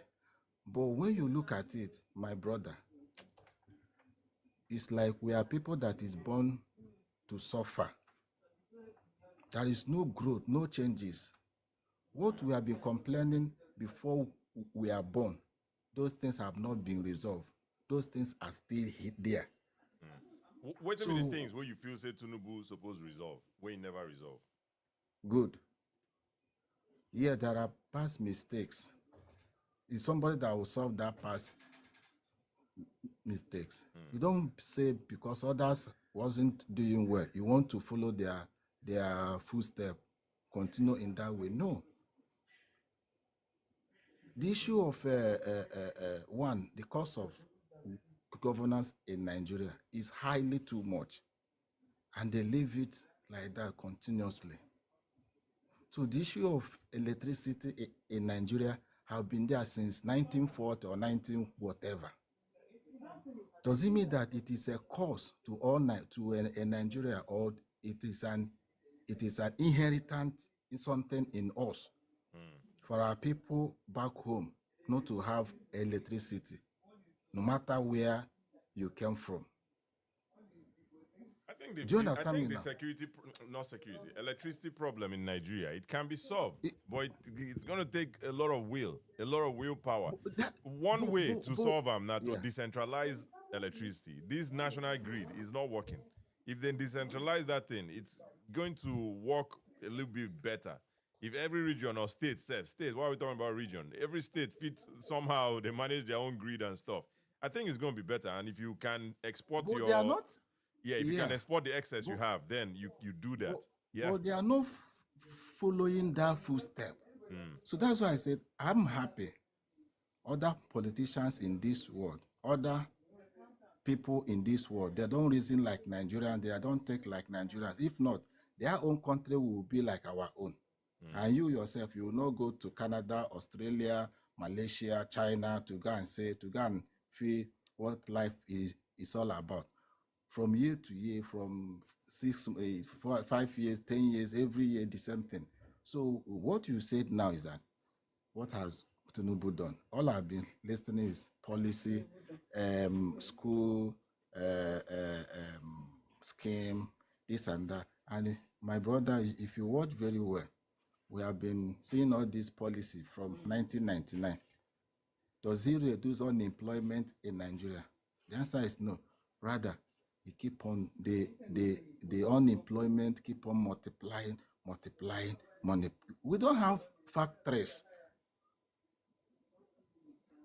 There are so many things that we don't have in Nigeria.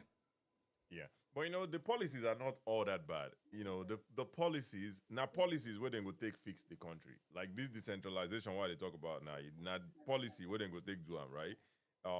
Most of the problems where they get for Nigeria now policies where they need to most of them now policies go fix them.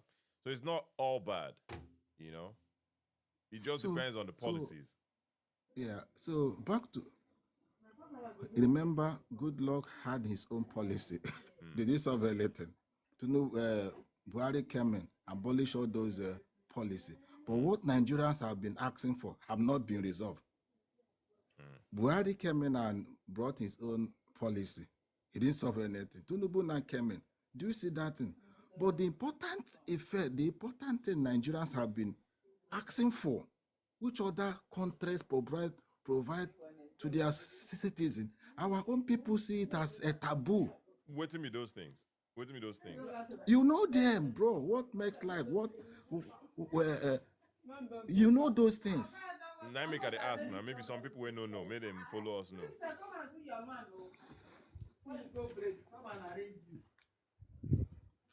You know those things. Yeah, now they talk. The people, me and you know, but the people will not know. First of all, for here, make them follow us know. Yes. Okay. The issue of that electricity. Do you know how many people that will be employed in that issue of electricity?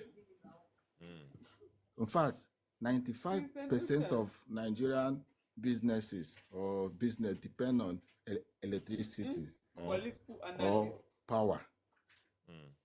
But our government are not looking into that area. No. They love this generator. They love this archaic way of life. I don't know why they prefer it. Secondly, okay, the issue of road construction. Look at the population of Nigeria. Look at the system of road we have. These are no. This is not how modern society. What kind of system of road will we get? Which kind of system of road we get? This no. See, I don't know if you have been to Lagos. Yeah, I know why I use Lagos as a case study here. Yeah. If you have been to Lagos, you understand there is no. I don't think if there is any city in this world comparing about Lagos like Dubai or London like California. The way they construct the road in those cities, it's not how it is done in Nigeria. Nigeria is just configured in a way that is making those people there to suffer. We don't have a road network in Nigeria. We do. Though. Travel to We do. Nigeria, It might not be Lagos, the best, but we do have a road network. My brother, all I'm telling you is that our roads are not, Nigeria was not properly laid as a country. Those people that map up Nigeria from the beginning, they made a very big mistake. So all I'm saying is that when you look at the road network in Lagos, it's only just one line. It's not just really. Not really. My brother, I just came from Nigeria last month. I went to Ikoyi, asked people who live around those areas. They will tell you if you didn't move so time, my brother, you'll miss where you are going to. The road can be better. Like they could make other means of transportation or whatever, right? But no be just one line.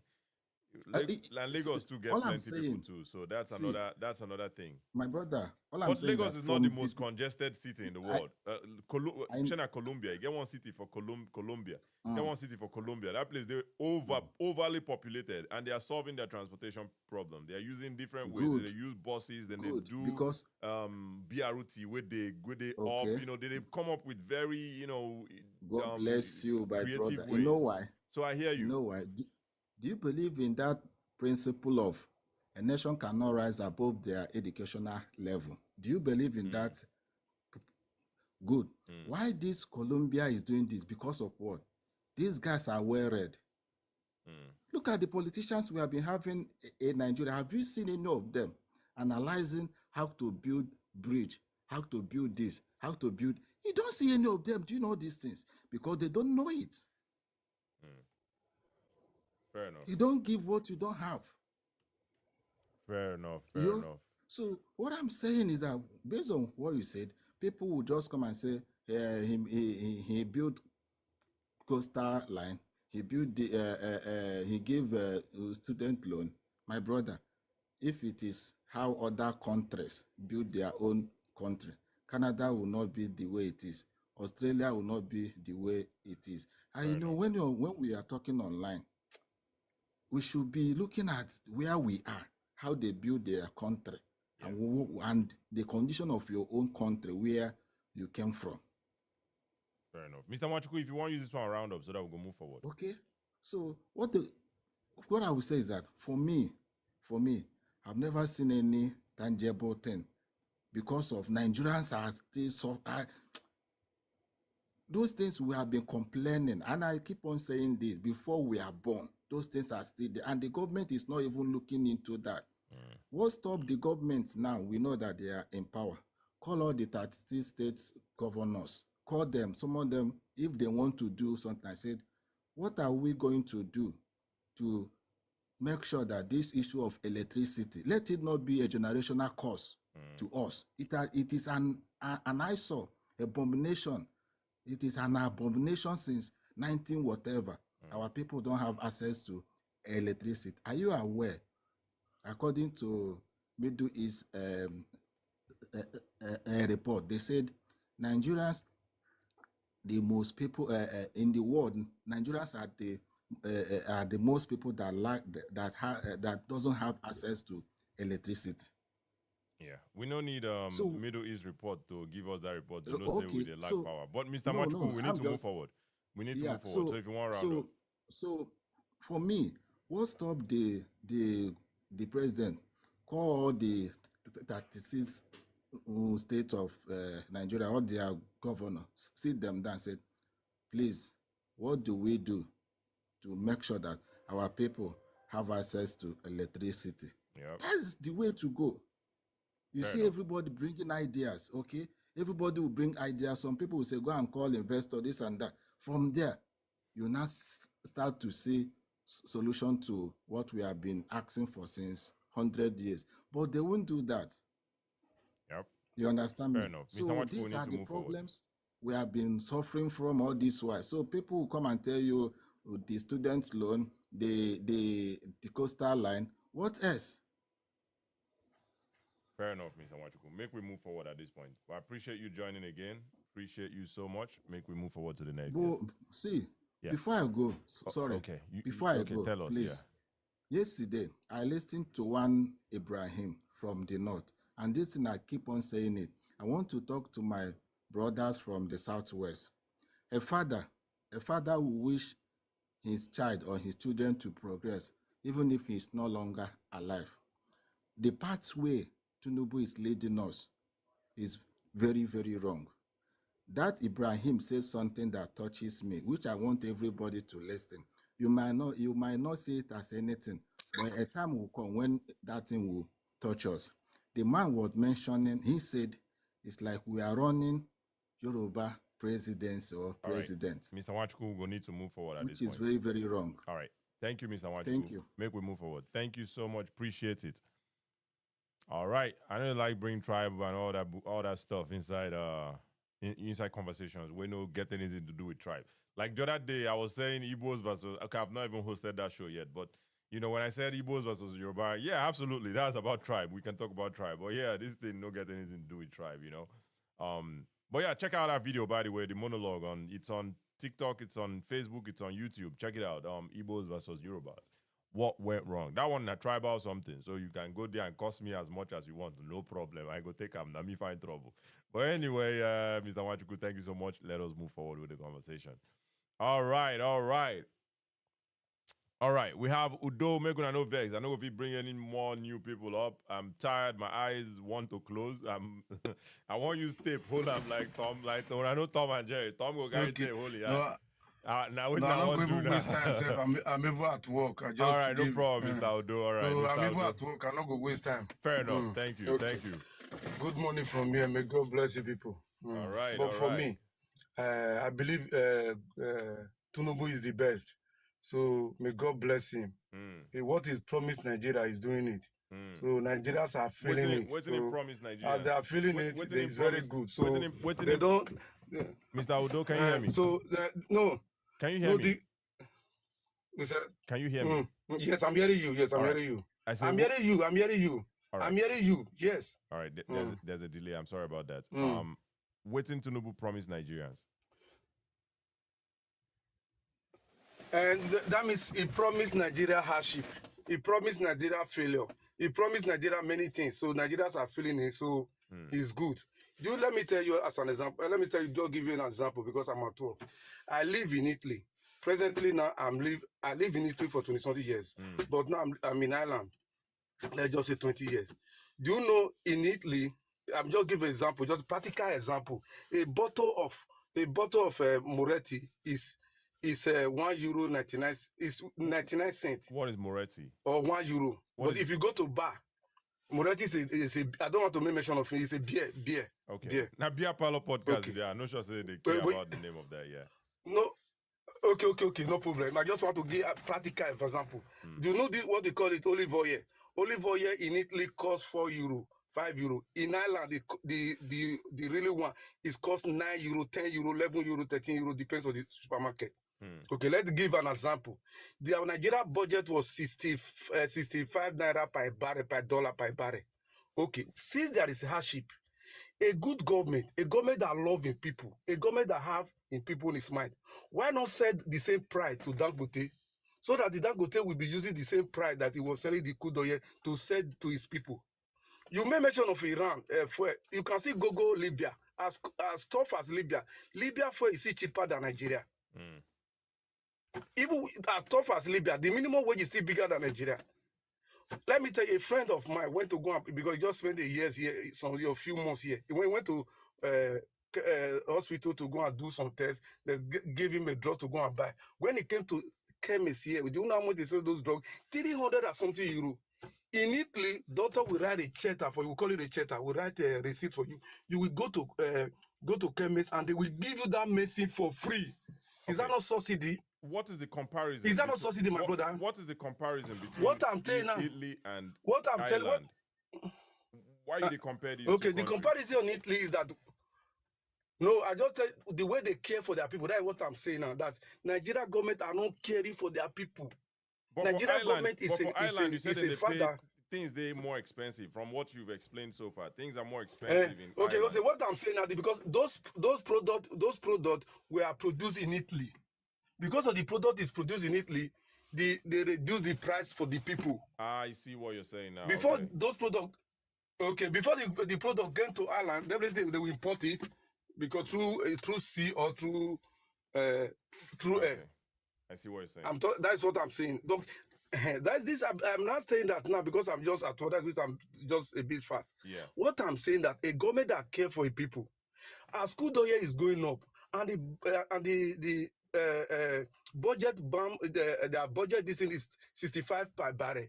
Okay, now why not make an agreement with Dangote? Okay, we will sell this crude oil to you at 65 naira. Let the price still remain the price it is, so that the people will feel released, so that you're able to touch the people. Are you not getting me, my brother? So this man does not care for anybody. Tinubu is just like a father that when the house is roofing, do you know what he going to go and do? As a father, the house is roofing. No, the house is raining because the roof is bad. Do you know what he went to go and do? He went to go and buy private jet for himself, buy SUV for senator. Even when the children are inside the rain, he does not care for anything. That is what this man just have in mind.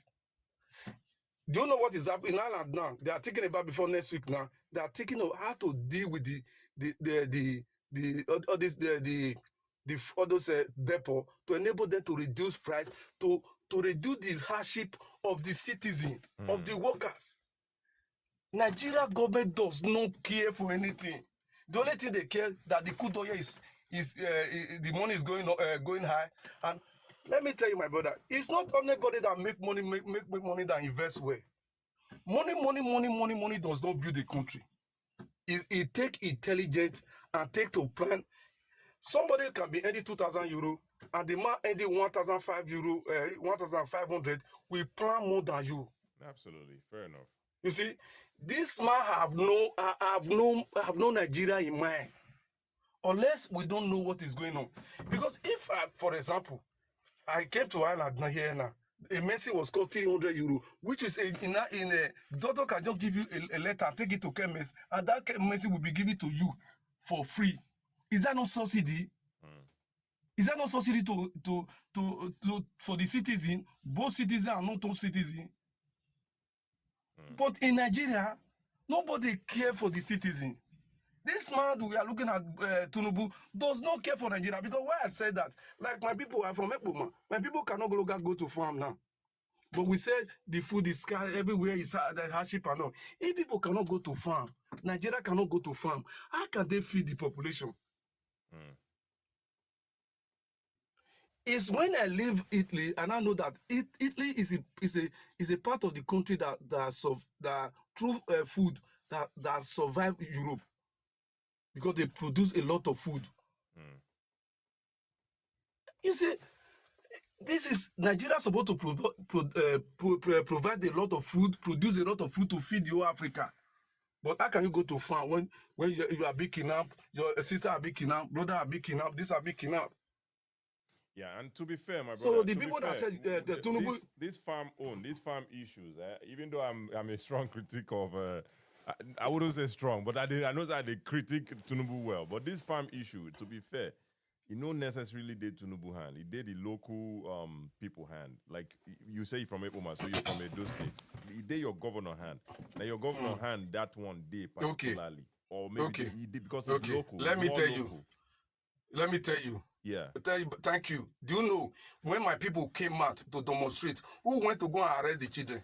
Those children they were take to the same thing we talk about area now. command. Now your governor now. Now your governor. Let me tell you. During this in Obaseki, when we criticized Obaseki, he went to go and destroy our house. Go and destroy houses. He went to a community to go and destroy houses. Who are you going to cry to? We are saying the same thing. We are saying the same thing. Let me tell you, my local government now, if I criticize them, before you know, it will call the DSS to come and arrest me. Who? Have you not seen a local? Have you not seen a girl that went to? Now Tinubu they call DSS to come arrest you. I tell the local government who is the DSS who is responsible for the DSS? It's not the Tinubu. Yeah. A lot. Let me tell you, it's good to say the truth, Nigeria. No matter how it be. I'm not No trying matter why to we try not to say the truth. I'm not trying to not say the white truth, but it doesn't. drink. It doesn't seem like you A understand. woman, One second, a girl. You are aware, but you are aware Mr. a woman. Udo, make we need a struggle mic you now are so aware, that we go get you are aware a conversation. girl that went to school. Mr. Udo, please, hot, please, so that we know the Okay, track. you are aware of a girl that went to primary school. All right, Mr. Udo, I don't know if this one na echo now, Abi, you know they hear me, Abi, just one day insist they talk over me. Me and you know the fight. We are here to have a conversation. I don't need to agree with you. You don't need to agree with me. But when you dey talk, I go allow you talk. When you reach my turn, allow me to talk so that we go get conversation without talking on top of each other. But give me 1 second. Make I solve this TikTok puzzle so that we go get more time to spend here. All right, I think I solved the puzzle. All right, Mr. Odo, please unmute yourself and please take it easy. Me and you know the fight. I beg. We are brothers. We are Nigerian brothers. Now me and you they suffer. No be only you. The suffer no suffer you reach. No suffer you pass me. You know. Yeah. Whatever suffer where the country they suffer you. No be your own worst pass. You understand? Anyway. Udo Umo Emuhi. Mr. Udo Emuhi, I'm trying to unmute you. If you're talking, we can't hear you. But the point I was trying to make is, it doesn't seem like you have a strong. No, I'm not talking. I'm not talking. All right, fair enough. The way that they try to talk, we say, necessarily seem like you get strong grasp of how you said DSS, then they work for Tinubu. Yes, then they work for Tinubu. But your governor know they call Tinubu, and they call somebody where they work for Tinubu, and Tinubu probably doesn't. He's not aware of these calls. Do you think Tinubu is aware of everything? Like every call where everybody they call everybody. Tinubu na human being like you, not be everything they reach in desk.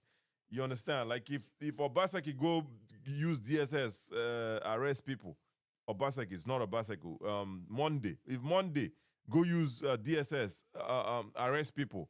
Do you think Tinubu knows about that? That's not at the top of his problems in Nigeria. That's the point I'm trying to make. Me, they follow you, they critique Tinubu. I'm not a big fan of his, right?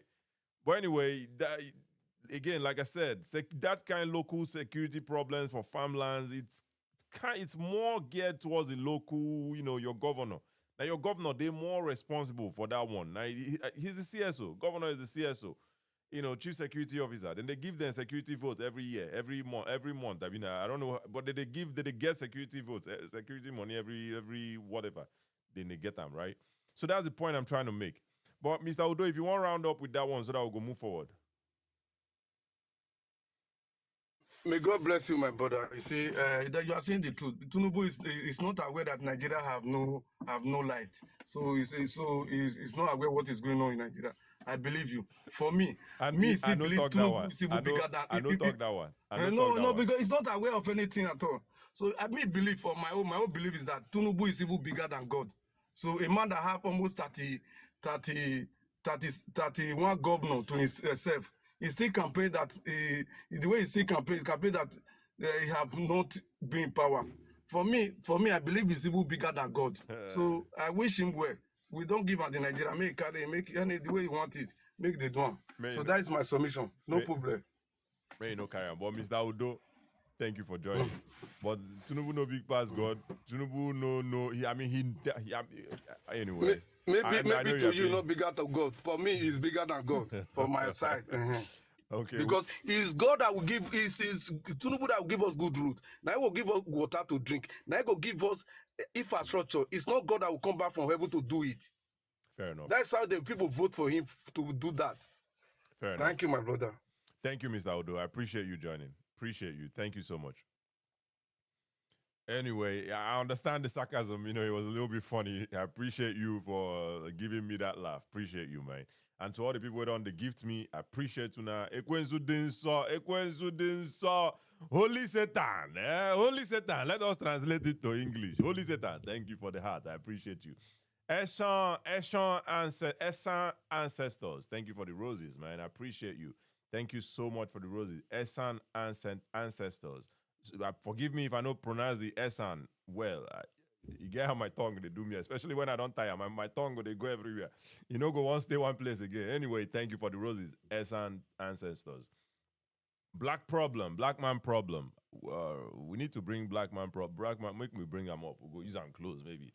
All right, black man problem. Thank you for the rose. Let's see who else has gifted us here. George man, thank you for the heart. Appreciate it. Otumba Kendrick, thank you so much for the roses. I appreciate you, man. Mr. Dapo, thank you so much. Archangel, thank you so much. All opinion matters. Thank you. That was the joke I was trying to make earlier, but nobody catch him. It's all good, no problem. I did make a joke of only myself. But all opinion matters. Thank you so much for the roses. Appreciate it. Powerhouse, thank you so much for the gifts. I appreciate you. Olofin Iwa, thank you for the gifts. I appreciate it. Who else don't give to me? Lokonzo. I don't know if Mr. Lokonzo is still here. Mr. Lokonzo, thank you for the heart. Appreciate it. Richie Real, and MON. Thank you so much, guys, for the gifts. I appreciate it. Thank you so much. Anyway, let us get back to our queue. And Mr. Archangel, thank you so much for your patience, man. I appreciate you.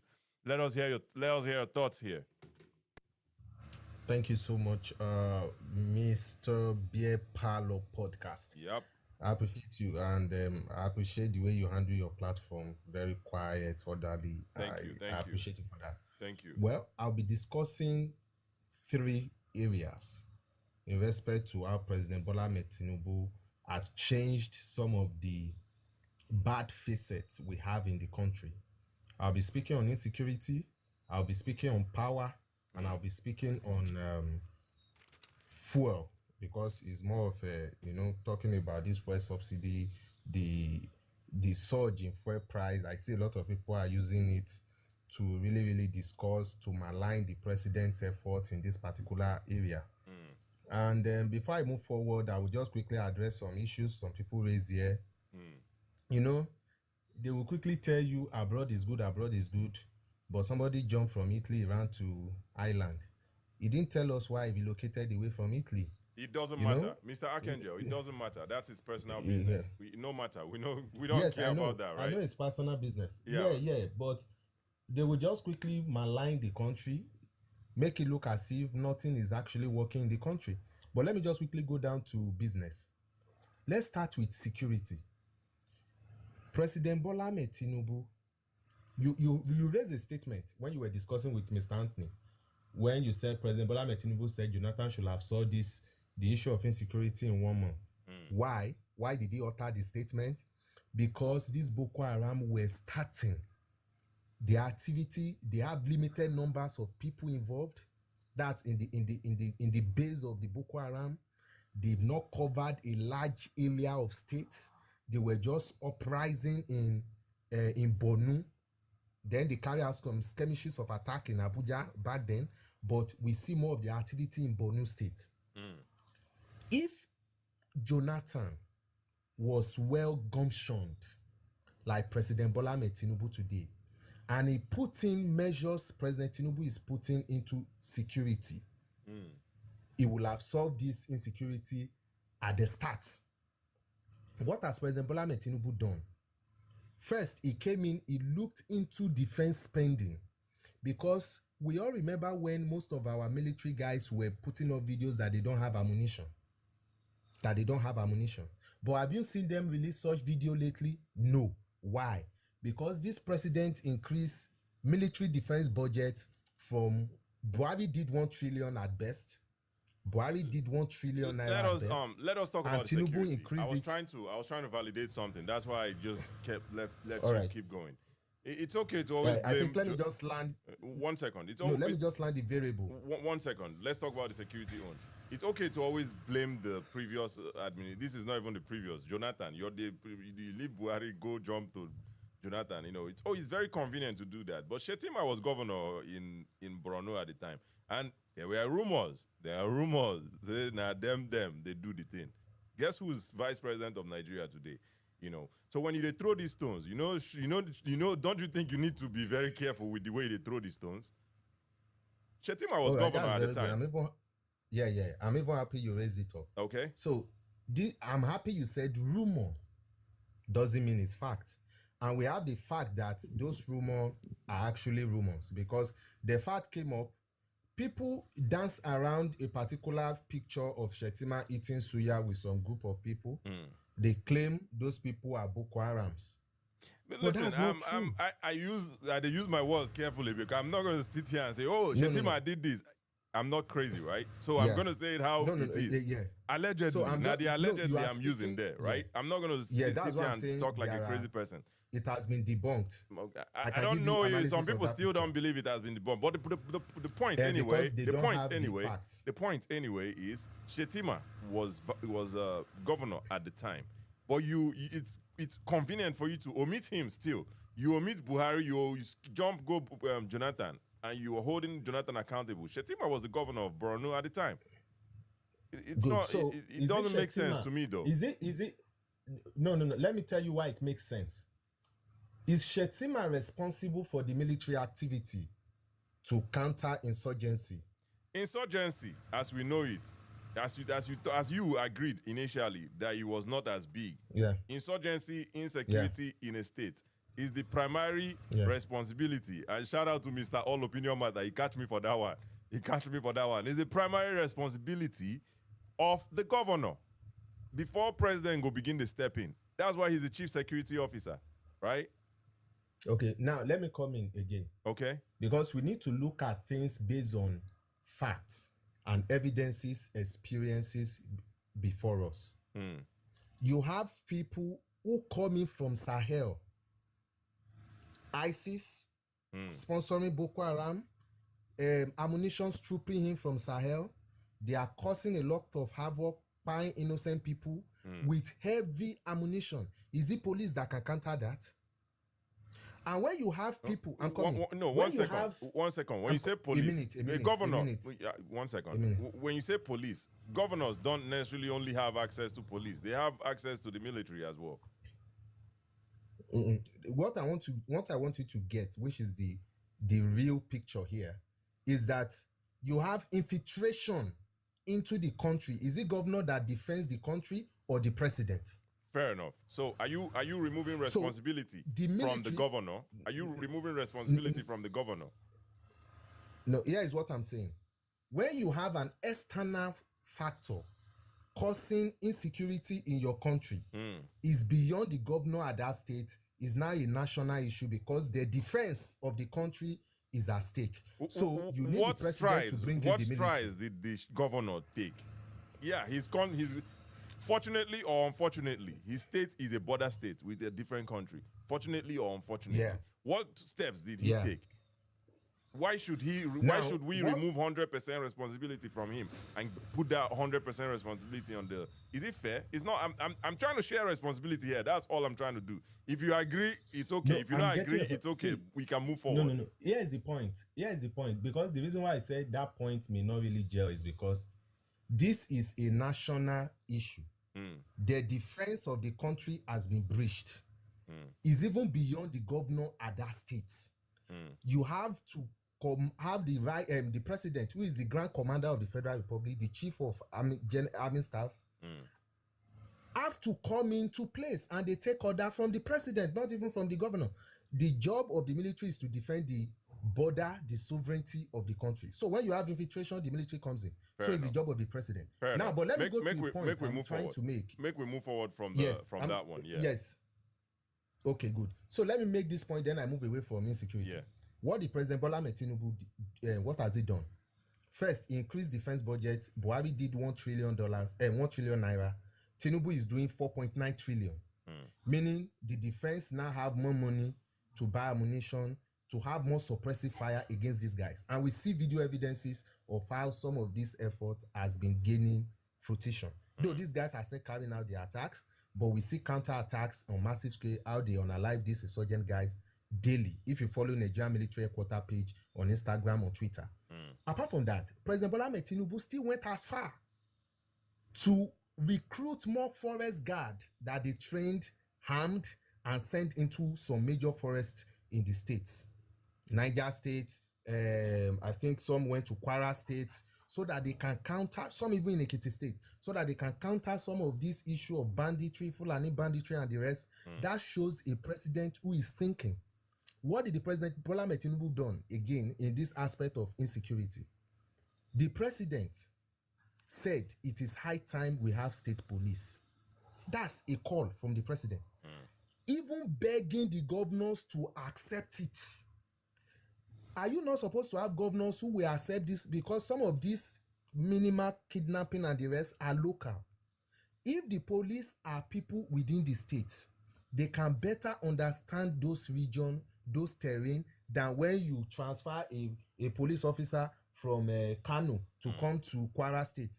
They are new to the place. They don't know the terrain. So the people, the locals, knows this terrain better than these other people coming from external states. These are measures you will say, this is a thinking man who wants to solve this issue. Then we need support from other governors and the citizens to help in solving this matter. Let me move away. If Jonathan did this early, maybe we wouldn't. This Boko Haram thing wouldn't have escalated to this level. I think it's very disingenuous of you to keep bringing Jonathan in, because Jonathan did a lot. Because one second, Mr. Archangel. You see, I allow you talk, right? When I want to talk for my own, you allow me to, so that we will get conversation. I think it's very disingenuous for you to keep bringing Jonathan in. I believe again that during Jonathan time, when they buy Shekau, then buy multiple clones of him. We saw these too. You mentioned military HQ, their Instagram, whatever platform they had at the time. We used to see it. Check out, and they buy the guy. Now even the Northerners too begin the shout. They leave our brothers. We go solve them. We go solve them. Again, I don't understand why you completely eliminate responsibility of a governor in insecurity where they happen in states. You can call it insurgents. You can call it insecurity. All of them are insecurity. One feed they higher than the rest. But how can you 100% remove responsibility from the sitting governor of the state? How? How is that a fair statement to make? And you keep bringing Jonathan in. That's not very fair, my brother. I mean, you can love Tinubu, but give credit to some people too. Call something out. Be objective about it. Don't just be, just be so biased to the point where every other thing where they white, they blue to you. It's not fair. It's not fair. In my opinion, anyway, I don't think it's fair. But yeah. All right. Well, I'm happy you said your opinion. So now can I continue, or you still want to wrap up something? No, I'm not wrapping up. Let's move to a different. I think we've gone to. There's no agreement on the insecurity. We move forward from the insecurity. Let's talk about some other thing you think you're feeling. Lastly, I was about to say one thing before you came in. So lastly, on that insecurity, let's move away from the insecurity or the security. Let's go to a different conversation, because we're not agreeing or disagreeing there. We're just going in circles. Okay, is the conversation here, is it to agree or just to have a conversation, because we may have different opinion? The conversation is how I want it to go. It's how whether you like how I'm doing it, that's up to you. But I'm telling you, let's leave the insecurity and move to a different topic. Right. We're not reaching any agreement. Let me move. Okay, let me move. Okay, I don't know if it's about agreement. Okay, but let me move to the next one I have in mind. I'm not trying to agree with you, my brother. We're going in circles. It's not yielding any results. So now, let's move forward. Let me move to the next part of the conversation I want to have, which is in the aspect of fuel. Now, when the president took out fuel subsidy, why? Everybody agreed. People who understand the current state of the country as of the time, even Buhari was owing subsidy. He couldn't pay subsidy. There are backlog, there are debts to all these guys that are looting or sucking up those subsidy funds, which they are complaining that Buhari need to pay them. I missed you a little bit. You say that again, please. What I said is Buhari was owing subsidy fund. He couldn't pay because we don't have the fund to even pay for subsidy under Buhari towards the tail end of his administration from 2022. He was owing. Okay. Now, when President Tinubu came in, we knew this subsidy is not viable. And let me give you this. We have a man in this country called Nigeria who makes 4 billion daily from subsidy. 4 billion. The man said it himself. He even said he doesn't even know what to use this money for. 4 billion daily in subsidy. Not to not talk in a month. How much this man is making from subsidy in a month. Let's leave that aside. When the president took this out, who is the man? A lot of people come here and say, who is the man? I don't want to mention him. Now, then what you're saying is a lie then. Okay, let's take it that way is a lie. All right, make you no come here to tell lies, please. We don't like lies here. Okay, no, but I don't want to mention it. But you say it's a lie, but I don't want to mention it. My brother, the conversation don't they tire me because it's becoming a little bit combative. You say there is a man. I say who be the man? You say I don't want to mention it. Why did you bring him up then? Why do you, since you know say no call him name? Why you bring him up? Okay, let's forget that I brought the man up. Let's agree that one didn't happen. Okay. Now, but going forward, Tinubu put in what we call palliative measures. Okay. At least as a result of the fuel subsidy removal, because it has a trickling effect on food prices, fuel price in the country. And what did this man do? He put up a lot of palliative measures, give grants, give a loan with minimal interest, then give some opportunities to some SMEs. They give some medium household families some grants, money just to sustain themselves. Then even release 5 billion naira to each individual state, and as well supply bag of rice to some individual states, which some of them they hoard during those time. People had to bust some of those places open, like in Edo State, and bring out those rice. People took away those rice home. He put up a lot of palliative measure. Then he put up alternative energy as one of the principal, which is the CNG. He put more effort in CNG. They put out free kits, though some people still have to use their money to do those kit conversions from fuel tank to CNG cylinders. But this actually helped a lot of people because they buy those what's it called, gas at a minimal price, and it even lasts longer, cover more distance than the fuel. Then the president also gave out, in addition to some of the states who put up some palliative measure, to give out free transit buses that people used to move around free. Some take 100 naira, even when transportation was on a high expensive end. So a lot of things, even the NURTW, I don't know what they call it, all these low transport workers, they also did some subsidy, discussed with transporters to reduce their transport costs, as of that time. Now, when subsidy is gone, Dangote refinery came in on board. We have issue with the Nigeria refinery because people looted the phone. All right, but to the average Nigerian where they buy gas from fuel, yes, the CNG initiative, the palliatives you mentioned. I was going to push back on that because you are saying you mentioned rice. I don't know how rice won't use that person within common subsidy from. So I really don't know where that's why I smiled when you said rice. I say rice again. But anyway, to the average man, where they buy fuel for 1,400 naira, do you think he's feeling it? These palliatives where you mentioned, including the rice, do you think it's helping him to buy the fuel? Like, do you think it's helping that man or woman? Okay, this palliative measure, I'm talking about 2023, 2024. But talking about the current fuel price now, yeah. If we look at, precede to this Iranian war that led to this surge in fuel price in the country. Preceding that, we know that fuel price was reducing in the country. Why? Because Dangote was reducing gantry price, then we were having those prices coming down to as low as 700 in some places. Dangote was reducing what? Yes, Dangote was reducing gantry price. What does gantry mean? The fuel price per liter. Okay. When you go to Dangote refinery, you will have to buy those, to fill your tank. It's called gantry, where they put in fuel into your tanker. So at that point, they sell it per liter too. So Dangote reduced it at some point to 66, 86. That number was reducing. Why was it reducing?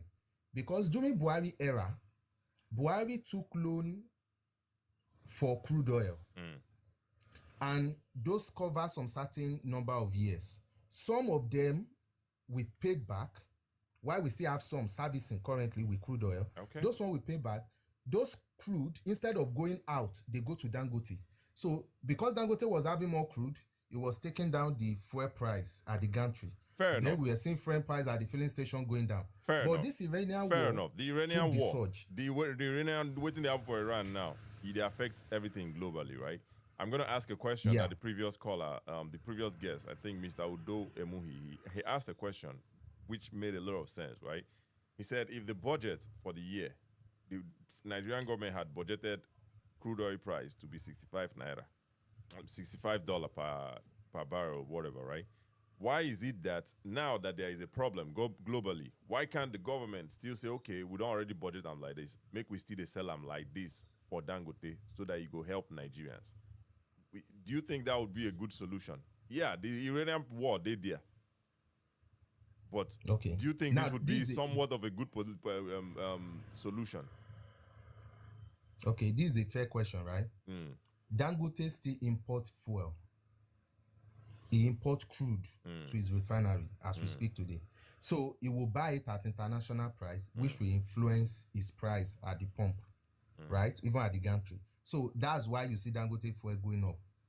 So the Iranian war has this effect. We pray it ends soon, or the Strait of Hormuz, they were able to, escort all those tankers out freely without any issue from Iran. Fair then enough. we can see Dangote the still buys crude oil, absolutely. But we're saying the one way the Nigerian government, the small way Nigerian government they give them. If then they give them that small, the average go make them come down. You go make the cost of the fuel come down ultimately, right? So I'm just saying, wouldn't that be a good solution? But the Tinubu government instead, they are doing what they're doing. Fuel price is going up. Everybody is angry. We are going into elections. They are sharing rice. Okay. Now, the fuel price, as I've said, I don't know if they still maintain the same price with Dangote. That's our crude to Dangote. Maybe I will look for that. But even if they maintain, Dangote still import, it will influence the price. And the market is changing. It's becoming expensive at the international market through OPEC. So that's why we are saying those fuel keep going up. At the time it came down, it still went up. So I think like 2 weeks ago, it still came down, it went up. So that will still influence the price of fuel. So it's not something you blame the president for, but rather is an international thing. But a lot of people want to blame the president for it. So it shows disingenuousness where you will blame a president for a global affair that is influencing the country. So I think that's not right. But moving to the next part, the last part. Not necessarily. Not necessarily. The people where they blame them, they are looking at the budget. When I budget this thing for $65 per barrel, why this extra money that they make from the one that they sell internationally or what? They are making some extra money because the price now of crude. The people where they be selling for, they sign contract. You said it was in Buhari's time or whatever, right? They sign contract to sell them at a particular price. I would assume they agreed to sell it at a particular price at the time. Crude oil is at an all-time high now, if I'm not mistaken, right? The extra money they are getting from it, why are they not using it to subsidize it for the citizens? I know they've removed the subsidy ultimately, but 1,400 per liter, it's ridiculous. It's ridiculous. It's a ridiculous amount for somebody to pay for a liter of gas, fuel. I'm just saying. I don't think it's a disingenuous or it's a wayo way to critique the president. I think it's a fair way to critique the president. No. Let me come in to address that part that we are making more money. In the contract, when you take a loan, you agree to certain barrel of fuel. Not that you are paying. They agree on a barrel. So it's none of those loan people interest or concern. If barrel per liter increases, they've signed an agreement that you are giving us so amount of barrel it's still of fuel. It's still somewhat the math cannot just be barrels. It will be we borrow 100 million naira from you. Today, unless Nigerian government is stupid, and I would assume that they're not stupid, we are borrowing money from you today. The price of crude today is 65 naira. I go come just they give you. Come on now, that would be a stupid deal to sign. I hope that's not what they did anyway. So if the price of crude oil increases, doesn't that mean I'm paying up my loan faster because the price of crude has increased? Does that make sense to you? Okay, let me explain this way. We are signing a contract, right? On certain, let's say the pump for barrel, the crude by barrel at the time let's say it was 65 when they had the contract. Yeah. So that means it has to be a certain millions of barrel they've agreed that is coming to them, because those other countries too are not stupid that you will say now that one barrel is $100. Then we are the stupid ones barrel, because now we are the stupid. No, let me finish this statement. I see where you're going with it. Because it's the opposite of what I'm saying, so that makes sense. Then we are the stupid ones. No person will get sense for her go sign that kind of contract. Why wouldn't you rather sign a contract that we go do it with the price of crude? As they fluctuate, we go to do them. If it goes down, I owe you more. If it goes up, I pay you. I pay you less. They didn't come to you to force loan on you. You went to them for loan. All right. They gave you loan and gave you their time. And we are still saying the same thing. Some loans. So they won't allow you reduce the barrel that is coming because of this new exchange. I agree with you. Yeah. Some loans, some people know they get sense, go collect loan. Some people, they go buy motor of $50,000, then go give them 10 years, what do they call them? Payment plan with a crazy amount of interest. That person is a stupid person. They don't force the person to buy the car, right? But there are other places to go buy that car. So now we be the stupid people. It's not the people that gave you the thing. The people were smarter than you. Exactly. Yeah, you went to them for loan now. So, but that being said, if that's the case, we've been signing crazy deals. Our government has been signing crazy deals. We shouldn't have taken loan on crude. We should be thinking that crude price may go up. So we shouldn't be taking loan on crude. Ridiculous. So, but here is the last part of it, which is on the aspect of power.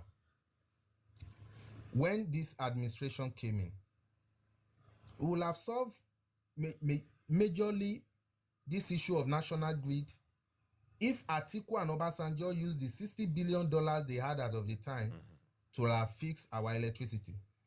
But they decided to loot the fund. Again, it's very convenient to even go way back to Atiku and Obasanjo. It's very convenient. Do you know why? Do you know why we should go back? No, it's fair to critique Obasanjo and Atiku. It's very fair. However, Tinubu knew the state of the decay in the power sector. He knew this before he ran for office. He knew this. That's why he said, if I don't solve power problem, make una no vote me in for 2024. That's what he said. I'm not making this up. So blaming Atiku and Obasanjo, it's not. Why didn't you know that Atiku and Obasanjo took 60 billion or 20 billion, whatever number you want to put it? Didn't you know before you became president? I'm Archangel Uriel having a conversation on opinion with you. Tinubu is not the one standing before you. So now, here's the point. But you're making the argument on behalf of Tinubu, though. That's why I'm asking you, right? No, okay, but here's the point. We are talking you said we're having a conversation.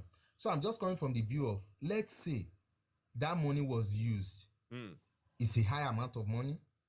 Buying equipment as of that time do not have the kind of inflation price we have today in the international market. Let's say they've used that high amount of money to do a lot of things in the national grid. I think we might be smiling to some level at this point. But coming to President Bola Ahmed Tinubu, he met a dilapidated national grid. Okay?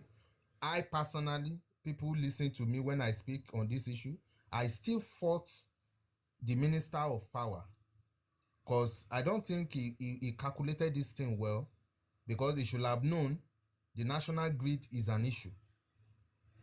Though the Electricity Act of 2023 has transferred electricity management to the states, meaning, and as of a data released by BBC in 2023, 4 states have taken up the mantle.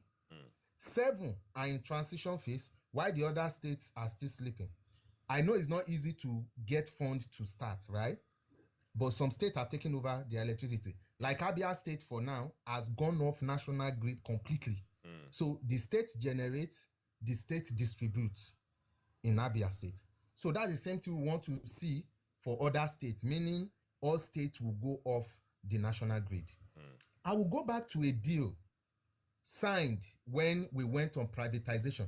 You will not say we should not talk about it, because that deal with the private sector in respect to Gencos and the Discos, signed by Jonathan, was a very, very not thoughtful deal, because some of those generating companies do not have the equipment, even the discos. Some of them that they gave this contract to, they not have the necessary equipment.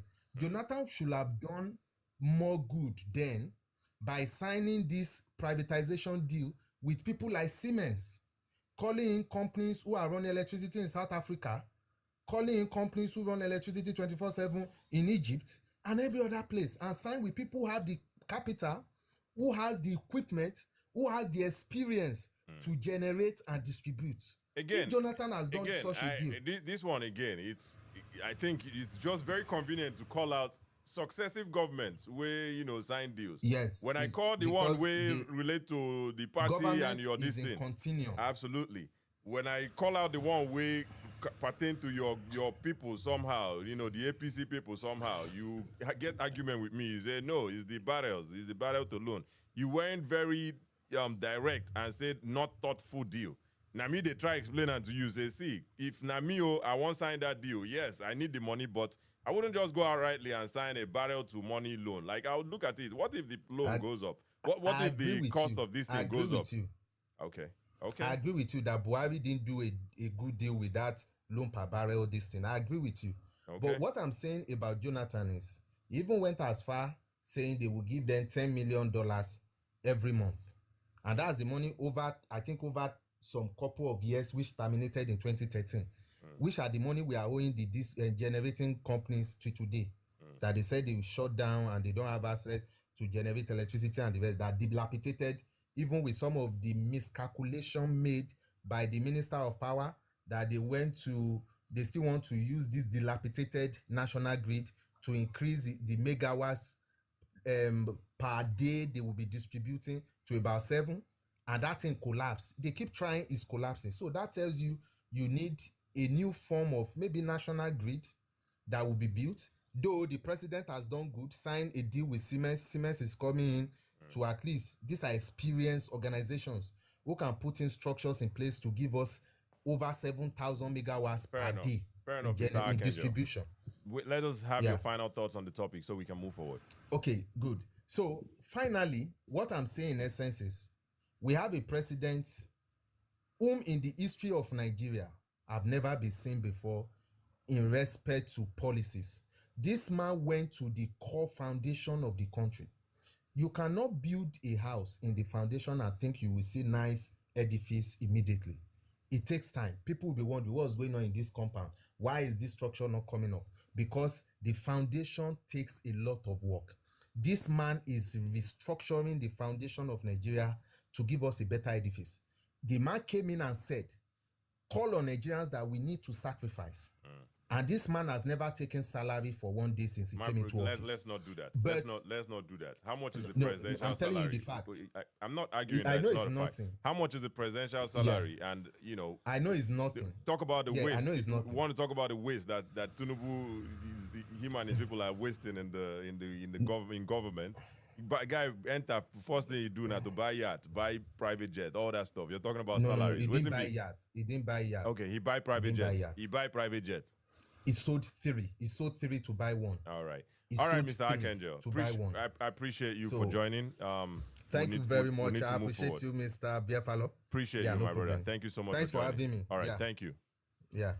All right. Mr. Oye there for house. Let us hear Mr. Oye.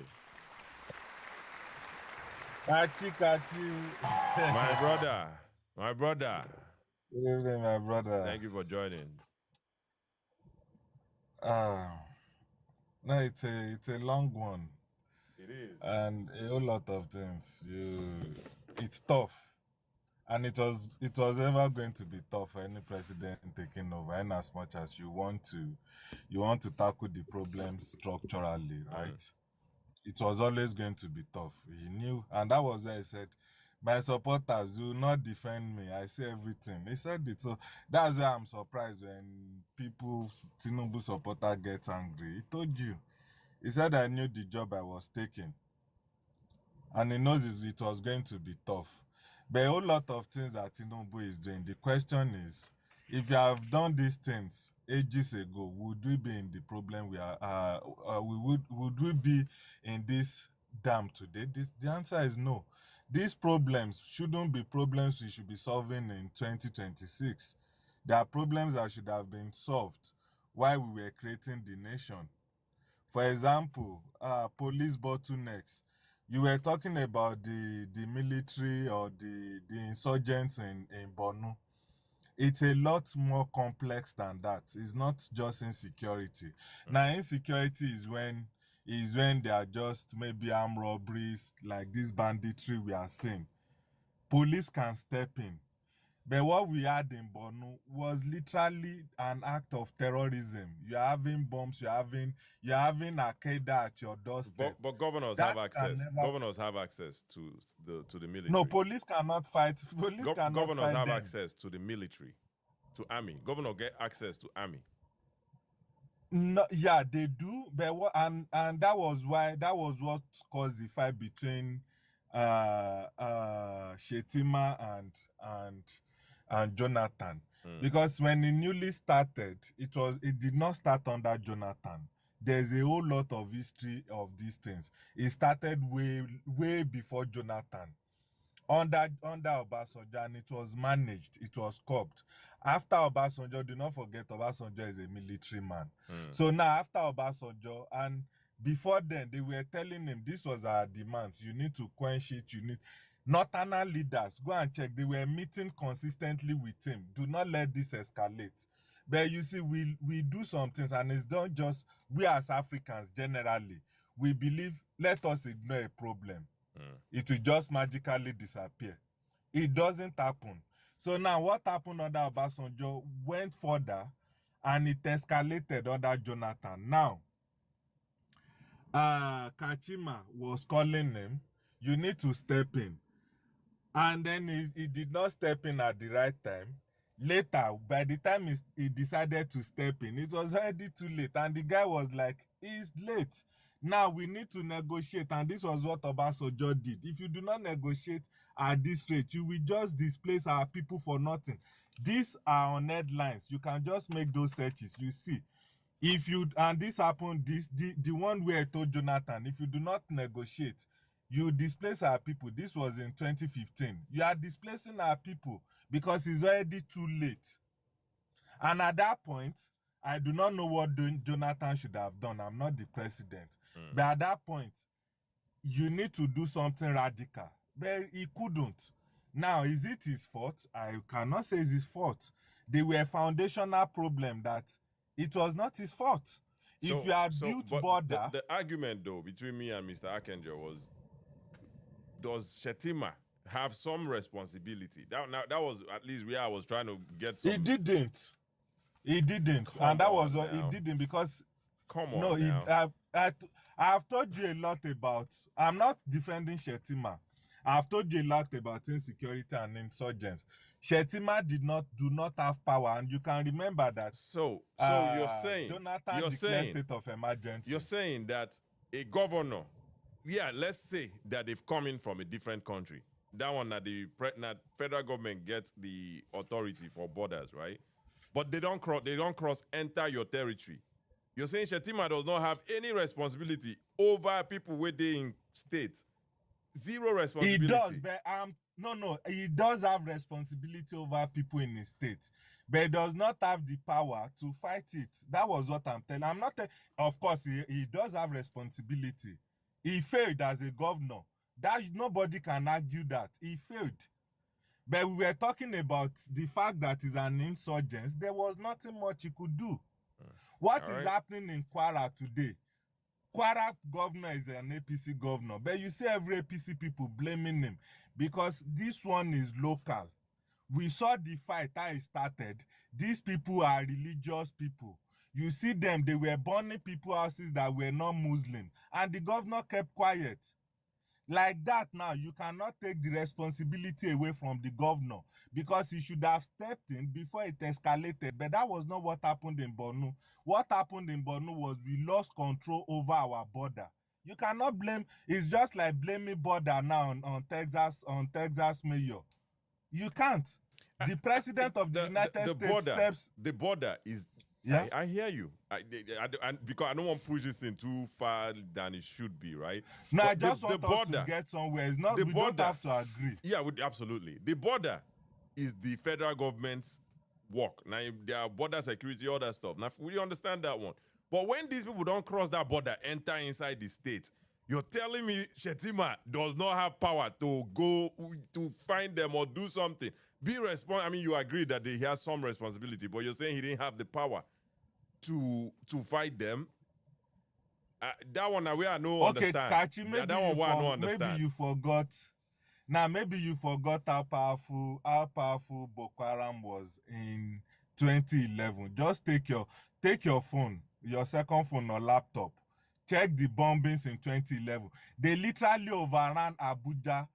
UN building was bombed in Abuja. Now that is not a fault of governor. We need to see.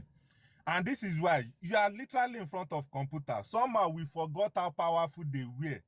They literally took over the UN building. Now, that is not, you cannot blame anybody for that other than the federal government. I'm not telling you that one self, now insecurity we will call that or terrorist act, right? Where person we are rap bomb that around is themselves. Insurgents, and that is the basic difference between insurgents and insecurity. No government can stop that one, because anybody, if you just wrap something around their body, no government can stop that one by one.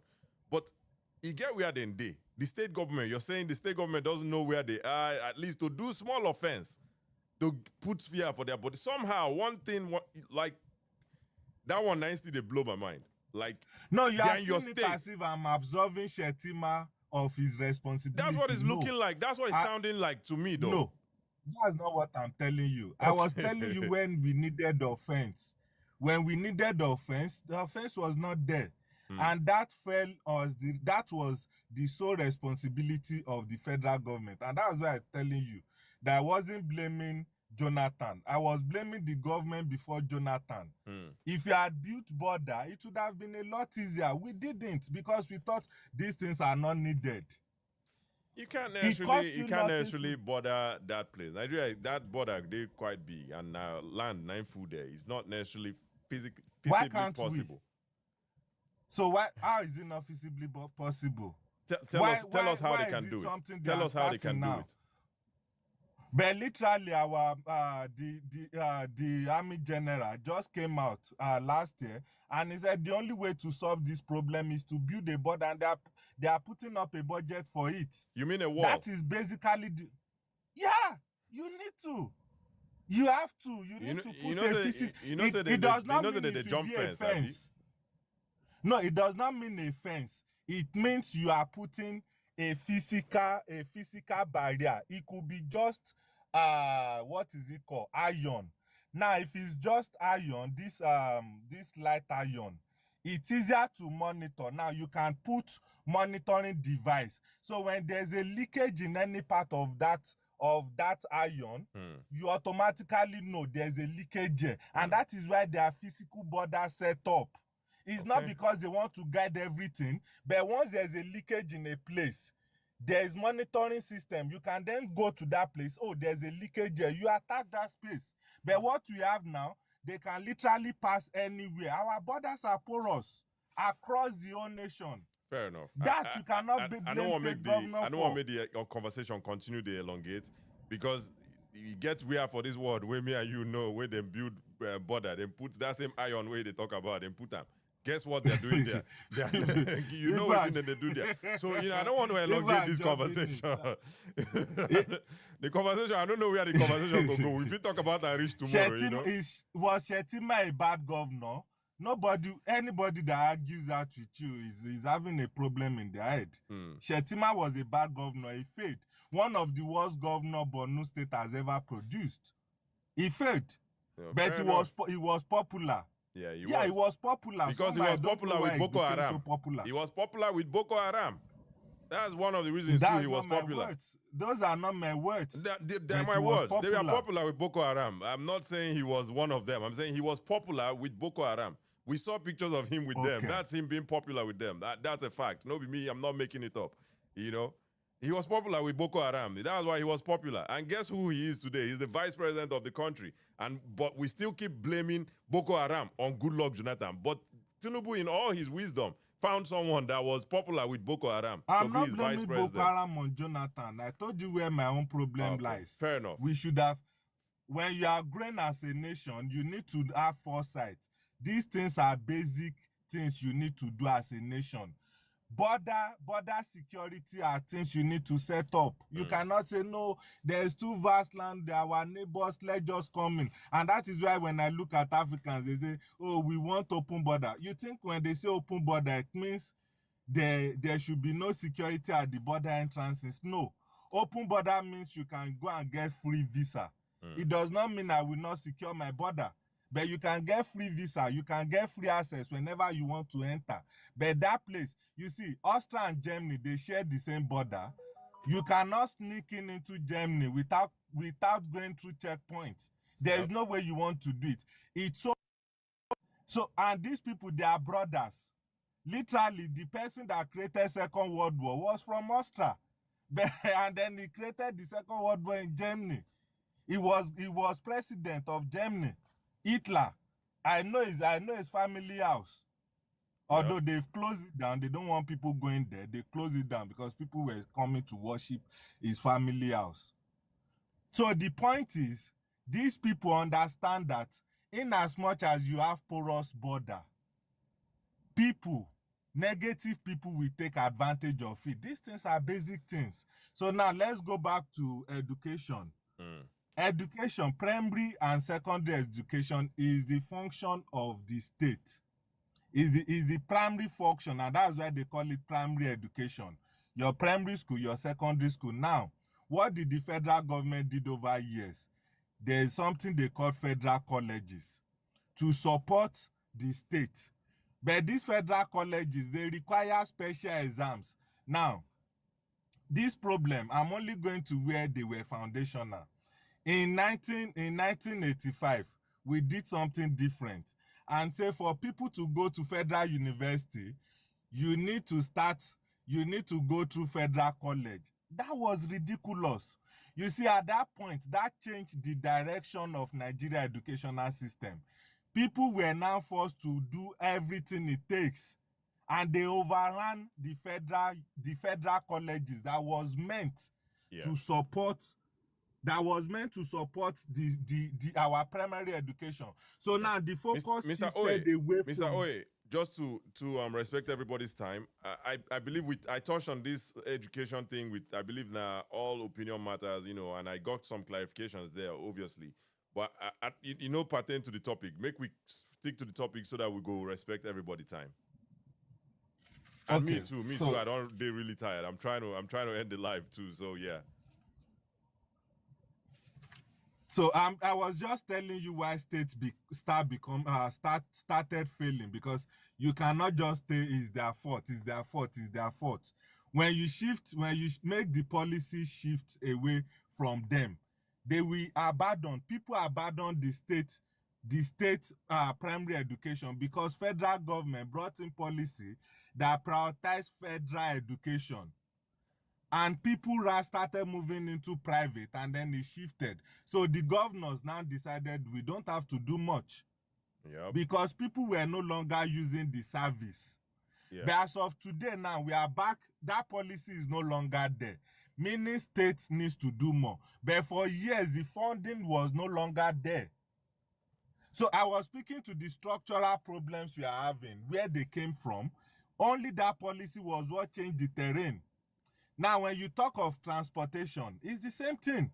Transportation is primary. All these the topics where they bring up, right? They are very important. However, we bring them back to Tinubu. What he don't do, how you feel. I will bring it back to just him. To respect everybody's time. I'm respecting everybody. I take it as short as possible. Yeah. Transportation is local, is primary. Federal government cannot. If they say they are doing something in transportation to start running transportation system, it's scam. It has happened 2 or 3 times already. It was scam because you do not have that access. It's totally run by the state, meaning whatever you have to do, it has to come through fund. And what has Tinubu government done? They've increased the fund of the state, meaning the states can now give more fund. They can now focus more fund into the transportation, what direction do we want to go? And that is why you see that our infrastructure, when it comes to road, for the first time, there are more than 320 projects, road projects going on in Nigeria. That has never happened in the history of Nigeria. Infrastructure, road, more than 320 across the whole nation at once. So if you cannot connect the country, there's no growth you want to build. There's no growth you want to build if you cannot. So now when you go to electricity Are you saying they are sector, building new 320 like new roads? Rehabilitation, all those roads that were there that they never tied, they are being tied now. Rehabilitation and building of new roads. There's about 8 new roads across the nation. New roads from federal government. And then there's in total about 320 projects, road infrastructural projects. Fair enough. Going on I thought at you the said moment. they do 320, From state, 320 new roads. That was kind of no, not bogus. new roads. Okay. No, it's not. I'm telling road infrastructure now. I hear you. About 320. Yeah. So now when you go to electricity sector too, exactly the same problem we had. What was federal government doing with holding on to electricity? The simple answer is corruption, just to chop money, to steal funds. There is no country on earth where they have stable and functional electricity and it's being provided and run by the federal government. None. The role of the federal government, even Iran is being run by district. The role of the federal government is to support. We create the infrastructure, the power grids. Now, when you hear power grids, the supply lines, you generate in your space. But what we had was the fact that every government held on to that power. No. Now we go run them. And over the years, it kept on going downward. Because there's no way you are able to provide and secure. So what is Tinubu doing different then? The first thing he did difference was to remove that bottleneck. I'm removing this bottleneck. If you can create and supply, even as private individual, Let me Buhari do that all one. You need. Go and check. Buhari created a bogus law. The person that totally decentralized the power sector is President Bola Ahmed Tinubu. I'm not taking anything away from Buhari. You took away from him when you say he made a bogus law. Now you don't take away from him. Because if I say bogus, now for me to explain it, it will be taking about 5 minutes. Okay, we will do that. enough. I can send you in your private DM. But these are things you can check. So what did Bola Ahmed sign? What Buhari created was bogus, and that was why it was not functional. So what did Bola Ahmed sign and what was created? It has been signed and corrected 2 times. The one in 2023 and then another one in 2024. Now, this was what went further to make it that even if you as individual can create, all you need, create your company, generate, and then you can supply in small quantity. So now it means multiple people, and that will come over time. This does not mean it will be instantaneous. People need time to adjust. So over the next couple of years, more people will come on board, create power, and then they get the incentives from government instead of it being run by the federal government. So now, once that starts happening, it's easier to monitor. And in that space, what did Tinubu administration do? They did not say because we've given the power to the people now, we will just sit down. They still brought in a meter and made it free. But you know what? Because the structure was not perfect. It was not well set up. The same NEPA will now tell you, even though it's free, for us to transport it to your house, you still have to pay a transportation fee. Because I cannot take away, if I'm lying to you, I'm deceiving myself. That is the reality in Nigeria. Now, meter is supposed to be free. Yeah, and that is the we'll go use this failure one round up so that we'll go move forward. We'll go use this one round up. Okay. Meter is supposed to be free.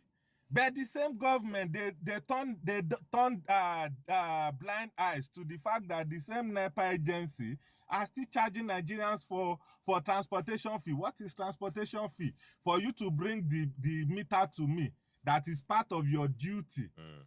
And these are the problems we are dealing with. They are structural problems. No matter what, there is no funding you want to bring into a space that there's a structural problem that is going to peak, that is going to show. So you need to deal with those problems, and that is what Tinubu has done. In most cases, there are parts that he has failed, which I agree with, but in most cases, he had dealt with the bottleneck and structural problem that we are dealing with. Okay. And that's what I think he has done. Thank you.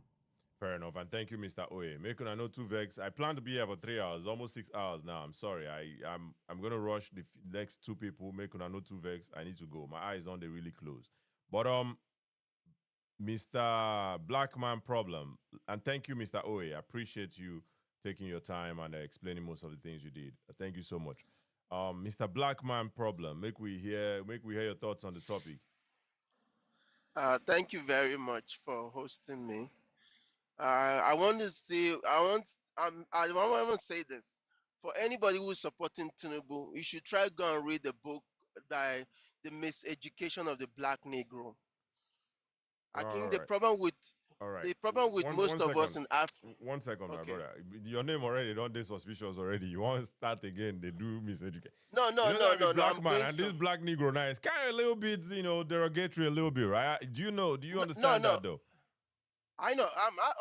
I'm African, so I understand that. It means that when you read, I'm Nigerian, so it means that when you read some books, it widens your horizon to think better. So there's some of these things we say here that, and let me say something. There's a theory called my brother. 1 second. Let's leave the theories. Let's talk about let's go back to the topic. No, I'm going somewhere. This theory you go there. You go there. But let's just focus on the topic for now. Maybe we can get there. Please, let me say this theory. One thing, I'm making it very short and simple. I know you're against time. Nihilist theory says it's not about the I'm time. saying something. I know. I know you're saying something. I can hear you. I know you're saying something. But I get to your topic. All right. What I'm saying is the nihilist theory simply means Mr. Blackman Problem, you're not being very respectful. The host is telling you something. You're ignoring him and saying, I'll get to you. Just wait. No, that's not respectful. You need to follow the sound of my voice. I'm pointing you to the topic. Let's focus on the topic. You already started with black man, Negro problem. I don't like that stuff, man. I think it's derogatory. I don't like it. Leave that theory. I don't know where that theory is going and I don't want to hear it. Let's focus on the topic. That's why the guests are here. That's why people are here to talk about this. They don't want to hear about the theory of black Negro and all that stuff. They want to talk about, they came here because they want to talk, they want to hear thoughts and opinions about this topic. Be respectful and do that. Stop dismissing what I'm saying, please. And I appreciate your patience. You've been here for a minute. I appreciate that. However, you still need to be respectful. I've been here for 6 hours myself, right? Please unmute yourself. I muted you. Please unmute yourself. Let's stick to the topic, please. Okay, the 2 things I said was to make an explanation to what you said. That what has Tinubu done? Okay. What I'm trying to make you understand, I don't think the man came to destroy the country. Okay. And what in every aspect of it, because the essence of government simply is to better the lives of the people. Once that essence is not felt by the majority of people, that means what are we talking about? And let's go back to fact before I make all my points. Fact is that since Tinubu came from 2003 to 2004, just in 1 year, 7.2 million SMS was shut down. You mean SMEs? 7.2 million SMEs was shut down. So if you multiply 7.2 million people, employ maybe minimum of 5 people, that means you are talking about 35 million people lost their jobs. Yeah, I know that there's been a lot of closures, business, even in international companies don't close, go back to their countries. But now, the 7. I also want to go to the 7.5. The 7.2 you're 7. saying. 7.2. I don't know where you got the number from. I don't know if you can Google it. You can check it. All right. I say you're a computer. Another fact I want to say is that In 2 years or 3 years, he has borrowed 87 trillion. 87 trillion. So if it's again, another third fact is this. A lot of more Nigerians have gone into my poverty. brother, Mr. Blackman, right? Take Okay. advantage of the fact that I'm on your side. I'm not Okay. supporting Tinubu. Please, Okay. I beg you, please be respectful. I'm speaking to you. I'm speaking to your. I'm coming. I want to state my point before I now say what you're saying, so that when I'm discussing something, I'll base on those. You can now refer to my point first. All right, go ahead. Okay, You're I'm not sorry. necessarily understanding, but I go understand what ahead. you're saying. All right, So fair enough. now let me go to your point. But since you want me to go direct to your point, what I'm saying is this: when it comes to electricity, there's no magic word in providing electricity. Egypt did it. Some Vietnam did it. Some countries did it. In 2 years, you can provide electricity. And if you can borrow money directly, let's say I'm borrowing $20 billion and I'm putting it to electricity, it will fund it. No matter what the problem is, if Tinubu can create an anthem, if Tinubu can change the what's it called, the voters' law in 1 day, if they came back again and rechange it, he can fix electricity. Remove the hurdles of $4 trillion that have been on. Electricity can be fixed. At least we can have you say that we are looking at towards fixing it. Even if he's not fixing it, we can know that he's fixing it. Am I making sense? When you go to security, more people have died in this government than ever before. Since Buhari and Tinubu APC came, they escalated the insecurity from the northwest. They made it all part of the Nigeria are feeling insecurity. Many people now cannot even take trip to any part of the country. What are you saying that you're telling me Tinubu is doing anything? Let's break what you are saying in fact. Let us not be emotional. What Nigerian basically need is somebody who can fix the country. Once it can affect the least number of people, government should affect the least number of people. Even if you are earning 70,000 naira. So look at this oil problem that is happening. Country like America has 250 days to hold their oil. China has like almost something like that. Japan too has some countries who don't have days that oil is being stored. The government doesn't make plans for anything. Yeah. So that when there's this oil crisis now, we can just take the stored oil and provide it to Dangote. Let me tell you, the reason why Nigeria is even our naira is even successful. Thank God to Dangote. If Dangote, I don't know, maybe God just has a way of helping Nigerians. If Dangote has not built this oil refinery, the dollar will be hitting 5,000 naira. Am I making sense, brother? The dollar will be hitting 5,000 naira. The problem that there is again governing the country as if you are bringing a state to govern the federal government is a big mistake. When you're governing the federal government, you need to look at every aspect of the country, making policies, bringing the best people. Let me tell you something. Nigerians are one of the most educated people in the world. We're very brilliant people. But we bring in the worst set of people to rule us. That's why I went back to nihilist theory. They keep bringing the bad people. If that's the case, right? If we are so intelligent, we are so educated, all that stuff, then why is it that we can't find those educated people in power doing the work?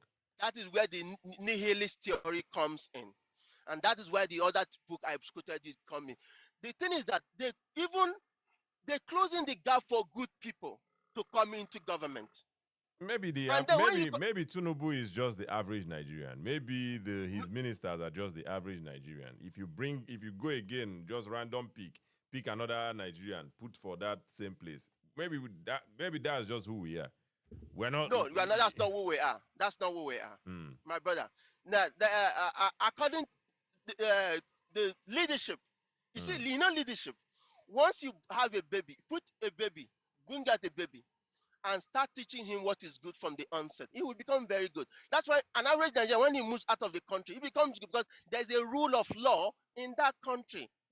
See, Nigerians are good people. Forget about it. It is the preponderance of whose fault is it? Leadership. Leadership sells division. Leadership sells illiteracy. Leadership sells poverty.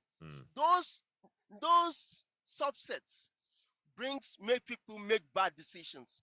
But when you make the system, let's say you make the system very good, Like, look at what happened in Abia. If not the woman stick to his gun and brought another government, we would have said Abia cannot do anything.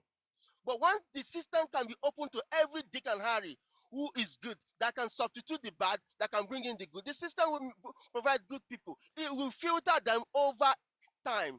But when you bring I bad just have a people, different opinion on that anyway, because okay, again, Nigeria, we have so many brilliant people, like you're saying, and I agree with that. However, my brother, you're when a it good people. when it You're a comes good to person. I'm a bad person.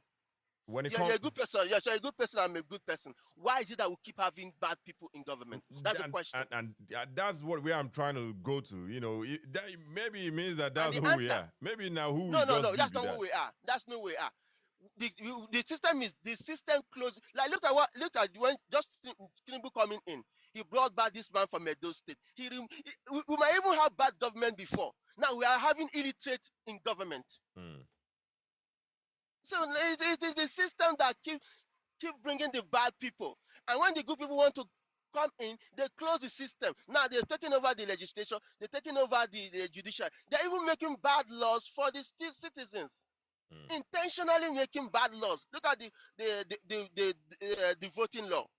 They intentionally putting in laws to checkmate the opposition, removing the good laws and putting. What Nigerians are good people. about the election reform? What about that is bad?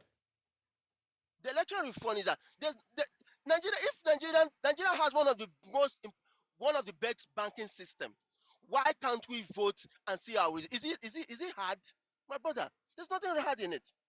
It's Nigeria. Even since 2013, Nigeria had a 97% coverage, 93 or 97% coverage. Now, not to talk of down that we already have fiber in the country. So it is intentionality to make people. That's what nihilist theory says. To make people believe that we cannot do things, or we have bad people in Nigeria, or we cannot feed ourselves, or we cannot, we don't have good engineers, or we have bad doctors. It is the continuous putting in of bad people in leadership positions. Nihilist. Isn't it? Doesn't that like imply someone who doesn't believe in anything? Isn't no, nihilism means that once you say, let's say now you say, you cannot do well in school. Another person come and prove it. You cannot do well in school. Tomorrow you cannot do well. So if it happens over time, you believe that actually I cannot do well in school. It's when first narrative becomes true. I see. Nigerians are good people. All right, fair enough. I just have a different opinion on that. I don't necessarily think we're good people. Yeah, if we are good people, Nigerians are good people. Fair enough. If we are not, let me tell you something. If we are not good people, we will not be one of the best in the world. No matter how data you put outside in the world, Nigerians in diasporas are making it. Yeah, but that's like when they call them now. Because of the conditions that's of individual. those countries. That's individual success. Individual success cannot be used to classify a bunch of a whole country. That's not how it works. What divides us is the government. Leadership is a very big thing in human. Leadership dictates what you know, what you read, what you eat, and what you believe in. You know that, right? I know that, and fair enough, Mr. Blackman Problem. Let us hear your final thoughts on the topic. So what I want to say, what I want to say is this: Nigerians, you should please learn to vote. If you don't vote, you are already voting for the lowest person to win. Don't be discouraged to vote. Keep doing the right things.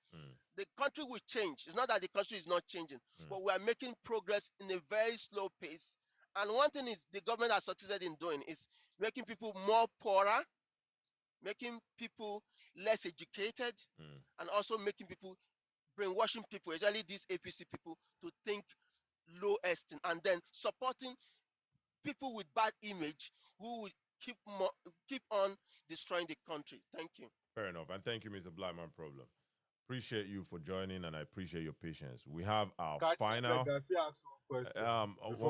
Unfortunately, Mr. Oye, I don't really tire. It's a short question. Who go answer? The person who go answer and go still use short time. So let's keep. Must not necessarily be answered. Let's keep the question, Mr. Oye. I beg. I don't tire. It's almost 6 hours I've been here. No two vex. We'll go ask the question another day. Okay. Appreciate it. But let us welcome Amarachi. Amarachi will save the last for the best for last. My tongue don't they play with me again. More than no vex with me. My tongue don't they go everywhere again. Anyway, we save the best for last. Make we hear Amarachi. Amarachi, welcome back to the Beer Parlor podcast. Yeah, Biapala, good morning from this side. Good morning, everybody. And I think, it's morning in Nigeria, but just early in the morning. Yeah, Biapala, it's unfortunate when I see Nigerians. I don't want to call them APC people. I call them Nigerians. Make excuses for the government failure. You see, one of the primary responsibilities of the government is to secure the life of people, its people. But Nigerians' life are not secure. Somebody said the Nigerians are good people. Nigerians are not good people. That's a lie. Nigerians are not good. Nigerians are the reflection of their leaders. Nigerians are a reflection of their leaders. Whether you see, in these few days, I've gone into deep to people, and sometimes when I look at it, I smile at myself like, this is why Nigeria is not working. Now, every time we hear kwara, kwara, kwara, kwara, just a few days ago, it's either Monday or Sunday, one of them, I saw a news that's also terrible something in Kwara. Whether is it bomb blast or buying of people. And somebody was saying here that the governors are in charge. The governors are not in charge. The federal government is in charge of their army. And what we have seen, the kind of insecurity we've seen in Nigeria, it requires army and air force, because you can imagine I also mentioned that the state governors, they have access. Access doesn't necessarily mean in charge. They get access to. We can get access to, not we can. Fubara get access to military. Get access to police. That's the point I was trying to make. Maybe not in charge, but he has access. Biapolo, he's going to ask permission from the federal government. Go and check it. Fair enough. He's still going to ask permission from the federal government. Fair enough. Just go and check. So you imagine Nigerians are being unalive in their country, being displaced in their country. That's the worst that could happen to a Nigeria. Now let's go to hospitality. Go and check our government hospitals, federal government hospitals. Go and check. You will be ashamed that this country have all the mineral resources, yet Nigerians can't even have a basic need that other poor country has. It's unfortunate. And we are here defending Tinubu. We are here dancing around the whole thing. That's why I say Nigerians are a reflection of their leaders. I don't care about them. They are the worst. They are worse than their leaders. Their leaders are doing this because they know the people they are leading. They are like them. In fact, they are worse than them. But to be fair to the people who support Tinubu, right? I mean, you can be objective. Something cannot be all bad. They say even a broken clock is correct twice a day, right? So something cannot be all bad. You see, so to their point, there are just some objective things you can use to say Tinubu is doing well. Regardless of who you support or who you don't support, you know, if you keep an open mind, there are objective things you can still point out and say, in do this one, in they do this one, in they do that one. I think that's where they come from. I think that's the mindset they come from. Not necessarily because they be bad people. You understand?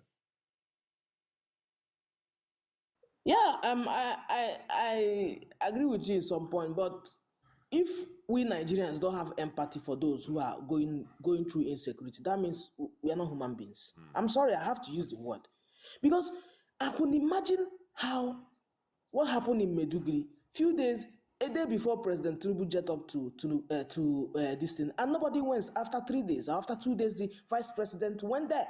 It was very dark man who went to show what happened, and everybody was going normal. It's normal for a device to explode in Nigeria. Everybody walks away, and when you move around, you don't see Nigerians talking about it.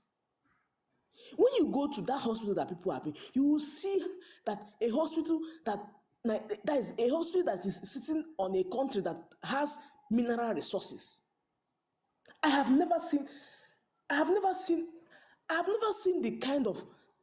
I don't want to be harsh on Tinubu, but if he's not going to do the right thing, he should just get away from that seat. It's not his first right. Yes, Nigerians should vote him out, but would they vote him out? I'm just watching them. They will not. They are hungry. You see a president's son being sharing food. Where is he getting the money from? Where is Tinubu's son getting the money that he's sharing rice, putting rice in people's car, they are giving, people are walking away and they're telling them, take. Is that how a country should function? Yep.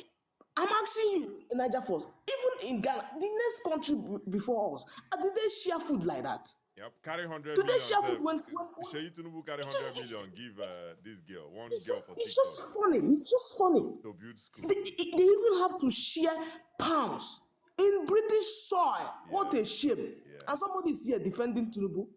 He should not be disgracing Nigerians like this. He should not be disgracing. What kind of thing is this? What kind of shame? Something that you're supposed to look at in that quarter. Oh, somebody just said here that there is no. People are closing their businesses, but that's true. Businesses are being closed.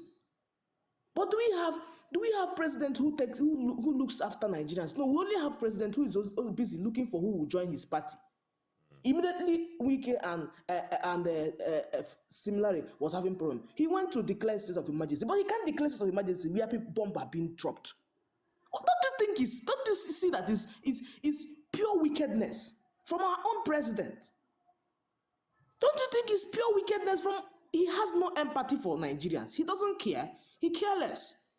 Because Nigerians. To be fair, he's not the only one that has behaved like this. Buhari also, once Buhari put that in Bitakola for mouth, nothing concerns Buhari again with Nigeria, To be fair, it just seems like people who done the campaign, like Tinubu, you would think, campaigning all the way back from 2013, you would think he had a lot of love and empathy for. And don't be surprised, let's say Peter Obi become president now. We might still be asking the same question. What thing happened? So it's ridiculous, my sister. I no go lie for you. It's ridiculous.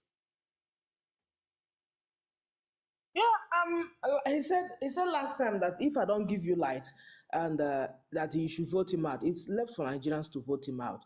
It's not left for me. It's left for me to. I only have to cast one vote, but it's left for Nigerians to be firm and vote him out. But now I heard say that Tinubu has signed. So if you call him name, now you're going to need to respond. And we won't close for the day. He has removed from electricity from exclusivity. Yes, I saw that. But Tinubu told us that he's going. What's his name? Fashola said that it's not a rocket science to generate security. What is it called? Light. But he stayed there for how many years? He didn't generate. It was now rocket science for him. Yeah. Now Tinubu entered. He told us that he's also going to give us light. But what Tinubu do? Tinubu came and signed this. Make they do this, and then they give them. When you ask them, they say, "Oh, I'm giving them more money." You are giving criminals more money that I am not accounting for. Hey, it's only on that Tinubu that no governor is owing salary. You are giving them more money to steal. To these same people that you are adding to your party, you can't even tell them. You can't even hold them accountable. You want Nigerians to come and hold those that you've given all the whole security in the world to guide, to come and start fighting them. You, the president, you can't even fight them. You can't even tell them. I saw him the other day saying Nigerians should hold their governors. Imagine president telling Nigerians that has no gun or knife. The same governors you are using to rig election. The same governors that is, you see all this, they think that anyway, it's Nigerians they will do to it. It's only in Nigeria that will have set of leaders like APC governors and co. It's only in Nigeria. In other countries, it doesn't happen. It doesn't happen. It will dare not happen. Only in Nigeria. So it's, but it's fair enough to say, it's fair enough to say you know they feel Tinubu Abi. It's fair enough to say you know they feel him. What am I feeling him on? If small businesses are closing up, what am I feeling Tinubu if Nigerians are being unalive in their own country? What is feeling Tinubu? What do I need as a Nigerian? Just give me security. Make me feel comfortable in my country. I care less. Even if you are letting Nigeria to dry, I will not come and hold you. But no, insecurity is an order of the day. He doesn't care. You see, so when you now talk, they say, why are you busy as governors entering into your party, trooping like your party is? If it's because there is a lot of money for them, you people are stealing, so that you also shield them. You also shield them from Nigerians. Because if did they just start persecuting what's El-Rufai now? Didn't they know that El-Rufai has stolen money for when he was governor? But El-Rufai was with them. Immediately he fell out, boom, they went after him. Who are you fooling? Yep. Who are you fooling? Amarachi, if you want to help me round up so that we'll go close the live for today. Yes, Niger for like I said before, it's Nigerians. It's left for Nigerians. I only have one vote. Nigerians will do the thing. So I wish them luck. I wish Nigerians luck. As for me, as a Nigerian, I want to see a vibrant government. I want to see a vibrant opposition. But right now, I don't know what I'm seeing. Our senior president is the worst senior president Nigeria have ever produced. Always singing on your mandate in the floor of Senate, forgetting the people who elected him. What a shame. We only have government of your mandate. They should keep singing. I just wish Nigerians luck. That's all. All right. All right. Thank you, Amarachi. And with that, we'll go close the live for today. But I'm not going to close the live without shouting out the people who don't day here forever. Almost 6 hours while I don't day here. There has been a few people that have been here. I appreciate you guys. We have Paparazzi one. We have Amarachi here. We have Lupin. We have Adachies. Thank you, my sister, for being here all this while. Appreciate you. We have Udo Emuhi. My brother, thank you for joining today. Appreciate you. Radio Real Estate. Make una check them out. They sell land for Lagos and East. Make una check them out. And we also have Olakunle. Olakunle, his name was so good, he had to name it twice. Yoruba Itiju, thank you for being here. Captain, carry us now banner for this thing. We don't beat tonight yesterday. Make una go sleep. Anyway, Captain, thank you for being here. Don99, TJ Baba, thank you for joining. Eni and Dudu, thank you for joining. Oracle, US American Glory, Jomo, Oria Day, Speak to Dami 2001, Uncle K, Philom Q, I no go forget that name. Thank you for coming back here. Appreciate you. David, Mr. Nigeria is here today again. Thank you, Mr. Nigeria, for being here. I hope so that the main Mr. Nigeria where we Sabi, where come here pray for me the other day. I hope so that same one. I've been at because any other one are fake, but I hope you are the one. Thank you for joining. King of Enjoyment, the Realty One, thank you for being here. Thank you for still being here, the Realty One. Joy Forever, Ruby S. Sage, JJ Jones, Ambitious, Olale Kanwe, Jehovah Witness, even day herself. Anyway, thank you for joining. Wale Eski, 33 Chi Love, Charlie, Alpha Male, Real Son, Rosie Roses, Miles, Jerry Smith. We have Cam, Jesse Ren, and the beautiful people with day here all the way. I appreciate all of you guys, the beautiful people on Facebook, on YouTube. I appreciate all of you. I'll see you next time. But until then, peace.